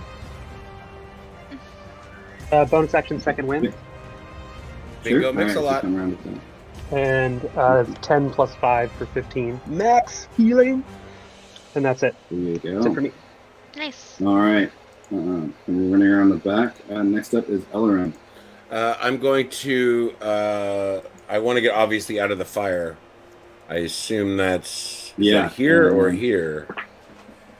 So top of the round, you take 2 points of fire damage, and you make a concentration check for visibility. Okay. Beat a 10. It's a Constitution that's- saving throw to beat a That's 10. dirty. So it's the con save. Yeah. You beat it. Good job. Oh, so close. Uh, Yeah, and you're then, and then I'm gonna cast the one and only like big damage I have is. Oh fuck! You guys are on front and back of that thing. How far? How much space is between Ebo and Bingo? Maybe the length of the dragon, maybe like 20 feet. Hit me. Do me Fireball now. the Is homie. that just enough to throw a fireball right in the middle of all that? No. No. No. Wait, I thought it was a Yeah, 20 foot fireball. sphere. This is a fireball. Do it. Okay, Hit me hold on. now. Fireball is a 30-foot radius, so it's It says 60 foot 20-foot circumference. sphere. Or, 20 It says foot? 20-foot sphere here on my Are you talking about fire bolt or fireball? fireball. 20-foot sphere radius sphere centered on a point. Radius. That's 40 foot by 40 No, feet. fuck me. Radius is Yeah. half. Sorry, my bad. Okay, so I can't do No, it's that. okay. I'll New do. wizard do this. No, hit me. Hit me. Do it. Hit me. I'll haste on. Fucking What? hit me! Hit me. Oh my god. And Don't listen to Ellerin- them. Do what you want. Real quick. Ellerin, just so you know, you would know this, that if you cast a spell, invisibility ends. Even if it's Yeah. not concentration. Fully aware. Sure. And Okay. God Casting bless haste on it. him. I can't. You know what? I'm just gonna do firebolt. It's a cantrip. It's a Sure. +6, so I guess I can roll that, right? Yeah. 'Cause I've never rolled these things. I have no idea. 22 to hit. That hits. Go and roll damage. It's 2d10, and I'll do it on here for funsies. AoE caster problems. Truly. Not too shabby. 17 plus 10, right? Yeah. No, it's not. No, you don't Wait, add stuff that's not to right. spells. No. No, it's You don't just add anything to 17. it. It's just 17. rolls. Yeah. 17 Wow, points that's of damage. a fucking roll. 17 points of damage as you appear in thin air out of thin air next to Norl. You let loose this bolt of fire from your hand as it slams into the side of the neck of the dragon, rips up with flames pouring off of it as you hear this hissing and screams as the whole side of the dragon now appears to be on fire. You enjoy the fire. Quilith, Norl, Ebo, and Elleran, you all see now. You can see as the body of the dragon turns. You can see in this neck that's arched over. You see it on fire, and it seems to illuminate the inside of the neck. Now you can see this lattice structure and these small shapes running back and forth inside screen. Nothing but a trap. As Each now dragon. the illusion starts to fade that this is maybe not so much a dragon as it is something that is very well crafted to look like a dragon. All Good right, craftsmanship. Quilith, you are up. What'd you say? That's you, Quilith. Quilith is up. Quilla Oh, is up. me! I'm so sorry. Okay. It's almost like she didn't know her name. I didn't hear Weird. it. So yeah. I didn't hear it. Yeah. You range. So can I like see specific little tiny things running around in there, or? You can see it for a brief. They're no longer in the area that was on fire, so you can't really get a good shot on them. Okay. I guess I'll Same just. little dicks that were shooting at us. Yeah, I guess I'll just aim towards the tummy, since I assume that's where a lot of them are. Yeah. For 26. 26 definitely hits. Woo! For max damage is 12, I believe. 12 points of damage. 12 piercing damage and another 5 for Colossus Slayer. Oh, shit. All right. As you release your bow, the arrow slings through, like disappears into the mast, and you hear underneath it, you hear this. Something falls, and this thud of Ebo. You can hear this thud hitting the base of the dragon. You got him! I love it. As Fighting that the hits, you hear- underpants gnome. you hear this thud. You see the dragon kind of stop moving, and one of the wings kind of like list to the side and fall. And then you hear the shouting inside. The dragon itself doesn't seem to be moving anymore. Well, I have another attack, so I'm gonna aim in general same area. You got the driver. Right. Oh, I feel so bad for you. Oh, I got a 19 plus 19. 9, so. As you release another arrow, confused into it, you hear the and something falls over, and see the other wing like sounds like something snapped, and you see the left wing like tilt wildly up and then come crashing down on the ground next to it. Awesome. Well, there can't be much more left in there. I'll All find out. And my right. Next up is Dane. I'm gonna walk up now that I know it's not a real dragon. I'm gonna cast Spirit Guardians again. Please make a Wisdom save. Everybody. Where are you casting Spirit Guardians? Oh, right there. Over the dragon. Roll damage. Everybody inside. Do it. Everybody takes 15 points of radiant damage.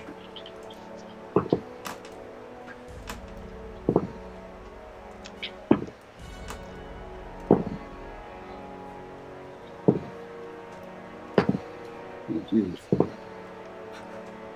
It's like I'm walking up with a fogger. Alright, you hear as you walk up, you bang your shield and call out to your god, and this holy energy erupts around the dragon. As it lights up now, you can see with the light of it, you can see through this paper and canvas that covers it, so you can see like silhouetted shapes and shadows of figures inside as you see at least a dozen of them inside, these little shapes more, and you can see the outlines of like wheels and pulleys and other things, and you can see all of them kind of reach it, and like at least almost all of them fall to the ground in pain as you dum, dum, dum, and you see the head of the dragon kind of go like list to the side and then slam into the ground. Anything else on your turn? That's the end of my turn, which means kobolds have to make another save. Oh, no. I love clerics now. I want to play a cleric again. Oh my god! Ooh. Wow. Dane, the choice is yours. So, Nice. with my party members loosing arrows and spells at the creature and seeing the bravery of Ebo and Bingo going up there and fighting this dragon, I'm inspired to go closer. And realizing with Ebo at first telling us, and now we're seeing that this is not really a dragon, I get the confidence to walk up. I call onto my spirits of the spirit guardians and give them with a 1-2 punch. And all these little like fey creatures just kind of hurl around and come in and just start chasing them and picking them down, kind of like Who Framed Roger Rabbit when the ghosts are coming. Yeah, as it's things. Yeah. All right, you see kobolds start like ripping holes in the side and trying to get out and just falling to the ground. And you see one, they come like crawling out of the mouth through the fire, and you can see on his head he's got this weird headdress that looks like it's made out. It looks almost like braided hair around him in this ring, but you realize as he comes out, like gasping for air, it looks like rat tails, like all cut off and sewn around his head, and he goes, ah! And he falls to the ground and tumbles out. And you see a couple more as all these kobolds reach for life and then die on the ground. As you murdered all of them. Wow. Got him. This is a kobold snuff film. Quillith starts inching towards the gold. Alright, as the chasm falls silent around you. You find yourself... I'm going to run straight to the gold. Okay. And you'll find me over here scooping gold into my... No, so you find you guys yourselves surrounded by treasure in this place. You do know you were sent here for a specific item. I'll search for that.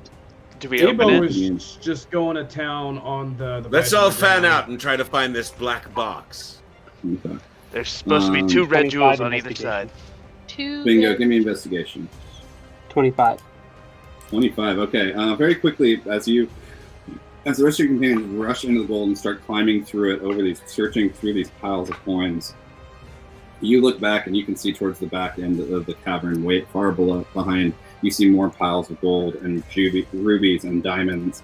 And sticking out at an angle, you see this black, long chest, almost like a shoebox shape of this dark ebony wood.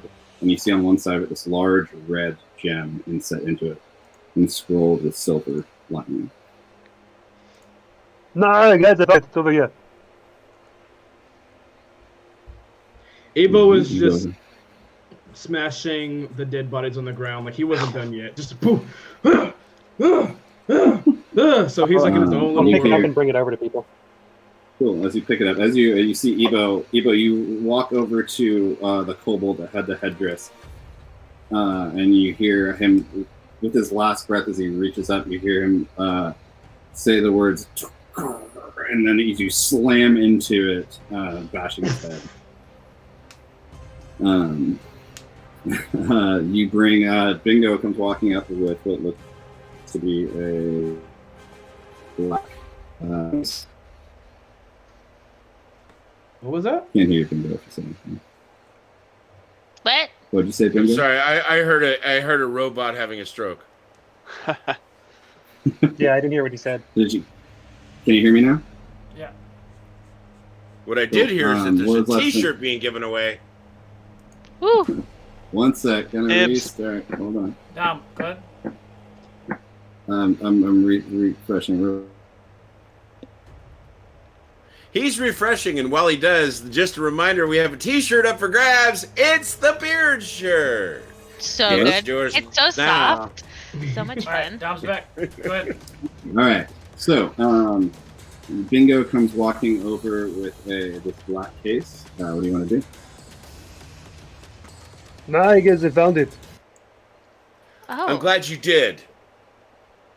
As I'm piling gold into my.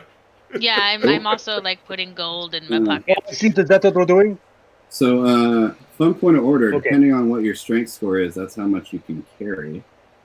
Coin weighs a lot. Yes, it does. Damn it! So, I'm switching to um, jewels. Switching to jewels. Yeah. As you start to look around, you realize there is no way you're getting out of here with all this treasure. There's no way to carry it, transport it. You can fill your pockets. Do I see a bag of holding anywhere? Yeah, give me a perception check. Which can hold 18,000 gold pieces. I've done the math. Nope. I'm standing next to Dane. 11. 11. 12. You both look around. There are no bags of any sort around. Okay. Is there a bed where I can make can this my the, home? I must be able to feel something. There's various chests and stuff you could try and carry out. But if you just like to fill your pockets and carry what you can in your bags, Sure. you'll all be able to make it out all together as a group, probably with about 5,000 gold pieces. How about a 17 investigation for the bag? 17 investigation. You see something sticking out in the back corner as you walk. You climb over, like slipping on gold pieces. As you crash down on, slide down one other, you see this leather strap sticking out of the gold. You pull back, you pull it up, and it looks to be a really nicely made quiver. Ooh, a quiver. Not exactly what I was hoping for. Fill it with gold. Start filling the pieces with gold. Jewels. That dragon mechanical thing, is the base of it like a cart? Oh yeah, it's definitely a cart, and you can see the smoke. As you start looking through it, you can see it looks like it was held together with pulleys and wheels, and you can see what looks like some sort of big horn in the back with a windbag attached to it that seem to be making the roars. And you can see that the bottom there is wheels to roll it forward and little holes for their feet to push it through. But you can see there's also these like little things of herbs and other things that create smoke that were all covering the bottom and all lit, creating this cloud of smoke that made it Fill the hard to see. dragon with gold. Yeah, but are we going to be able to find a way to ride this thing out of here? Well, I mean, we just take the cart. We can push it and load it up with gold. And push it out where? We don't even know how we're getting out yet. Can I take the big horn and aim it up so we can fill the horn up with gold too? Sure. Lay the rest of the carcass down as a tarp and then cover it with gold. The wings. Can I push all the gold? Can I push all of the treasure together and then cast reduce on it? No, there's an idea. Yeah. Reduce targets, one thing. And then everybody could take scoops of that. So with fill them. up the dragon, hit reduce on the dragon, and you can put the little dragon. Yes, and then we'll just wheel it right out. All right. Well, as you guys sort Hold on, I out still have through the another second treasure on level. how Yeah, no you're going to problem. get Reduce. What's you that guys now? all sort through as you guys all sort through the treasure on how you're going to get this haul back to Mordenkainen. Black box recovered. You kind of made it through alive, and we'll end there for today. Woo! Well done, Yes. guys. So much treasure. Yeah, you guys are The very Robo rich now. Dragon. We just ended by arguing about how we're gonna get the treasure out. Like we really want. That's it. Yeah. After slaughtering a lot of kobolds. Wait, do we want to open the box first? Oh no. It said You it would said kill not us. Eh. Yeah, fuck it. Open the box. Let's do Normal, it. you See what can happens. open the box. I'm just kidding. No. Norl, do you want to open the box?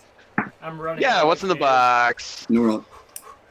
All right, Norl opens the box. As you peer inside, I need you to make a wisdom saving throw. You got it. Oh, good lord, he's thinking about it an awful long time. What's Natural in there, one, Norl? baby. Woo! Natural 91. one. All right, you guys all watch as he appears in the box and he stares at it for a second, and you see him lift the lid and reach in. As he drops the box, he pulls out this gnarled, gray, withered hand. Oh, As he fuck. raises it in front of him, you see him It says monkey pull out a paw. knife from his pack, chop off his hand, and stick it onto his grows onto his Great. arm. Hi, Oh, Ben. God. His eyes start to glow green, and there's Normal. Great. I'm the bad guy now. Come back next year for a Vecna fight at GaryCon2020. Shouldn't open the box. Nice. Nice. All right. Well, Cool. thank you, Well done, sir. guys. Cool. Yeah. Thanks, So Dom. yeah, that was Thanks, fun. Dom. There, It was fun. So a lot Thanks, of Dom. that That was great. a lot of that had some nods to was kind of in honor of Gary X. There were some things Mordenkainen was Gygax's first character and the one he kept playing all the way through until he left TSR. That village you started in, Hamlet, was from one of his first adventures he wrote, Village of Hamlet. Oh, that's so cool. And all the people you interacted with were actual NPCs from the 70s. And Nice. you saw, and then what you encountered was I'm stupid and didn't write down the names, but this is from an encounter that was described in Dragon magazine in the early 90s called Tucker's Kobolds. Some of you may have heard of that. And then special thanks to a Reddit user whose name I'm forgetting that suggested the use of a fake dragon. But yeah, well done, guys. That's Super dope. sick. That's cool. Thanks, man. That was really rad. Yeah. That was Cool. super Happy rad. GaryCon. Happy GaryCon! I love that Happy kobolds are running a GaryCon. dragon. That Good was- games. Yeah. Yeah, a little note from me. We are currently only like 4 more minutes in a Torque beard shirt. Torque, if you want to show the shirt real quick. We're going to be back up in about 15 minutes with our homebrew world building DM panel. So Wait, stay where'd it tuned go? for that. There it is. Yeah, we'll see you all soon. Bye. Yeah, bye. Bye. Bye.